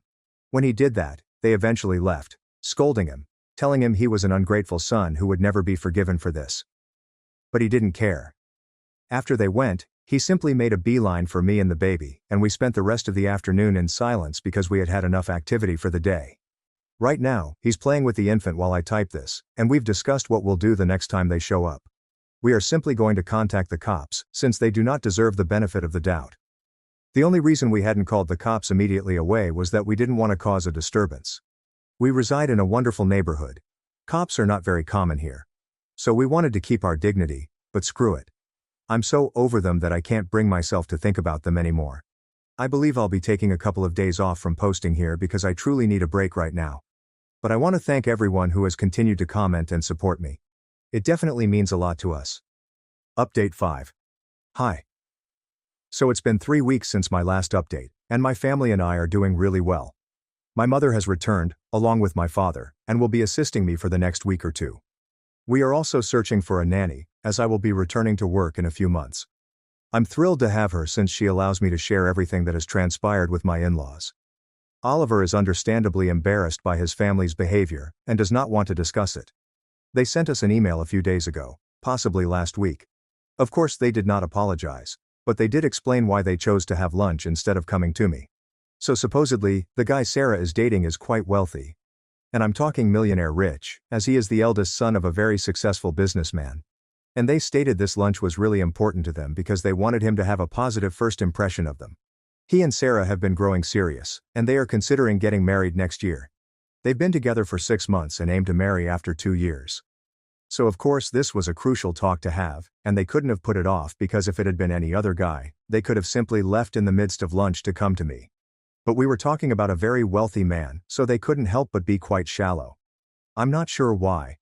I think they genuinely thought that this was going to be the explanation we wanted to hear, and we'd forgive them immediately. But, if anything, it made me irritated with them because of all the talk about how essential family is, family values and so on. This definitely does not reflect their way of life. Because if they truly cherished their family, they would have been there for me. They would have been there for their son's partner and their future grandchild. But they chose money. They preferred to impress a guy they had just met over me. So all this discussion about family values is obviously meaningless. They don't really believe in it. They merely utter that rubbish to make themselves look better. Anyway, I don't want to talk about them any longer. I spoke with my father as well. We ultimately told him the truth because he had asked about them, and we couldn't lie to him again. Surprisingly, he was fairly laid back about it, saying that because we had already dealt with them, he didn't see the need to engage with them again. He also informed me that he was really proud of me for standing up for myself and removing harmful people from my life, whether they were family or not. And he appears to be even more fond of my husband than he was before, something I never thought was possible. But I suppose the fact that Oliver stood up to his own family for my sake only makes him more endearing, and I'm delighted to see that my father and his son-in-law are getting along so well. Everyone is happy, everyone is healthy, and this is precisely what I intended from the beginning. My half-sister mocked me about dating my fiancé years ago. He exposed her obsession, and my dad demanded we apologize, or he'd skip the wedding. I'm 28, female, marrying my fiancé, Calum, 28, male, and had a fling with my half-sister, Seraphine, 26 female, about 6 years ago. They met on a dating app and went on a handful of dates, which finally ended in nothing. Then, approximately 2 years later, he met me through friends and we hit it off, so we began dating. It wasn't until later that we discovered his relationship to Seraphine. But, honestly, those were only a few dates, and nothing significant transpired. So that did not worry us too much. Besides, I'm not very close to Seraphine. I don't see her very much. And honestly, if it weren't for my father, I wouldn't have a relationship with her. So that wasn't that big a problem. But even so, I didn't want to invite her to the wedding. However, my father talked me into it. Unfortunately, I did not want to quarrel with him. So I agreed. Seraphine was invited to the wedding, and she has been extremely annoying about it. She attended the engagement party as well as the pre-wedding events, and she continues to milk her previous relationship with Caleb as if it were something extremely substantial. She keeps bringing it up, whether she is joking or not. She's continuously talking about it, and I assumed if I ignored it, she'd stop. But after a while, it became evident that she was simply trying to insult me. And this was exactly how she was attempting to bring me down by emphasizing the type of relationship she had with Caleb. It was also annoying for him. But I didn't want any trouble before my wedding. So I decided to let it go together. We had both resolved not to discuss it, and that we would simply ignore her in the hopes that she would have some self-respect and quit talking about it because she was clearly not being noticed. But then, at the rehearsal dinner, she made some idiotic joke about her relationship with Caleb and how he used to be, and he completely lost it. He yelled at her, telling her that the reason he quit seeing her and dumped her was because she was incredibly annoying. And he remembers how clinging and obsessive she used to be since, just after the first 2 dates, she began talking about marriage and other things, despite the fact that both of them were rather young at the time. Not only that, but he mentioned how strange he found her since, a few days after their last date. She called his mother despite the fact that they had only known each other for a few months. And he was clearly not prepared to introduce her to his parents. But she took it upon herself, which is why he quit seeing her. She had overstepped her boundaries, and she was still doing so because she couldn't accept the message. He informed her that she smelled of insecurity and that there was something wrong with her, at which time she burst into tears and fled out of the room. My father pursued her, and it was clear that he was quite furious with both of us. But I believe they did what needed to be done. We haven't seen her since, as she has refused to leave her hotel room. And just a few hours ago my father summoned me and Caleb to his room, where he informed me that because we had upset Seraphine, we would have to apologize, or he would not be attending the wedding or leading me down the aisle. I thought that was really unjust, and I got into a heated argument with him. But I don't want this right now because I am getting married tomorrow. I understand why my father believes Caleb and I are the bad guys here, but I don't see it. But I also do not want him to miss the wedding. So Aita, for allowing my fiancé to insult my half-sister over our wedding rehearsal dinner. Edit. Okay. So I didn't include much about my family dynamic in my post since I didn't believe it was important to the issue, but I'll give you some additional perspective. So basically my parents didn't get along. Well, they were married. They dated in college and only married when my mother became pregnant with me, and they were under a lot of pressure from their family. As far as I know, the pregnancy was really difficult. My parents discovered they didn't really love each other. When I was 3 years old, my mother cheated on my father with one of her friends, which ended their marriage. She confessed to him, and they filed for divorce. They co-parented me until I became an adult. And when I was 15, my grandparents told me everything. When I was 1, my father began dating one of his high school classmates. Soon enough, they had Seraphine.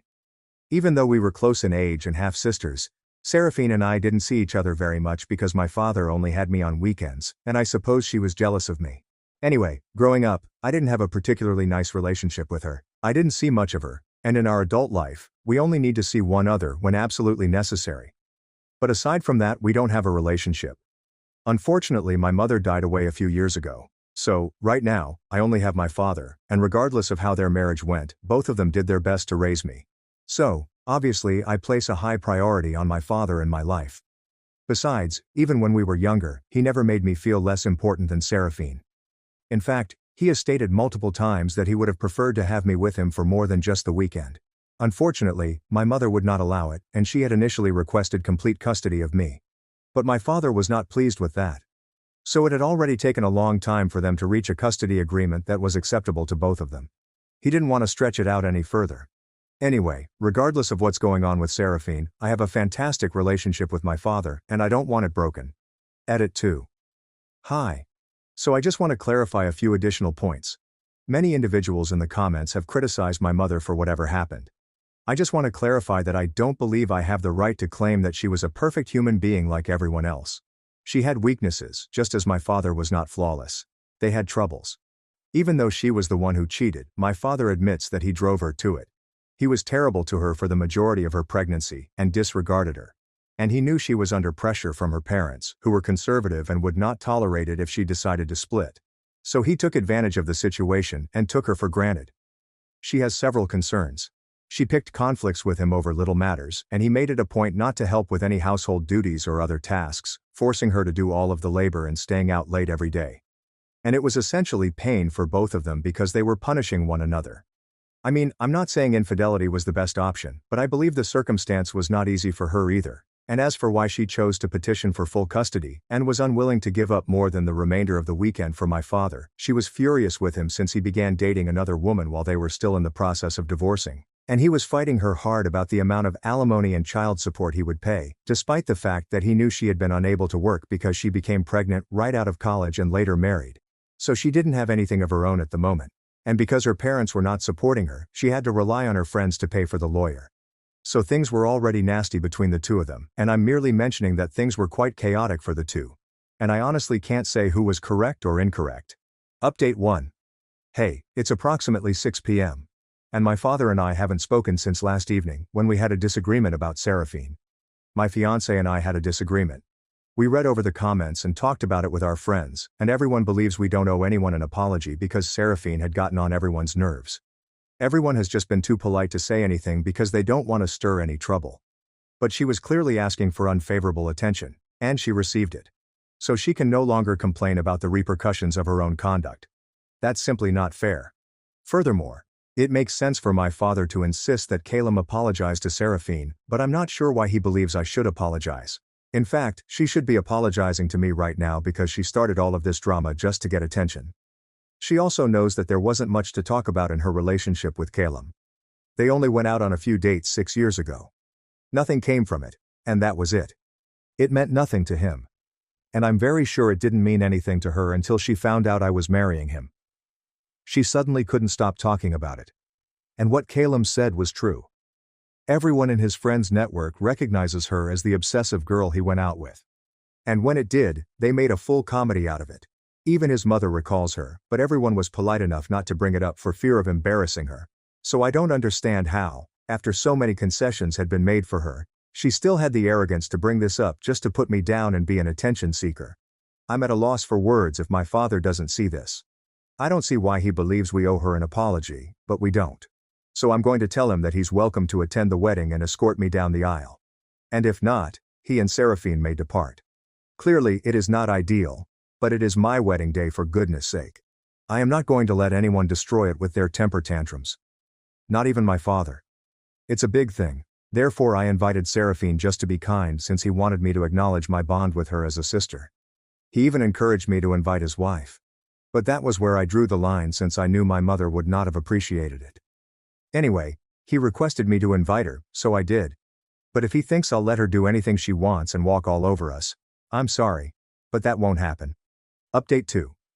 Hey, so after I posted that post a few hours ago, my fiancé and I went over to my father's room and told him that if he doesn't want to attend the wedding and accompany me down the aisle, he may leave with Seraphine.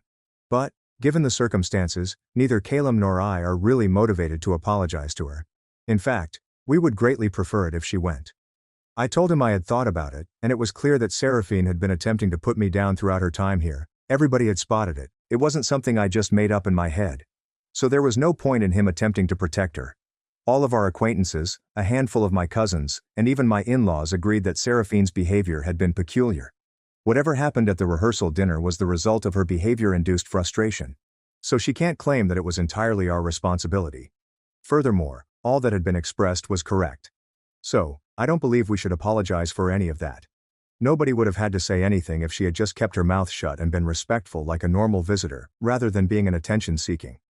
So, while we all agreed that Caleb had been extremely nasty, he had his reasons, and neither of us thought he should apologize. I told my father that I would have wanted for him to be there for my wedding and accompany me down the aisle, because now that my mother is gone, he is my only living parent. So that would have meant a great deal to me. But if he does not want to be here, I cannot compel him. So he is free to leave. Even though saying that made me sad, I managed to express myself with as much dignity as possible. After hearing me out, my father began to explain that he had said everything in the heat of the moment because he did not want anyone to injure his girls. He seemed despondent, and I had the impression that he had considered all that had transpired and had most likely changed his mind. After we finished chatting, he informed Caleb and me that he was the one who was wrong and that we shouldn't have had to apologize for anything because we hadn't started anything last evening. He was really stunned by all of the material that had been revealed because he had no idea about any of it. He also stated that he had spotted Seraphine acting abnormally throughout the event, but he had not made a big deal about it, as he probably should have. Anyway, the way Caleb spoke to her made him quite upset. He explained that this was due to his paternal instinct, and if somebody had spoken to me in that manner, he would have responded in the same way. Even then, it was not his place to speak up because he was not completely aware of the circumstances. He wanted to apologize to both of us. And he apologized profusely for causing chaos before the wedding. In all honesty, I was relieved that he had realized his mistake. And I explained that it was not his fault. But the lady who had destroyed the wedding, I would really like her to leave because I didn't want her here in the first place. I had only invited her because of him, and she chose to create so much drama out of nothing. The best option would be for her to go, and I know it would certainly irritate him, but it needed to be done. And that's when he informed us that he had asked her to leave this morning, and that's obviously why he hadn't contacted us all day. He had intended to speak with us and apologize sooner, but he was preoccupied with Seraphine. He had spent the entire morning trying to persuade her to apologize to us since, after standing up for her the night before, he knew that it was ultimately her fault, and he had become very defensive. So he attempted to get her to apologize first. But when that didn't work and she started fighting with him, he informed her that I was just as important to him as she was, and he wasn't going to let her spoil my wedding. So she had to leave, and they fought for a few more hours. So by the time he finished and saw her go, he was fatigued. Thankfully, we reached out to him and chatted with him, and we were all able to resolve things before the wedding. Update 3. Hello everyone. So, about a week ago, I married Caleb, which still feels odd to say, but it really happened. Fortunately, after everything was in order, my father and I had a conversation shortly before the ceremony, as he was about to accompany me down the aisle, and he apologized for his behavior, and I forgave him. Furthermore, it was meant to be the happiest day of my life. I did not want to think about anything else at that time. At the end of the day, what mattered most to me was that he recognized his error and, despite his knee-jerk reaction, attempted to repair himself later. I realized that many people in the comments thought I was too eager to forgive him. But honestly, I couldn't afford to waste any more time thinking about it. As I stated at the outset, this was an urgent situation. I was getting married the next day. I couldn't afford to hang around debating whether I wanted him at my wedding or not. I had previously considered it, and I realized that it would be incomplete without my father. So I knew I wanted him at my wedding, and if he apologized, I saw no reason not to forgive him. Also, let's not forget that while he first supported Seraphine, it was only because it was his first instinct. And I suppose I can't complain because that's his daughter as well. However, later on, he begged her to apologize, and when she refused, he asked her to leave as well. So, I believe he was truly apologetic and was not saying it for the purpose of it. Besides, based on what I've heard from him in the last few days, it's not like he hasn't paid for it. His wife is furious over whatever occurred at the wedding. She was already furious because she hadn't been invited, and she considered it a great insult, but I'm not sure why she expected to be invited in the first place. Neither she nor her kid had been particularly courteous to me in the past. They largely pretended I didn't exist when I came over. They wouldn't speak to me. They would not even look at me. And it was clear that I was not welcome at their place. She said she had opened up her home to me, but it was just on weekends. And I'm quite sure she didn't like me staying with them, even on weekends, and if it had been up to her, she would have made my father relinquish custody of me completely. So why would I want someone like that at my wedding? Besides, my mother did not like her, which was another cause for me. Anyway, she was already distraught from not being invited to the wedding. When she found out from Seraphine that she had been sent home a day before the wedding due of her behavior, she definitely decided that I was the evil guy in this situation and that I was the one who was turning my father against Seraphine. Even on the day of my wedding, she called my father approximately 100 times. However, due to his busy schedule, he did not have time to speak with her. However, since he returned home a few days ago, she has been getting on his nerves. And he's been contacting me virtually every other day, informing me what's going on. I truly feel horrible for him since all he wanted to do was do the right thing and disclose. That did not sit well with Seraphine or his wife. She's been insisting that I'm the one attempting to split their family, that I should apologize to them right now, and that my father made a huge mistake by sending Seraphine home that day since she's very furious with him, and she has told her mother that she will not return home until her father has apologized to her. My father is also a tough nut to crack. He claimed that he protected Seraphine against Caleb, but that was all he could do because, in the circumstances, she was wrong. He told his wife that he was putting his foot down, and that if Seraphine could not apologize to me for something she was undoubtedly guilty of, trying to put me down at my own wedding and attempting to be an attention seeker by repeatedly bringing up her little affair with Caleb, and then playing the victim when she was called out for it, claiming that he was perfectly okay with her no longer visiting since he would not back her if she was wrong. Since then, his wife has either fought with him or given him the silent treatment in the hopes that he will crack. But he has not yet. The only thing that has changed is that he is incredibly annoyed by all of them. And I've told him that he may vent to me if he wants to, since I believe he needs it. Otherwise, he'll drive himself insane. Anyway, I'm hoping they can settle things out quickly since else, this will simply be another thing that my mother and daughter will blame me for. Update 4. Okay, it's been 3 weeks since my last update, and my father just moved in with us a few days ago. He was already going through a difficult time with his family since he had taken my side in an issue that was obviously Seraphine's fault. In my previous essay, I discussed how it was being constructed by his wife and Seraphine, and I honestly felt horrible for how he was being treated at home. So I informed him that if he ever felt the need to get away from it all, Caleb and I would be delighted to host him. We had discussed it, and we also had a guest bedroom, so it wouldn't be a big deal for us. Furthermore, this week we will have more time to spend with each other and address topics that we had not had the opportunity to discuss previously due to our preoccupation with the wedding. Now that that was done, we could converse more casually. He ultimately accepted our offer a few days ago, and has been with us ever since. So we took advantage of the opportunity and discussed everything in a way that we hadn't been able to do before. It was mainly just myself and him talking, Caleb was only there as an observer. Anyway, I won't dive into all of the details and bore you. I'll simply say that many topics were brought out and discussed openly. We discussed it extensively. We were quite open with each other, and everything worked out well. I believe both of us are relieved at the conclusion of it. Caleb and I are leaving for our honeymoon next week, but he is staying behind, which is fortunate because it allows him to enjoy some much-needed time away from his family. It was undoubtedly driving him crazy right now, and we didn't have to worry about the house too. So that works out well for both of us. But by the time we got back, we both decided that it would have been best if he had returned home and attempted to work things out with his wife and Seraphine. And I sincerely hope they can do so since, joking aside, they've been together for a long time. And I do not want things to end poorly. Not only because it's my father, but also for general reasons. It would be quite sad. Anyway, let's see how things go for him, and I'll keep my fingers crossed that everything turns out for the best. In the meantime, Caleb and I will be on vacation. Update 5. Hi. So a few days ago, Caleb and I returned home. My father had previously notified us that he had left, so he had locked up. After then, he and I didn't have much time to talk for a few days because I was busy with work and he was also busy. But then we got a call today, and he told me that he had decided to go to marriage therapy with his wife since something was definitely wrong because, despite his return with the aim of healing their marriage, they ended up fighting even more than before. In reality, the days he'd spent here attempting to give her space had backfired since she said she felt ignored and unheard, and things weren't going well. And I believe that marriage counseling will benefit them greatly. At the very least, both of them agreed that they wanted to make it work because they had been together for a long time. Despite their personal differences, they still love each other, which is something they both agree on. Personally, I believe that as long as they realize they love each other, they will be able to work things out.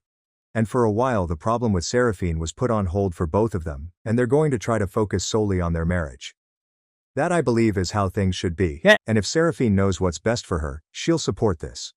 I'm simply glad they're going to attempt to work out their marriage because I want my father to be happy, and I know he wants the same for me, so I'm obviously thrilled. My family let my brother's girlfriend ban me from dinner after I saved their home. So I revoked the loan. Now they're sleeping on a couch. My folks have left me a voicemail. You weren't invited to dinner. Your brother's girlfriend doesn't like you. This was 3 weeks after I took out a $91,000 loan to save their mortgage. I answered, "Copy that," and canceled all scheduled payments, revoked all access, and destroyed 204 receipts. They began contacting me, but I was standing in the checkout line at the hardware store, clutching a box of light bulbs and a new shower head, when my phone vibrated. It was a voicemail from Mom. I hadn't spoken to either of my parents in about a week, which was unusual for us, especially given everything I had done recently. I hit play while half listening to the cashier ask the person in front of me whether he wanted to give to a school fundraiser. "Hi, sweetheart." Mom's voice chirped. Too bright, too artificial. "Just letting you know that we're having dinner at the house tonight, but don't come by. It's not personal, really. It's just that Sabrina feels uncomfortable around you. You understand, right? Anyway, talk later." I blinked, rewinded, and played it again. Sabrina. My brother Ryan's girlfriend of 5 months, who asked me last month if my construction work was only temporary. The same Sabrina who wore fancy blazers to backyard picnics and even described our family home as quaint in a rustic way. I almost laughed in line, but it was not humorous. 3 weeks ago, I took out a $91,000 personal loan to prevent the bank from foreclosing on my parents' home. Their retirement savings had been wiped out in an investing program that my father refused to discuss. They were 5 months behind on their payments and days away from losing the only home they had ever known. I depleted my money, signed the loan, and committed to a 5-year payback plan that made my stomach turn at night. And, no, I was not invited to dinner since Ryan's girlfriend did not like me. I went out of that store without buying anything and sat in my truck with the voicemail on repeat until the rage in my chest felt permanent. Then I unlocked my phone, went to the loan app, and started clicking buttons like cancel automatic payments, remove bank access, and delete saved recipients. Then I launched my notes app, which I used to keep track of all the payments I'd made every month since college, when I began paying my parents' expenses. There were 204 receipts stored there, including mortgage payments, electricity bills, car repairs, and groceries. Select all. Delete. Then I replied, "Copy that." That was when the cable finally snapped. I wasn't always the son who responded, "Copy that," and pulled the plug on the finances. A year ago, I was still the son who dropped everything when Dad's engine failed on the freeway. The one who sent Mom $600 via Venmo after her card was refused at the drugstore. Ryan's brother lent him $4,300 to cover a deposit after he unintentionally overdrew his account while paying for a ski trip Sabrina insisted on. It was not always like this. Or perhaps it was. I simply hadn't opened my eyes. Growing up, I was the reliable one. Ryan wasn't the favorite. Ryan, with his gentle grin and potential. Ryan, despite having crashed 2 automobiles by the age of 21, received a brand new Audi for his 25th birthday. By the age of 16, I had calloused hands from working on roofs in the summer and stacking shelves in the winter to pay for community college. I graduated debt-free. No one applauded. When Mom contacted me 6 weeks ago, she employed the same script she usually does. Sugar with a rusted knife below. "Hey honey. I hate to even ask, but we're in a really tight spot with the house. It's just, we're behind a bit. And the bank, well, they're being unreasonable. And your father's pride, you know how he is." "How much is a bit?" I inquired. Silence. Then she exhaled. 89,000. "But there's a little extra interest, so really it's closer to 91. I should have laughed. Should have hung up. But I did not. Instead, I got a second job that night, contacted my bank the next morning, and liquidated the down payment I'd been saving for my own condo, which I'd been fantasizing about for 2 years. 3 days later, the mortgage became current. The ceiling over their heads is fastened. Mom cried. Dad grunted. Kay used a thumbs up emoji. I should have noticed the red flags flashing right in front of me the week following the payment when Dad called to ask if I could find them another $1,000 to replace the refrigerator. Or when Mom told me Ryan's phone bill was mysteriously on my account again, as if it had been a clerical error and not the 4th time. The kicker? I learned about the meal on Instagram.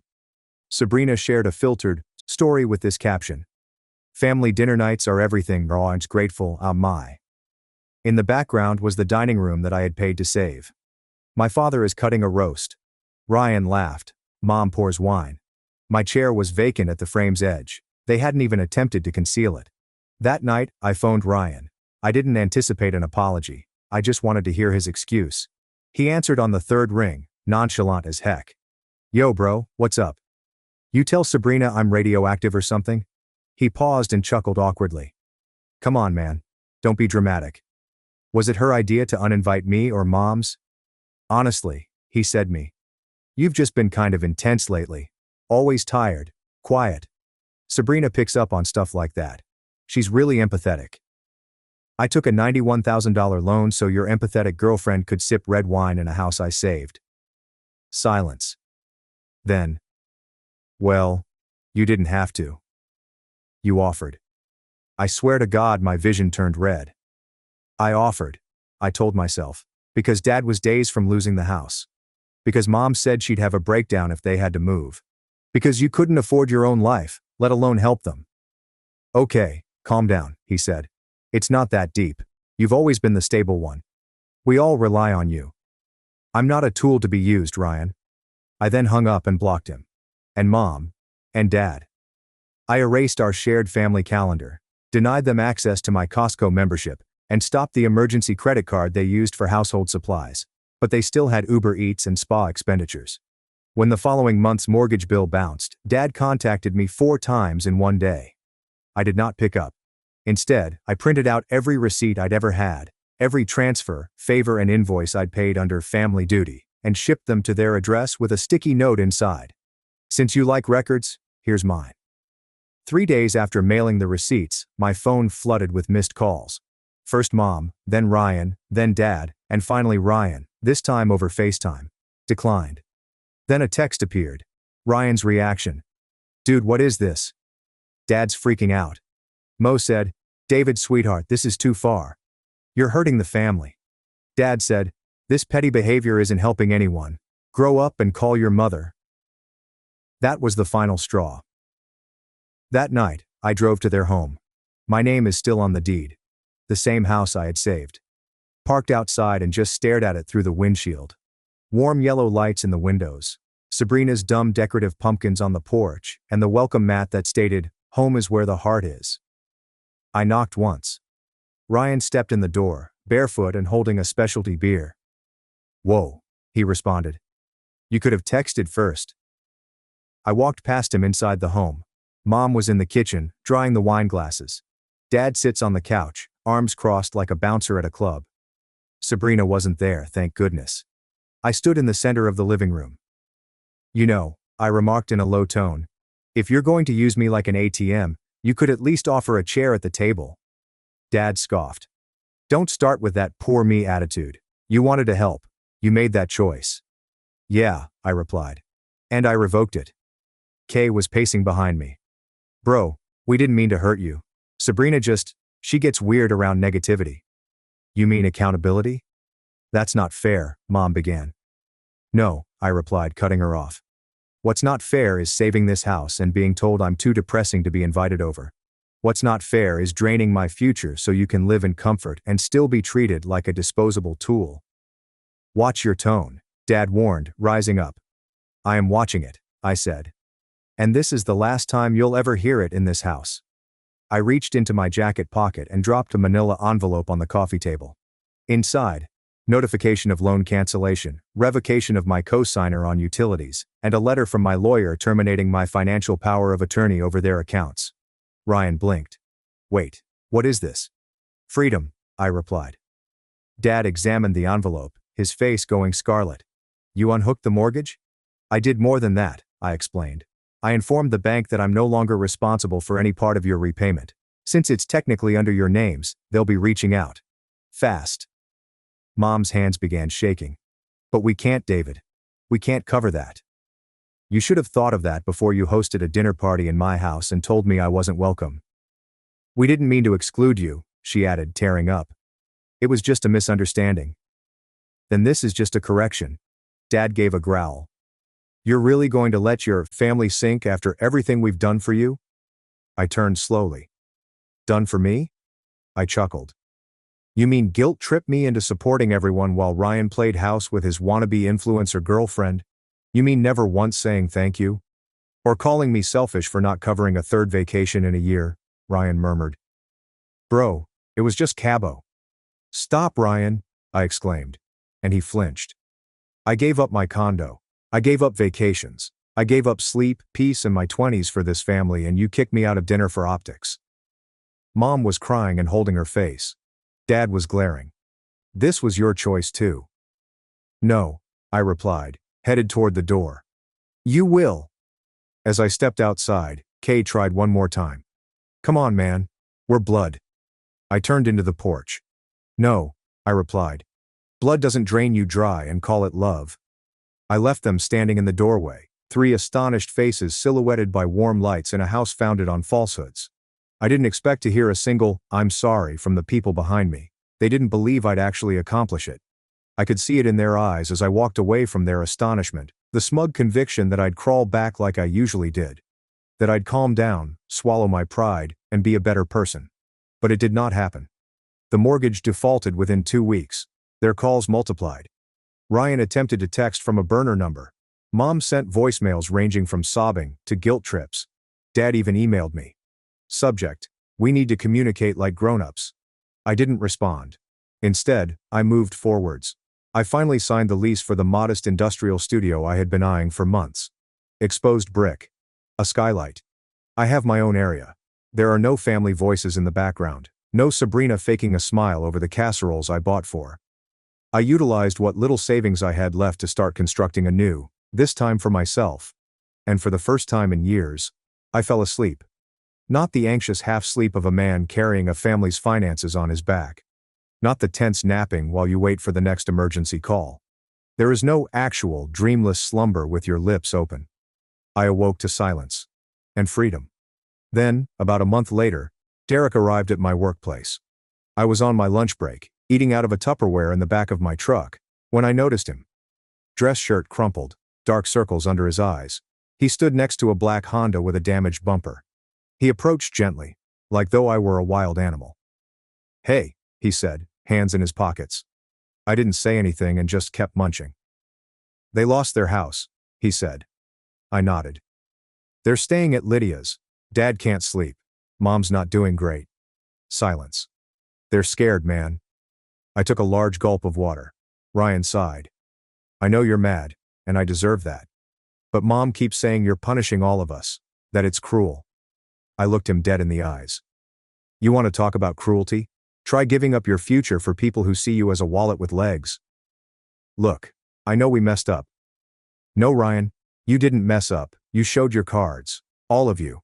And I folded." He averted his gaze, humiliation seeping into the creases of his face. "Sabrina's gone. Left 2 weeks ago. Said she didn't sign up for all this drama." I nearly smiled. "Almost." "And now what?" I inquired. "You want money?" He shook his head hurriedly. "Number, I just wanted you to know that I get it now. What it felt like. What we did." It astonished me. He stepped back and added, "You know, Dad still says you betrayed the family. But I think deep down, he knows he lost the only person holding us together." I did not respond. He did not expect me to. I felt nothing when he walked back to his car. Not anger. Not revenge. Simply release. A week later, I saw Aunt Lydia at the grocery store. She had tired bags under her eyes, her cart full of cheap food and off-brand soda.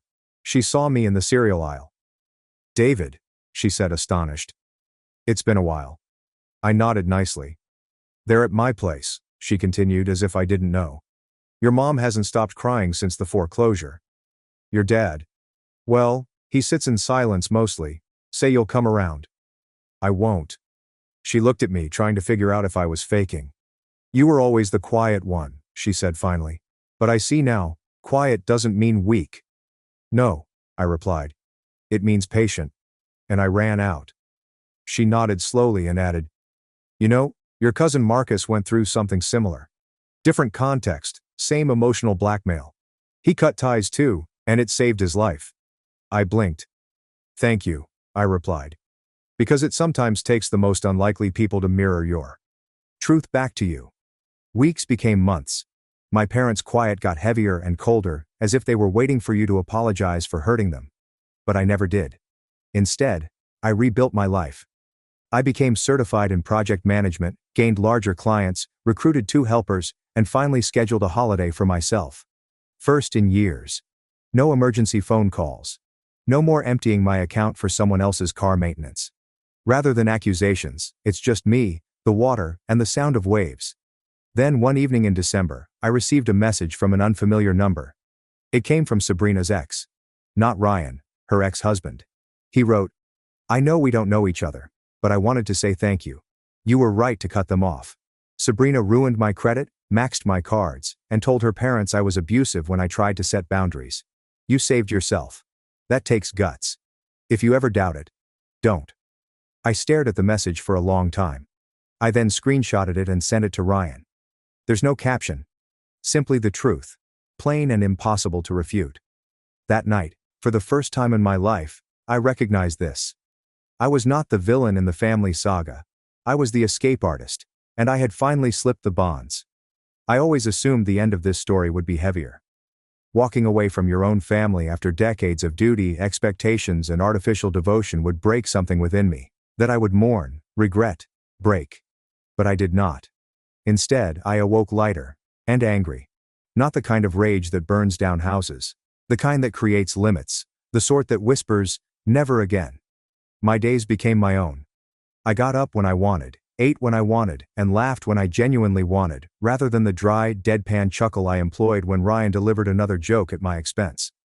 I started working out again, replaced my old truck, and joined up for a weekend carpentry class just because I could. For once, life did not feel like an ongoing emergency. Then began the guilt campaign. My email was inundated with messages from extended family. Aunts, cousins, and even some neighbors I hadn't spoken with in 5 years. Your mother is devastated. You really should call. I know your father's tough, but he loves you in his own way. You're punishing them for needing you. That's not fair. Fair? Was it fair that I skipped my closest friend's wedding to wire $3,500 to save their utilities? When I postponed my first vacation in years because Ryan damaged his car and required a down payment on a new one? Was it fair that they arranged a dinner party in my house and then told me not to attend? Let me be very clear. I did not leave my family. I walked away from debt dressed as love. And I began living. I received a note from my former boss last week. He used to tell me that if I didn't calm down, I would burn out. They told me I was too loyal and responsible. Back then, I assumed he was just bitter. Now I know he was correct. Hello, the telegram said. Heard you finally chose yourself. Proud of you, man. That stung me harder than any apology my family had ever given. 2 days ago, I ran into someone I hadn't seen in years, Sabrina's ex. Her true ex, evidently. She abandoned Ryan, just as she had when the money ran out. He appeared older and thinner. But lighter. She ruined everything, he said. But in a weird way I'm grateful.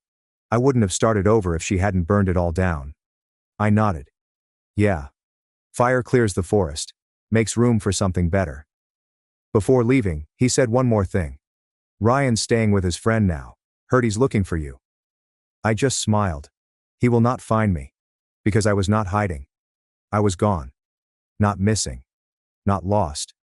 Free. Here's the reality I discovered too late, yet just in time to save myself. Family does not refer to those who share your blood. It's someone who respects your boundaries. It is who claps when you stand up, not who grabs you. My parents had lots of opportunities to be family. They chose convenience. They chose Ryan. They chose Sabrina. Finally, they chose silence when I needed them most. So I made my own decision as well. I did not avoid contact out of spite. I avoided interaction in order to survive. And now I am prospering. If you're reading this and you're the stable, responsible, and safe bet, let me tell you something no one has ever told me. You are not selfish for wanting peace. You are not cruel for leaving individuals who break you apart while calling it love. You are not a villain for eventually saying enough. You are human, and you deserve to be more than just someone else's backup plan. You deserve to live. And I finally am.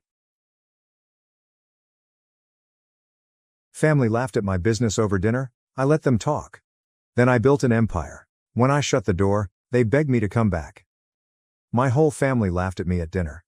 So I invited them all back. To my mansion. What I told them at the end left the room in total silence. During Thanksgiving dinner, my family made fun of my small business. How's that going? Still broke yet? They let out a big laugh. I said nothing.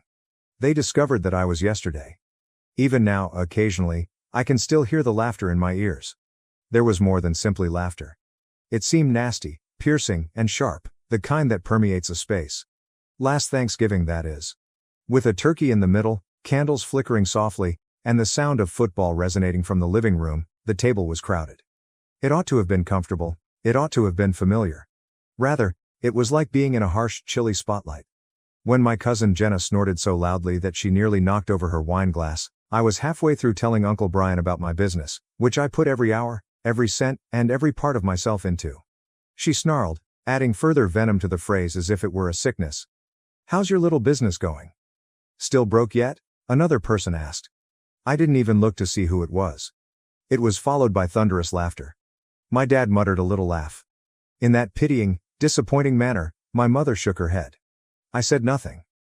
I gave them a tiny, fragile smile and let them enjoy themselves. But something changed inside. The goal was not to disprove them.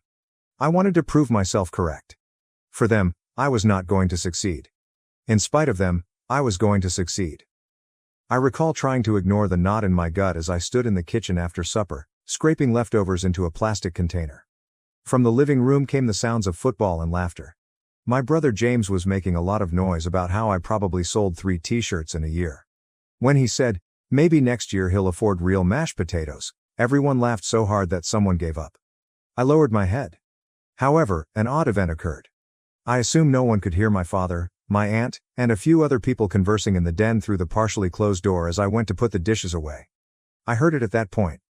Aunt Linda murmured, "Poor kid," with a tone of phony worry. "Still chasing rainbows?" Dad gave a grunt. If he had any sense, he'd quit that fantasy and get a real job. Wendy's is always hiring. They all laughed. By the time he's 30, he'll still be living in some drab apartment dreaming about his big break. It's almost sad, said another voice, possibly that of my uncle. The words that hurt the most were then spoken by my mother, who is a kind and loving person. Well, at least he's harmless. I mean, it's not like he'll ever actually succeed enough to embarrass us. With my hands shaking around a plate I hadn't even known I was holding, I remained motionless. They weren't merely skeptical of me. They thought I would fail. They needed me to fail, which is worse. They would be safer if I remained the underdog, the idealist who never achieved anything. I ventured to think I could create something better, but it was simpler than acknowledging they had chosen a life of mediocrity and resentment. Without saying goodbye, I took my jacket from the peg by the door, put the dish carefully in the sink, and left the kitchen. I hardly noticed the cold air biting my face outside. I had just one idea racing through my head. Never again. I would never again ask for their blessing. I would never again justify myself to those who were hoping for my downfall. I opened my laptop that evening and spent a considerable amount of time staring at the screen while I sat by myself in my small, drafty flat. I could either fall under their incredulity or use it to shape me into something unstoppable. I went into my business plan, made all the necessary changes, tightened it up, and plotted out every crazy, unachievable goal I could think of. After that, I started working. And I continued. After Thanksgiving, the first 6 months were terrible. I worked out of a small 1-bedroom apartment with plumbing that shook like a dying engine and barely functional heat. My hands were cramped from typing, packing, and hustle, and my eyes burned from too many hours of staring at a screen. I usually woke up before daylight and fell asleep after midnight. I didn't have an impressive startup tale. Angel investors weren't present.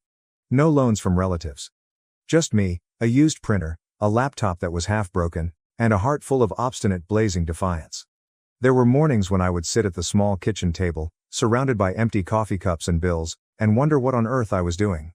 I would distrust myself more than I would be insulted by my family. Maybe they were right. Maybe you are just chasing rainbows. Maybe you are just nothing. Then I would hear my mom's voice again.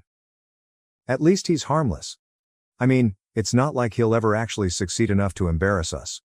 And that would rekindle the fire beneath me. In the least spectacular way imaginable, the pivotal moment occurred. A random online order I packed one night while dozing off, a customer I had all but forgotten about, and a social media tag for my little business. A picture, a post, and a few complimentary remarks regarding the caliber of my work. There was nothing viral about it. Not a million likes. No quick stardom. However, when I woke up the following day, I had 12 new orders, which is more than I typically receive in a week. 24 then. Then 60. I had to hurry, get more supplies, work more quickly, and update my website. However, the impetus was genuine and palpable for the first time. It also brought new people. Actual persons. Not relatives. Not doubters. Individuals who supported my ideas, believed in what I was creating, and wrote notes that said, "You're doing something special. Keep going." It's done me, honestly. How strangers could be kinder than everyone in my family. And among all of the orders, shipments, late nights, and unrelenting labor, I came to the following realization. Blood is not family. Family is loyalty. Respect is family. Family is unconditional affection that isn't conditioned or judged. Brick by heavy brick, piece by piece, the weight I'd carried my entire life, the urgent desire for their approval, began to crumble. And I could see the path ahead clearly for the first time. It would take a long time. It would be solitary. However, I was going to have it. It took place on a soggy Tuesday. Life-altering events seldom wait for ideal weather, which is funny. I received an email as I was bent over a pile of packaging orders at my kitchen table. Initially, I nearly erased it. Opportunity, the subject line, sounded like just another spam message. However, I opened it for some reason. It came from Caroline Walters, a boutique owner who I had never heard of but who seemed to have a sizable fan base in the independent sector. She wanted to discuss a cooperation after discovering one of my goods through that small customer post months ago. A large one. Supplying her nationwide chain of businesses. I read her words repeatedly as if they were written in a different language while I sat there blinking at the computer. She thought the branding was fantastic. She thought the quality was fantastic. She thought the story was fantastic. Additionally, if I could quickly scale up, she wanted to highlight my whole product line. I didn't think twice. I responded in 5 minutes, possibly coming out as impatient yet unconcerned. Later that afternoon, she called me, and her voice was enthusiastic, professional, and kind. She inquired about the size of my procedure. I told the truth. For now, I informed her, it was just me.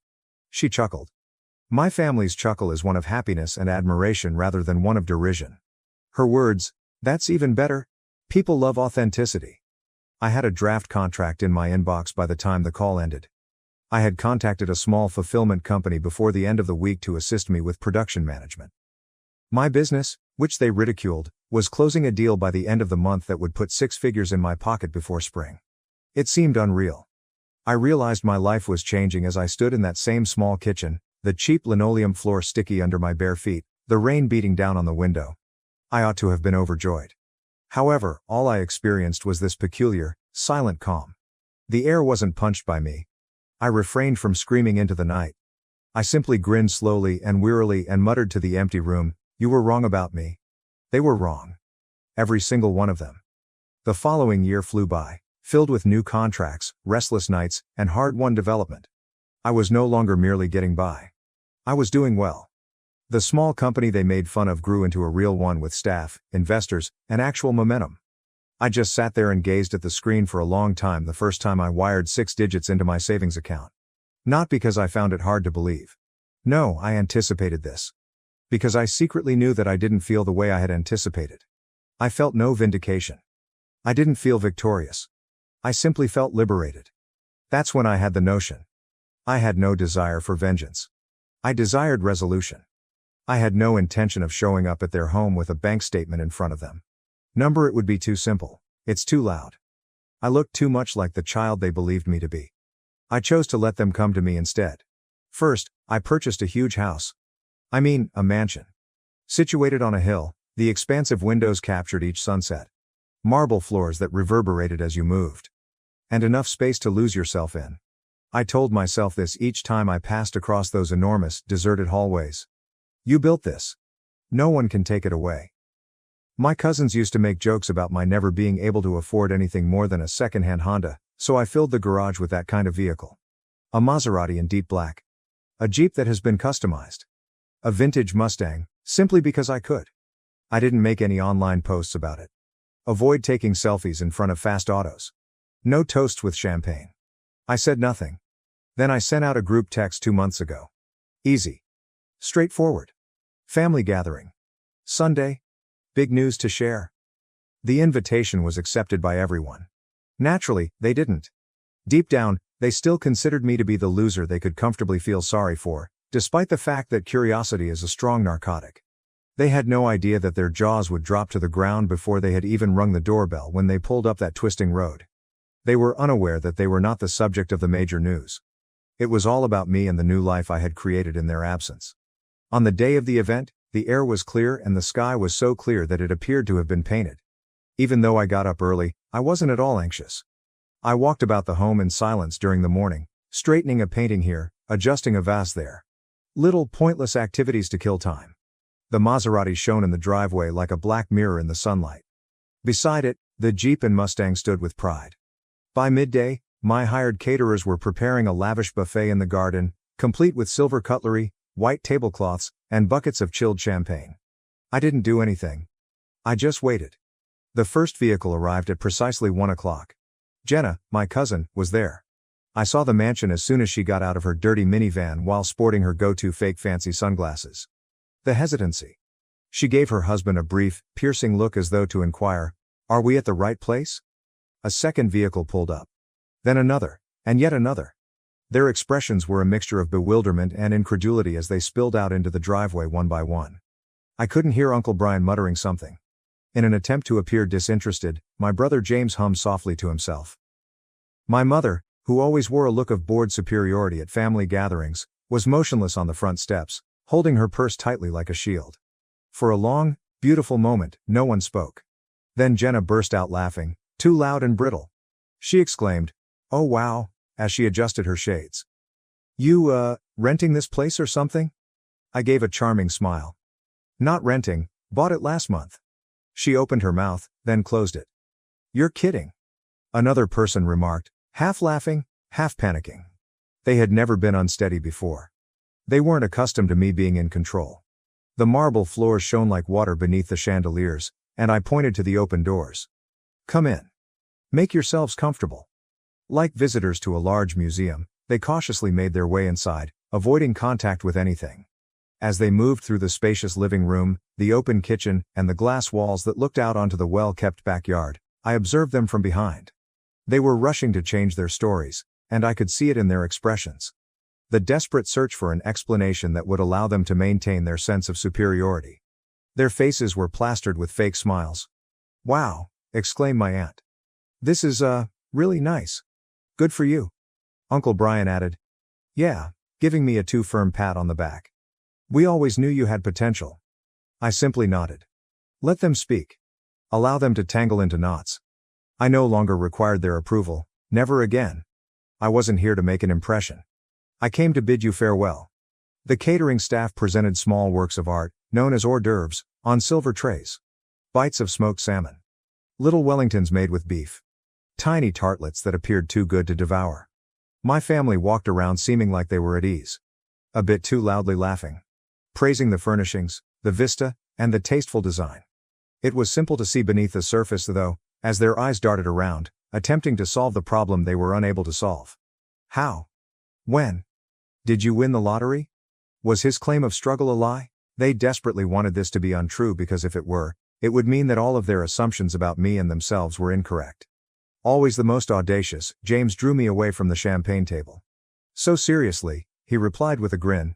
"How do you swing all this? Who's paying you, or is it some kind of like crypto thing?" I gave a faint smile. "I built it," was all I said. He blinked. "Built what?" "My company. My brand. Everything." He gazed at me as if I were speaking a foreign tongue. "Constructed, not talented, not bumped into, constructed."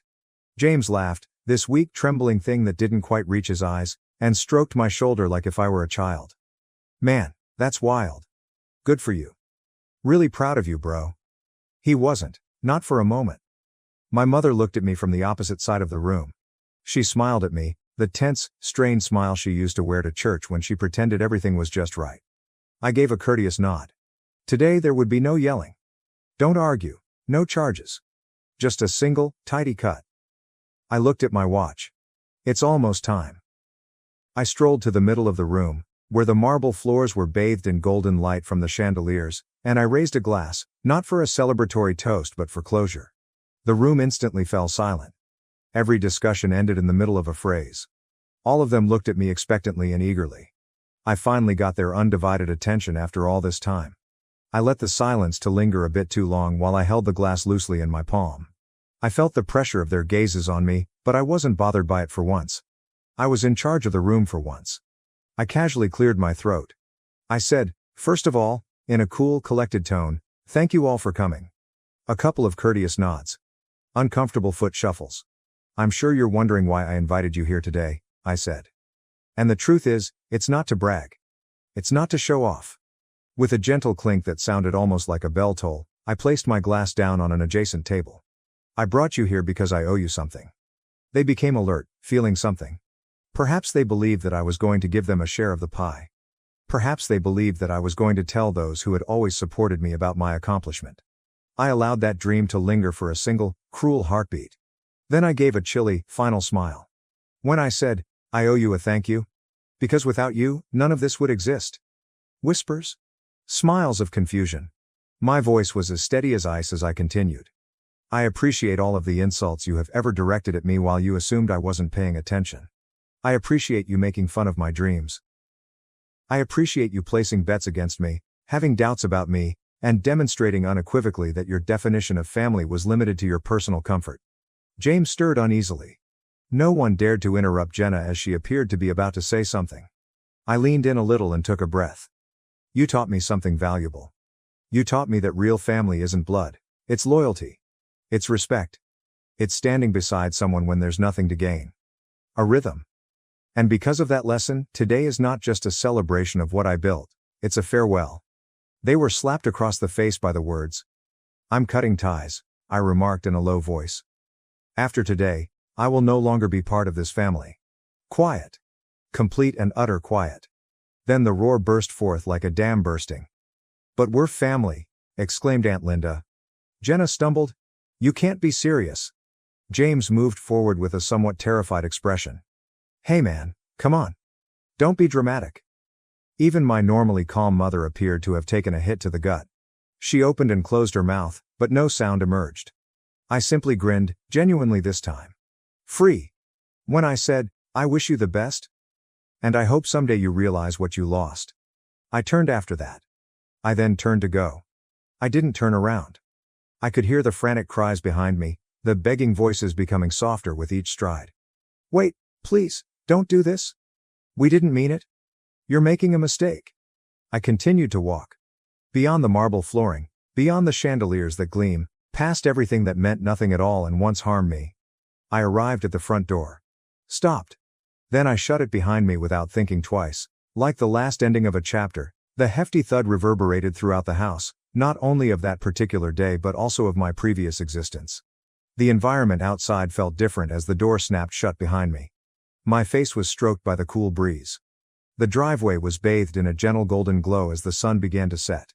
There was silence. Calm. For a moment, I just stood there and took it in. Not a sound. Not guilty. Don't second-guess yourself. My former existence was behind those walls. The days of begging for bits of affection and pursuing praise were finally, totally ended.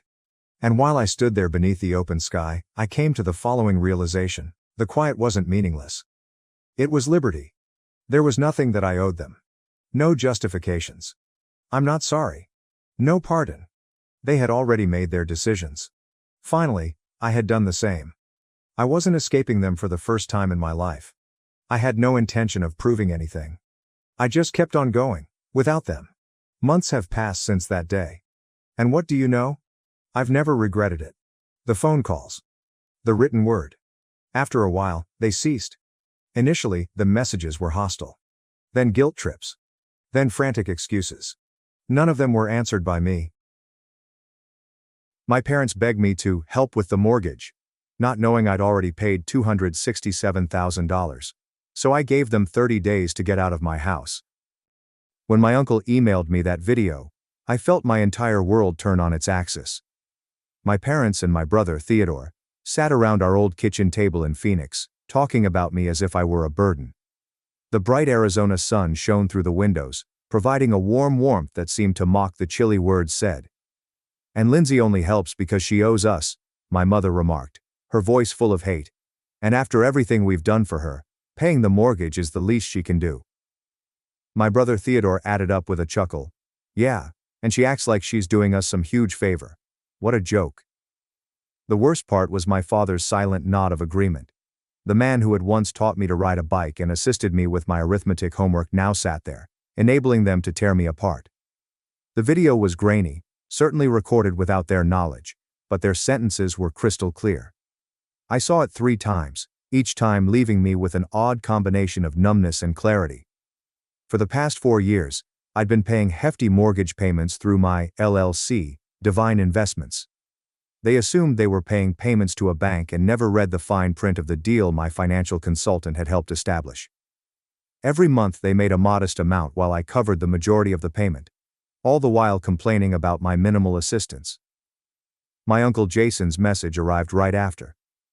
"You need to see this, Lindsay." I couldn't stay quiet anymore. "They've been talking like this for months." I sat in my home office glancing at the spreadsheets that listed every payment I'd made. The stats didn't lie. More than $200,000 was invested in keeping them comfy in that residence. My hands should have been quivering with rage, but they remained still when I pulled up the mortgage agreement. I smiled slightly as I remembered the purchase option language that my financial consultant had insisted on inclusion. "Oh, just in case," she had responded.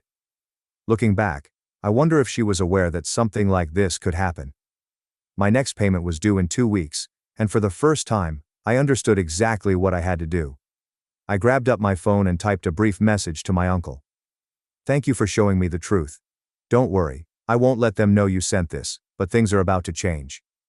I had always been the family's safety net, despite their refusal to admit it. 4 years ago, when the Phoenix housing market collapsed, and they were about to lose their home, I stepped in. I was 27 years old at the time, and I had already established myself as a successful software development manager. The irony was that they were never supportive of my professional choice. They wanted me to take over my father's struggling real estate firm. "Software is not a career for a woman," my mother would say, her lips pursed in disgust. "Your brother Theodore is the one with the real business sense." But Theodore, despite his economic acumen, nearly bankrupted the family business within 2 years of taking over. When they needed assistance with their mortgage, I contacted my financial advisor, Kate. She proposed a novel solution: form an LLC, buy the house through it, and make them believe they were still working with a bank. That way, I could defend myself legally while also aiding them. It seems perfect at the moment. I could aid without having to deal with their pride. The arrangement went smoothly. Divine Investments LLC became the mortgage holder, and I boosted their monthly payments without their knowledge. They preserved their dignity, while I kept my family steady. My Uncle Jason was the only one who knew the truth, having overheard Kate and me talking about it at a family gathering. "You're too good to them, Lindsay," he said then. "But they don't deserve your kindness." Naturally, I stood up for them. They're my family. They might not understand my choices, but they've always given me a home. Now, after watching that film for the 4th time, I realized how mistaken I had been. Their words echoed in my head. "She owes us. What a joke. The least she can do." Each sentence felt like a dagger being inserted deeper. I opened my laptop and accessed the LLC's account. The next mortgage payment was due on the 15th, only 2 weeks away. They had never been late before, and they transferred their half like clockwork. But now that I knew how they truly felt, I had no intention of covering the remainder this time. Allow them to suffer the consequences of their ingratitude. Allow them to deal with the bank on their own. They had no notion that their daughter, the dutiful, worthless burden, was also their landlord. The concept made me smile. Sometimes karma requires a little shove. The video was not the end of things. The next day, my Uncle Jason emailed me additional evidence. Images of family group chat discussions from which I had been purposely omitted. They constructed it 6 months ago and dubbed it family finances. Every communication felt like a worse betrayal than the last. "And Lindsay thinks she's so special with her technical job," Theodore wrote. "She barely helps with the mortgage while I'm here every day running Dad's business." My mother's remark made my blood run cold. "We should ask her for more money. She's single, has no children. What else does she spend it on? After all we've sacrificed to raise her, she can't even support her family." I retrieved my financial records, shaking slightly as I computed the total. Over the last 4 years I have contributed $267,843 to their mortgage through Divine Investments, while they have only paid $52,500. The monthly payments to the bank comprised the majority of the mortgage. They had no idea I was covering an extra $5,400 every month. My phone vibrated with a message from my mother. "Sweetie, could you come to dinner this Sunday? We need to discuss something important." I knew exactly what the something was. They intended to ask for additional money, most likely accompanied by emotional manipulation and guilt tripping. The thought of sitting there pretending I had no idea what they truly thought of me made my stomach turn. I phoned Kate, my financial advisor. I need to know my options with the purchase agreement. Sent, I replied. I had a feeling you might, she said without surprise. Remember the provision we included. If they miss a payment, Divine Investments can use the purchasing option right away. The house would be yours outright, and they would be month-to-month renters. A plan began to form in my head. What if they were late with the rent? The standard Arizona eviction laws would apply. You would be within your rights to give them notice. She paused. Lindsay, are you certain you want to go there? I considered years of condescension, of being the family ATM while they teased me behind my back. I thought about Theodore destroying our father's business while they praised his business sense.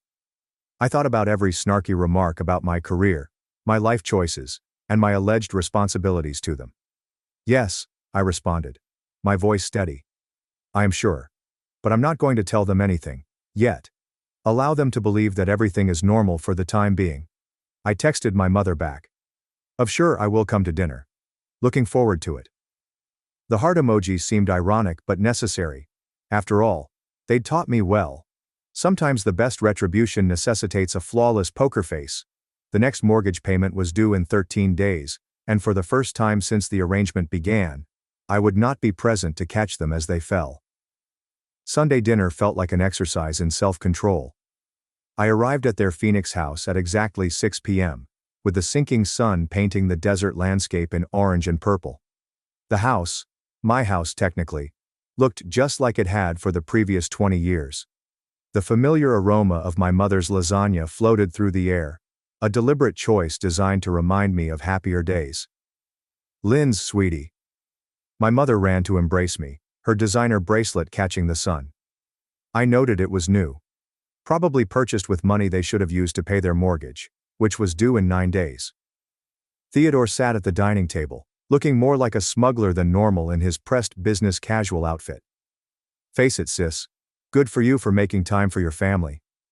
I grinned as I remembered his remark about barely helping. If only he knew how much his entire lifestyle depended on my generosity. I always have time for my family, I said, the irony thick in my mouth. My father emerged from his study with his reading glasses perched on his nose. He was going over some documents that I noticed were bank statements. The image almost made me giggle. They were carefully planning their pitch. But before we eat, my mother said, setting down the lasagna, we wanted to talk about something important. She looked at my father, who nodded encouragingly. Of course, I replied, serving myself a portion. What's on your mind? Theodore cleared his throat. Well, as you know, Dad's business has been experiencing some difficulties. The real estate market is not what it used to be. I took a slice of lasagna and chewed slowly.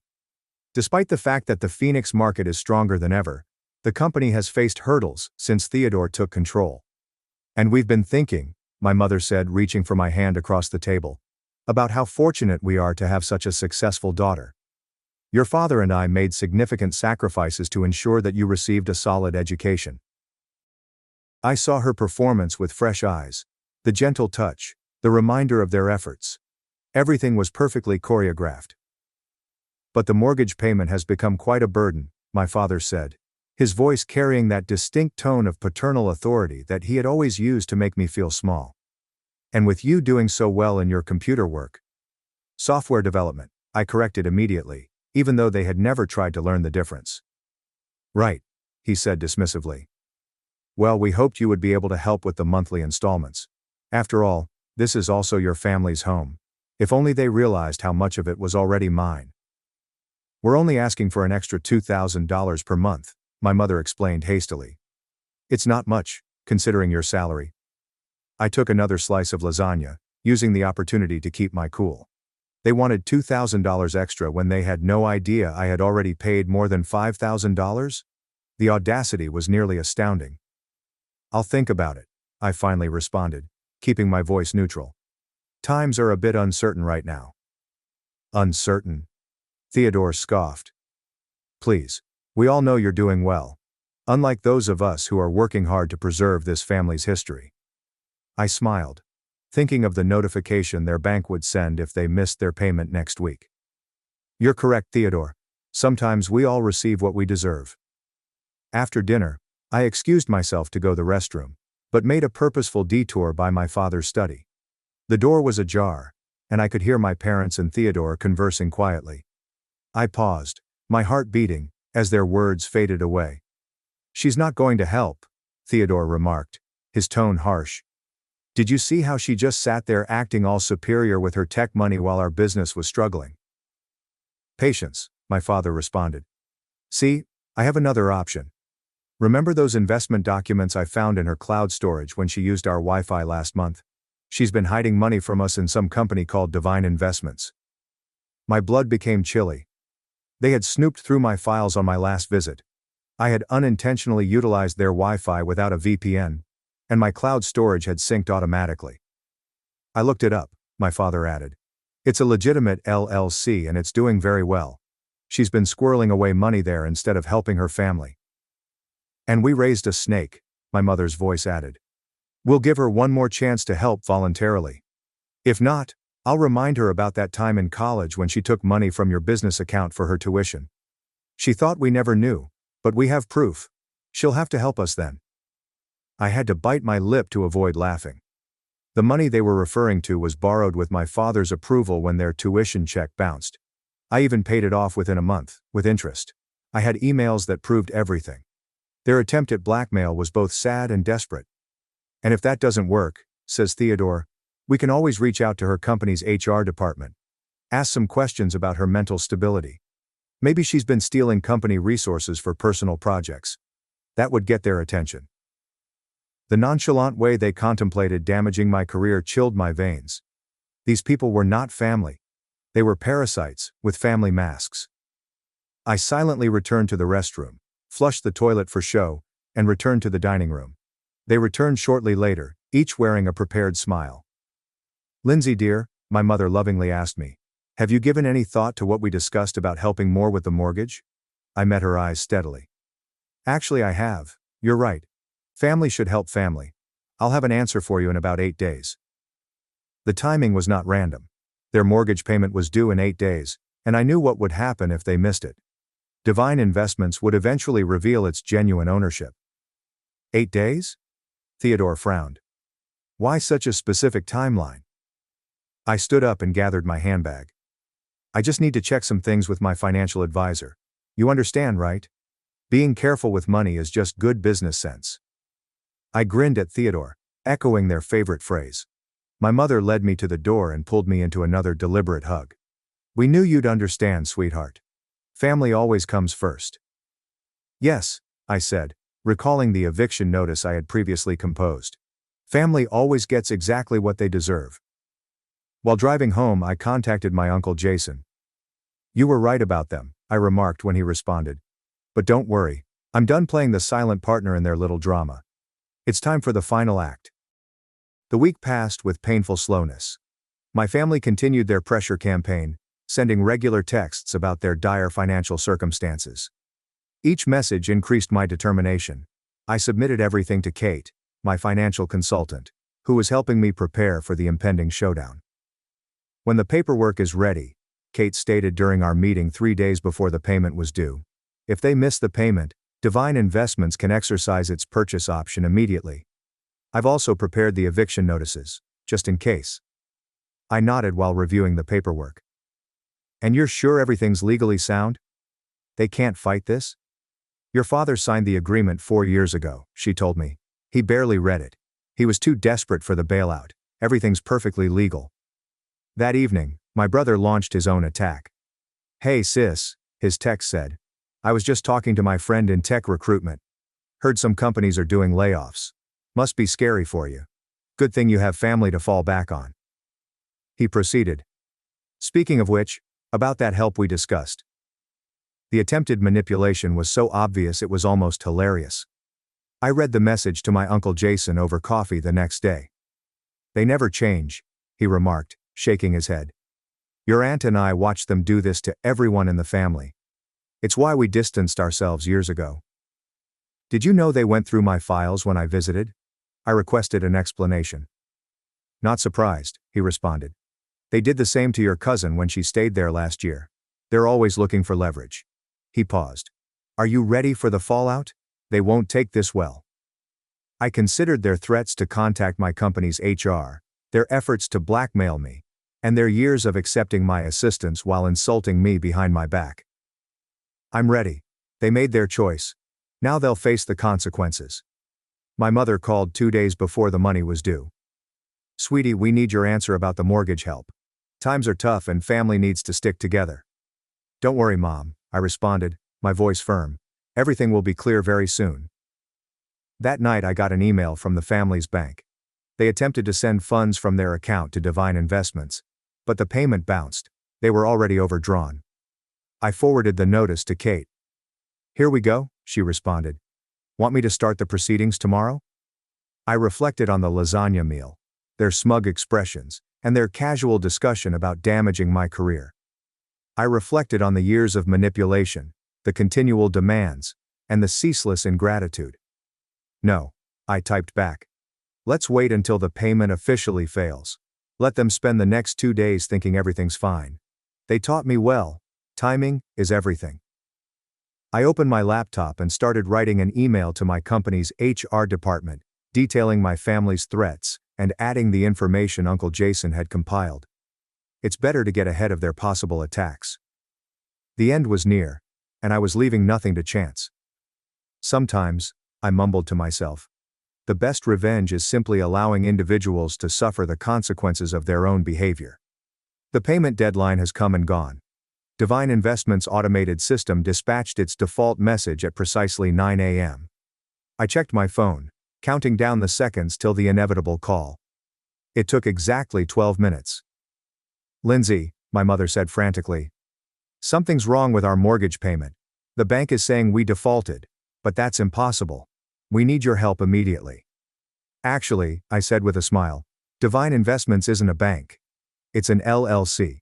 My LLC, to be specific. The stillness at the other end was deafening. What? She eventually asked in a whisper. Check your email, I advised. You'll find a notice explaining that due to your default, Divine Investments is exercising its purchase option. The house is now legally mine. Your status has been changed to month-to-month tenants. This is a joke, she muttered. No joke.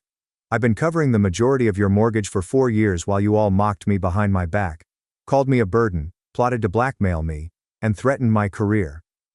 So how did you? Uncle Jason showed me the video. He showed me everything. Now about your tenancy, your first rent payment is due in 30 days. I suggest you start looking for somewhere else to live. My father's voice suddenly broke through. They'd put me on speaker. She's ungrateful. Thanks for watching and diving into this wild family drama with me. If you love Reddit family drama, don't forget to subscribe and turn on notifications so you never miss the next one. My family sold my inheritance to fund my sister's wedding. Then I exposed them with a 6-minute video. Now they're begging for forgiveness. I never expected much from my family. Not affection, not attention, certainly not fairness. But what I didn't expect, what really took the air out of my lungs, was the day I found out they had sold my grandfather's land. My inheritance. My legacy. And they did it without telling me. Not to help the family, not to cover an emergency, but to throw my sister Savannah a $65,000 wedding. Let me rewind for a moment. My name's Elliot, I'm 27, and I was the quiet one. The mature one. The he'll understand child. You know the type. The kid who gets praised for being low maintenance but ends up forgotten because he doesn't cause a scene. My younger sister Savannah? Oh, she was the opposite. She lit every room on fire and got applauded for the smoke. I grew up in the outskirts of Portland in a modest 3-bedroom ranch-style house. My parents weren't poor, but we were never flush with cash either. Every dollar had a place. Every luxury was weighed. Except when it came to Savannah. She had braces, ballet lessons, and spring trips to Europe. I got hand-me-down cleats and the reminder that boys don't need much. It was always like that. I never hated her. She was my sister. But I hated what my parents did around her. The favoritism, the manipulation, the way they twisted guilt into currency. I played along for years, thinking maybe if I just kept being good, they'd notice. They didn't. When I was 15, my grandfather, Dad's father, took me aside one Thanksgiving. He had a firm hand and a quieter voice than you'd expect from a man who spent 40 years in logging. He said, "I've seen the way they treat you, Elliot. That land out in Tillamook? That's yours when I go. Your father knows it. Don't let them talk you out of it." I nodded, not fully understanding, but grateful. He died 3 years later. I was a freshman in college, working 2 jobs and eating off-brand ramen in a dorm that smelled like mildew and broken dreams. I waited for some news, legal, financial, anything, but none came. When I asked, my father just waved it off. There was nothing official. He talked a lot. You know how he was. I didn't push. That's on me. Fast forward to 2 months ago. I came home for a rare visit. Savannah was getting married, and my parents had been unusually persistent about my presence. Said it'd mean the world to her. That phrase should have set off alarms. The house was filled with catered food, event planners walking in and out, floral arrangements taller than Savannah. I couldn't help but notice the luxury oozing out of every detail. Mind you, my parents still drove used cars and complained about grocery prices, but somehow, this wedding looked like it came out of a Kardashian fever dream. I waited until Dad was 3 bourbons in and laughed with the groom's father before I pulled him aside. "Hey, quick question," I said. "Whatever happened to Grandpa's land?" The color drained from his face like I'd asked about a body in the backyard. He muttered something about taxes and the market not being what it used to be. I didn't let it go. "Did you sell it?" He looked me straight in the eye and shrugged. "We did what made sense. Your sister needed a proper start to her new life." I felt like I got hit in the chest with a shovel. I didn't speak, I just left. Got in my car, drove 3 hours without music, and sat in a McDonald's parking lot until 2 a.m., trying to process the fact that my family, my own family, had sold the one thing my grandfather ever promised me. Without a word. Without a thought. Because Savannah wanted a chandelier imported from Italy for her first dance. They thought I'd just eat it. That I'd nod like always. But this time, I didn't. Something snapped. They sold the land. So I sold my silence. I didn't say a word to anyone that night. Not to Savannah. Not to my mother. Not to the guests who greeted me like I hadn't been gone for 3 years. I just left. But I didn't forget. On the drive home, I started digging. I remembered my grandfather kept meticulous records. The old man was paranoid about the government, always saying, "Paper beats memory." So I logged into the county's online records database and started searching property transfers. There it was. A quiet deed transfer, 12 months after he passed, signed by my father and 2 witnesses, none of whom were me. It showed the land was listed under a family trust, not his personal name. I kept reading. The trust had been amended 2 weeks before his death. The new language said that any asset could be reallocated for the benefit of the surviving family at the trustee's discretion. And who was the trustee? My father. He rewrote the document. Whether it was coercion, confusion, or manipulation, I'll never know. But the signature was my grandfather's, and it was held in court. I knew that much. It was legal, it was airtight, and it was evil. I couldn't get the image out of my head. Savannah twirling in her $12,000 dress while my grandfather's land, his legacy, was turned into a wedding tent fund.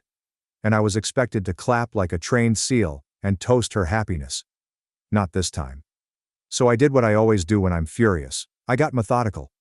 I requested a full copy of the trust records from the lawyer who had handled my grandfather's estate. It took some nudging and a couple of polite lies, but eventually, I got the file. Buried in the fine print was something interesting. A secondary clause. If any beneficiary could prove that assets were diverted under false pretenses, the trustee could be removed, and the remaining assets redistributed. It wasn't much, but it was something. And more importantly, it was leverage. So I made a plan. 2 weeks before the wedding, I called Savannah.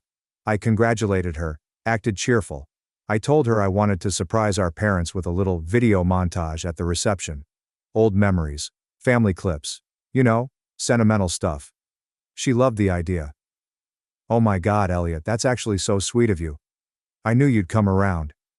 I smiled through the phone. "Of course. Just send me some of your favorite pictures and I'll do the rest. But I wasn't making a montage. I was assembling receipts, bank statements, county land sale records, email confirmations, real estate listings, wire transfers, everything. I even found an old voicemail from my dad bragging to a cousin about how he managed to move the land before the will got complicated. I edited it all into a clean 6-minute video. Black background, white text, no narration. Just cold hard facts with screenshots and voice clips. I uploaded it to a private Vimeo link with password protection. I printed a QR code, and I slipped that code inside every wedding program on the day of the event. Right there, between the lyrics of Savannah's chosen first dance song and a thank you note from my parents. I didn't attend the wedding, but I heard about the aftermath. Apparently one of the groom's uncles scanned the QR code while waiting for the ceremony to start. Watched the entire video. Showed it to 3 other people. It spread like wildfire. By the time Savannah walked down the aisle, half the guests were whispering. The other half were reading court documents on their phones. My parents tried to contain the situation, claiming it was a misunderstanding, and that I was mentally unwell. But they underestimated how well I prepared. Everything in the video was sourced, cited, and traceable. Savannah didn't speak to me for weeks. But then she did. I got a call at 2:12 a.m. She was sobbing. Her honeymoon had been postponed. The groom's family wanted answers. She said I ruined her wedding. I told her she could have had a smaller wedding, and a brother. She hung up. A few months later, the real fallout began. A local journalist who used to be one of my classmates picked up the story after it started making the rounds on Facebook. She reached out and asked if I'd go on record. I declined, but I gave her permission to use public documents and statements. The article went viral in our town. Headline read, "Heir Left Out: How a Father Sold His Son's Inheritance to Fund a Wedding." My father lost several clients at his accounting firm. Turns out people don't like trusting their taxes to someone who manipulates estate law. My mother tried to apologize, to explain they had no choice, and that Savannah was struggling and needed a good start in life. I told her I was done with all of them. What they don't know, what I haven't told anyone yet, is that I recently bought back a portion of the land. Not the whole thing, but a 5-acre plot that borders the creek my grandfather used to fish in. I'm building a small cabin there. Nothing fancy. Just enough space for a fire pit, a chair, and peace. And every time I sit there and watch the water, I remember something my grandfather said to me that last Thanksgiving. When people show you who they are, son, believe them. But don't let them turn you into something small. Let them feed your roots. That land was never about money. It was about roots, about respect, about memory. And now, it's mine again. It's been over a year since the wedding that wasn't. A year since the fallout. Since the masks cracked. Since the golden girl's crown slipped. And the illusion of our family shattered in public, right in front of the people they spent their whole lives trying to impress. I thought it would feel like victory. And in some ways it did. But in the quiet moments, when I'm alone in the cabin, coffee in hand, rain tapping against the tin roof, I've realized that revenge, no matter how justified, leaves echoes, and they sound a lot like grief. Let me explain. After the article hit local news, my father's business went into a tailspin. Clients vanished. Partners distanced themselves. Within 6 months he shattered the firm completely. Last I heard, he was doing freelance bookkeeping and trying to pivot to online consultations. But the name Patrick Hale didn't exactly inspire confidence anymore. My mother, for her part, turned to church groups and Facebook forums. She posted long rants about how cruel the world is to mothers, about betrayal, about how her son had become a stranger. She never named me directly, but the subtext was as thick as fog. They sold their house 3 months after the wedding. Quietly. No goodbye. No forwarding address. I found out through a neighbor who used to mow their lawn. They now live in a 1-bedroom apartment, above a liquor store in Beaverton. And Savannah? Well, Savannah's marriage lasted about 4 months. Apparently the groom's family didn't take kindly to being duped. The tension snowballed. Rumors became arguments. Arguments became ultimatums. One night he walked out with a suitcase and never came back. She tried to save face online, posting heavily filtered selfies with captions like, "Finding myself again, and growth looks good on me. But the engagement plummeted. The sponsorships dried up. Her social media persona cracked just like her fairy tale wedding did. I heard she moved back in with my parents. That tiny apartment. 3 adults, 1 bedroom. A pressure cooker of disappointment and blame.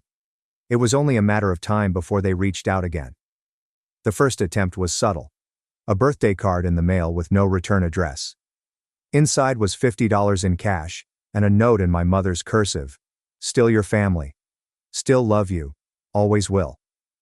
I threw it away. A month later came the email, from Savannah this time. Subject line: please read. The message wasn't long. She said she understood now. That she finally saw how unfair things had been. That the wedding disaster opened her eyes, and she wanted to make things right between us. She didn't defend what they'd done. Just asked for a chance to talk. Said she missed having a brother. I didn't respond.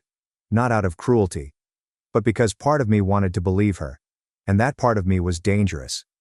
You see, when someone's neglected you for most of your life, any scrap of warmth they toss your way can feel like a feast. Even if it's laced with guilt.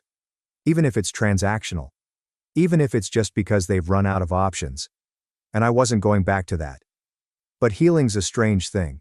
Sometimes it sneaks up on you. A few weeks ago I was down at the creek, clearing debris after a storm. I slipped, hit my head, and split my eyebrow open. Nothing life-threatening, but I needed stitches. The nearest clinic was 45 minutes away. I drove myself. Sitting in the ER, half drenched in blood and river water, I realized I didn't have anyone to call. No one to text. No one said, "Hey, I'm okay."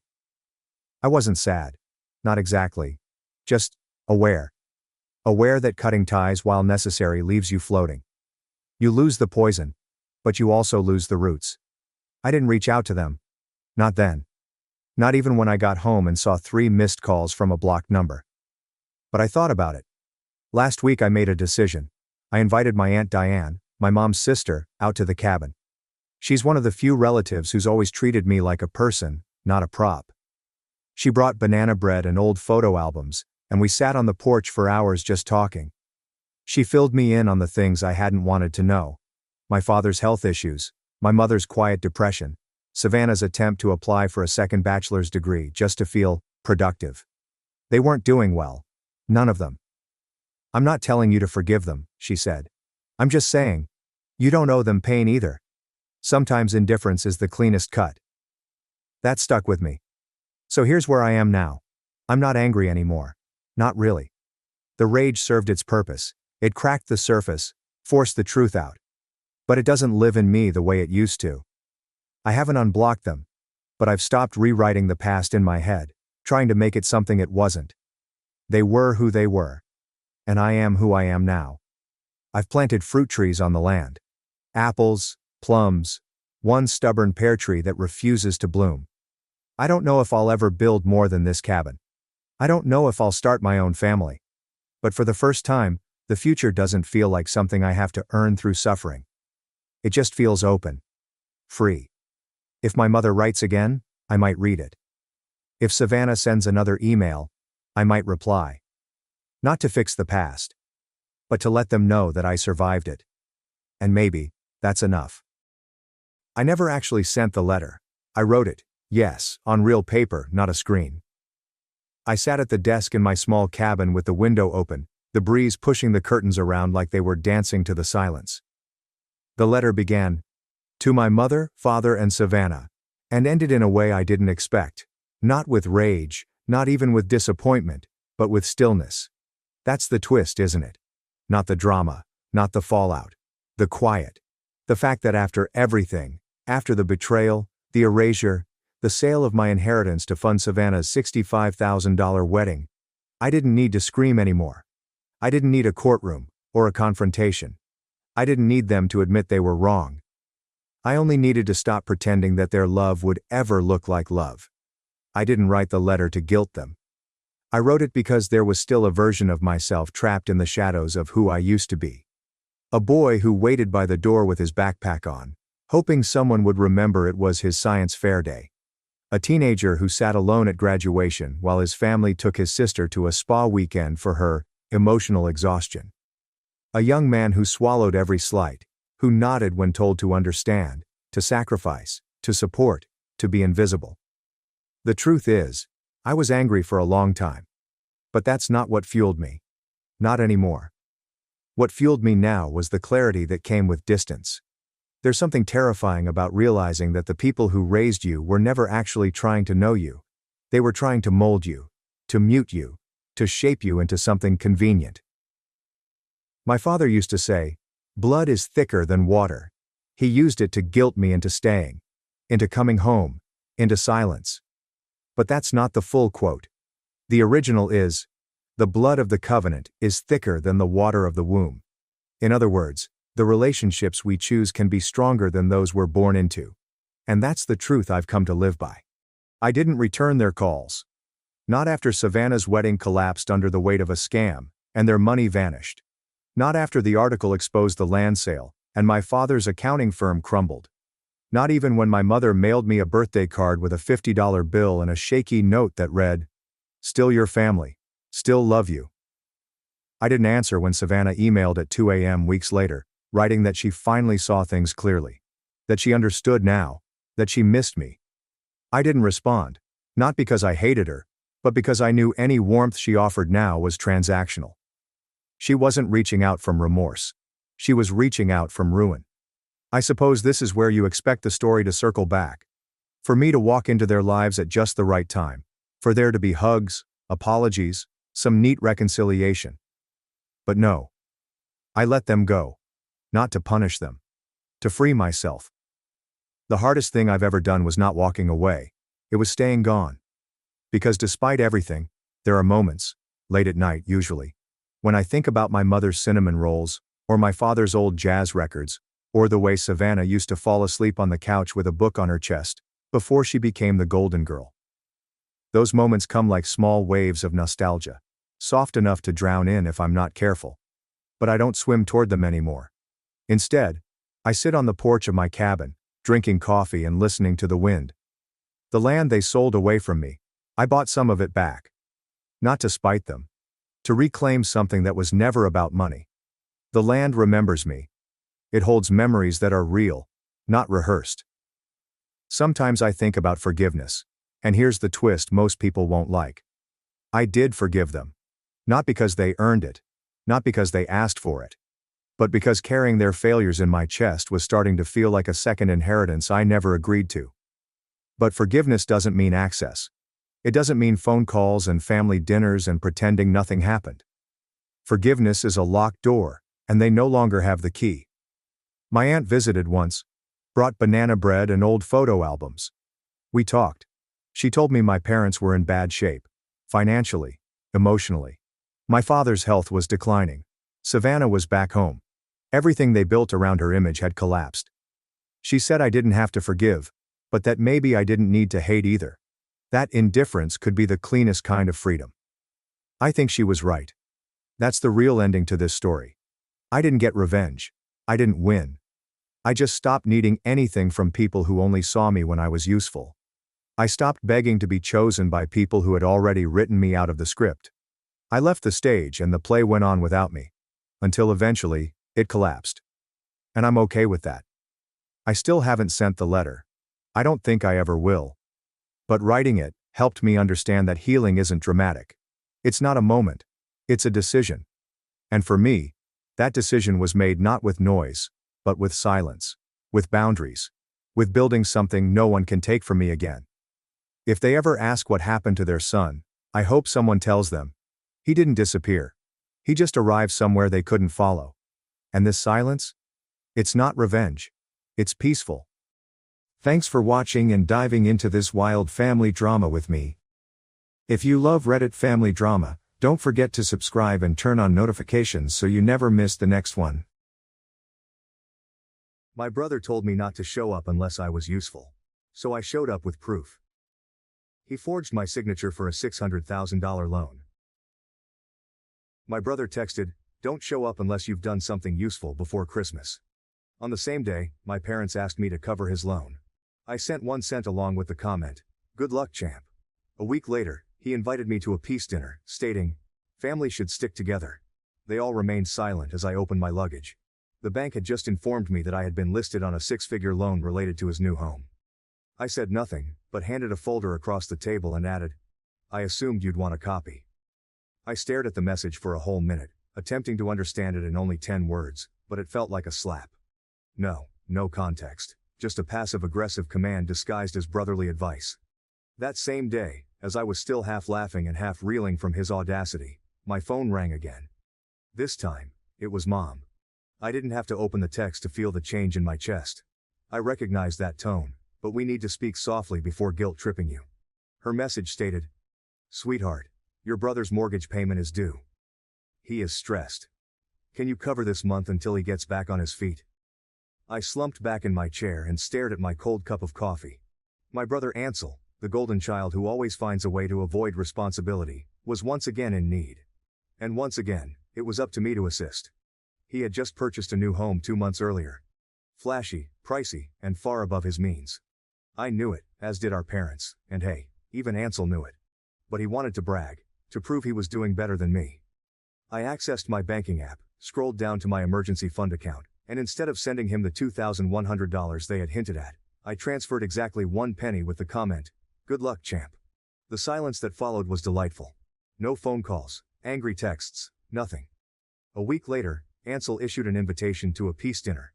He said he wanted to make things right before Christmas. The family should keep together. My parents shared the sentiment. Mom even utilized her forgiveness to provide the ultimate gift of the season. I did not respond right away. I needed to see how far this performance could go. So I showed up. The house was completely decked out with twinkling lights, candles, and Christmas platters. When I stepped in, everyone was already sitting, and I was holding my old leather satchel, which I had never taken to family dinners. Ansel opened the door himself. "Hey man, glad you came." His grin was wide, as if he'd already chosen how this night would finish, with a reconciliation scene for the family highlight reel. We sat. Small chat and uneasy smiles. Dad clinked a drink and made a statement about unity. I waited. Then, just as the turkey struck the table, I took the folder from my backpack. Cream-colored, thick, and silent. "I figured you'd want a copy," I explained, sliding it over the table. They all stared at it, as if it was about to explode. It did not. However, the goods inside were a different story. I didn't have to explain what the folder was. The bank's fraud department emblem was prominently displayed on the first page. This is my name. My signature, but it wasn't mine. A six-figure loan I never applied for, with the address linked to the mortgage? Ansel's new home. The quiet struck like a bomb. Even Ansel's twins stopped squirming. My father reached for his glasses, trembling, and opened the folder as if he didn't already know what was inside. Ansel's smile faltered. "Wait, what is this?" "Oh, I think you know," I answered, as cool as ice. My mother gasped as she flipped over the pages. "This must be a mistake. There's no way. Ansel, tell him this isn't." But Ansel didn't say anything. He was staring at the papers, blinking as if he was attempting to turn them into something else. "This is a bank notification," I explained. "Apparently I co-signed on your mortgage, except I didn't." Dad looked up. "That can't be. You must have signed something. Maybe you just forgot." I laughed. Forgot applying for a loan I never needed? Forgot signing away 6 figures in debt for a house I'd never live in? "Let me guess," I said, concentrating on Ansel. "You used one of those old power of attorney documents Mom made me sign when she had her surgery. The one that was supposed to be temporary. The one you just happened to have a copy of." Ansel's mouth opened, closed. It was going to be temporary. I just needed help qualifying. The bank was being impossible and I thought, "You thought I wouldn't notice?" He leaned forwards, frantic now. "I was going to fix it. I just needed to get approved. Once I refinanced, it was going to be in my name alone.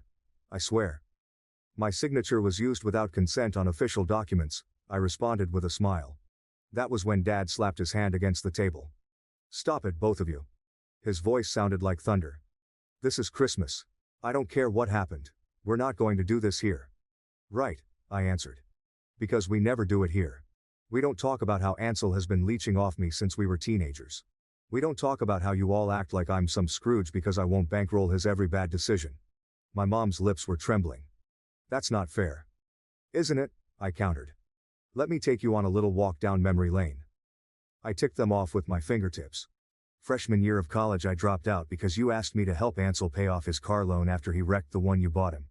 2 years later, I co-signed for his community college. He dropped out in a semester and left me with the debt.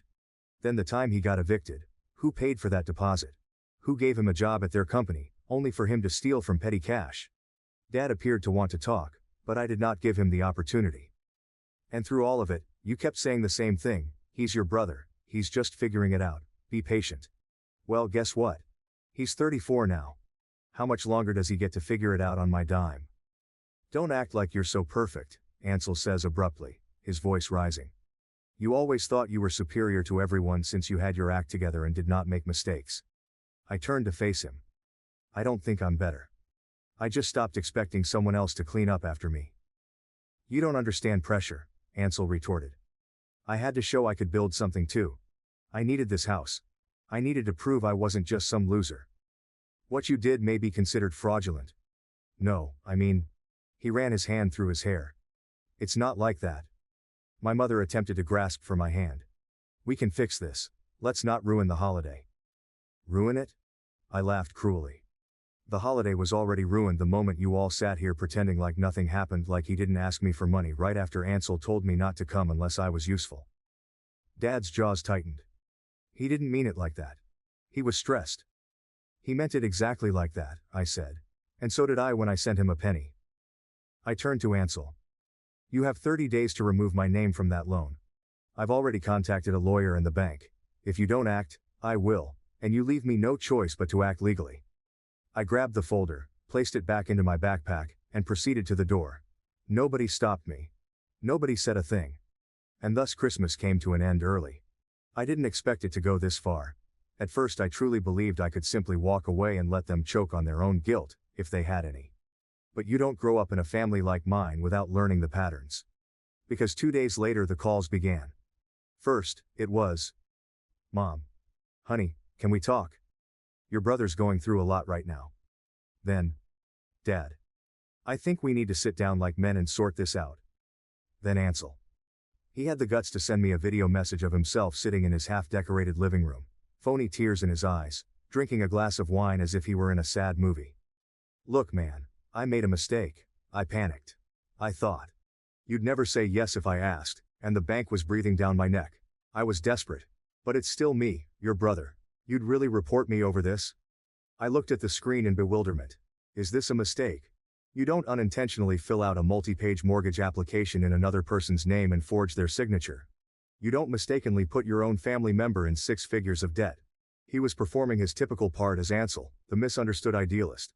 The guy who always had good intentions but never quite succeeded. And everyone always let him off. Except for me. Not anymore.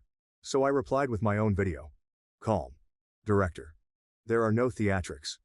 I've already filed the legal issue report with the bank. They're opening a formal investigation. I've submitted handwriting samples, a timeline, and email evidence. You have 10 days to remove my name. After that I escalated it legally. No more metaphors.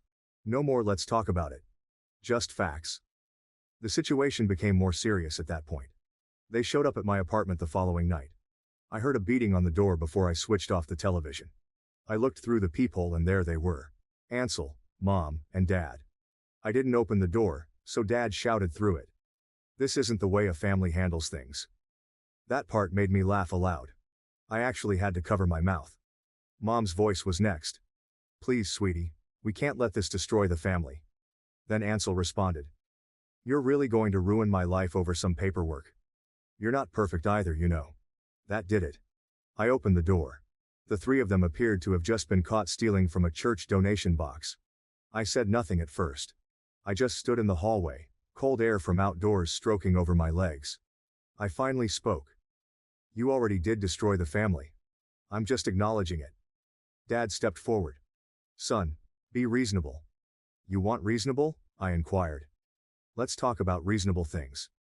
I took out my phone, tapped it a couple times, then held it up. This is the recording of Ansel asking me not to show up unless I'd done something useful. Want to hear it again? Their faces moved, all 3. And this, I added, switching to another app, is the email I received from the bank confirming the forgery. It's admissible. Ansel was sweating now. Come on, man, we're brothers. I stared him in the eyes. Brothers don't steal from each other. Brothers don't lie. Brothers don't pull each other into financial messes like this and then try to make it sound like a misunderstanding. He opened his lips to speak, but I silenced him. You're going to walk to your car right now.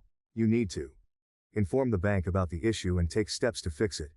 You're going to have them remove my name, and if I don't get a signed notarized release form within 10 days, I go to the police. Mom gave a gasp. You wouldn't. He's your brother. Oh, I would. I'd sleep like a baby. You'll break this family, she sobbed. I tilted my head. There's nothing left to break. You just don't like seeing it shattered. And then I made the ultimate move.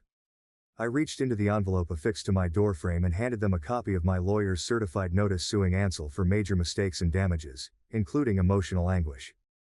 You made adult choices. Now it's time to take responsibility. They stood there, transfixed as statues. Then I closed and locked the door and proceeded to cook popcorn. That night, for the first time in years, I didn't grind my teeth. For the first time in years, my phone stopped ringing. No daily guilt trips from Mom. There are no gaslight voicemails from Dad regarding family values. Ansel sent no text messages with passive-aggressive emojis or poor spelling. Just silence. And let me tell you something. Stillness is addictive. At first I was waiting for the other shoe to drop. Perhaps the police would call. Perhaps the bank would engage in some legal maneuvering and ensnare me in red tape. But none of that occurred. What actually happened was that Ansel cracked on the 5th day after I sent the legal letter. I received a call, but it was not from him. He lacked the necessary courage. It came from his realtor. Apparently, Ansel panicked and listed the house for sale. She nicely asked if I would be willing to sign a release of interest to help speed up the transaction. I told her I'd be pleased as soon as Ansel completed the notarized documentation to remove me from the loan. Fair trade. Within 24 hours, I received a PDF that had been notarized, signed, and stamped. A clean break. I was out. But that was not the true victory. The true victory came when Dad arrived at my office. Yeah, he didn't phone or text, he just sauntered in one afternoon, as if he owned the place, and looked approximately 20 years older than I had seen him before. I was now in the middle of a customer meeting. My assistant attempted to stop him, but he pushed past and barged into the room. Son, we need to talk. The client blinked. Should I? I nodded. Take 5. Dad shut the door behind him and stared around my office as if it were an exotic world, as if he had suddenly learned his youngest son had accomplished something worthwhile. Didn't know you had this set up, he remarked, looking at the shelves. Looks professional. It is professional. He nodded, but did not sit down. Your mother's not doing well. Oh, there it was. The sympathetic angle. She's upset, he added. I think you've gone too far. We all do. I remained mute. He continued going.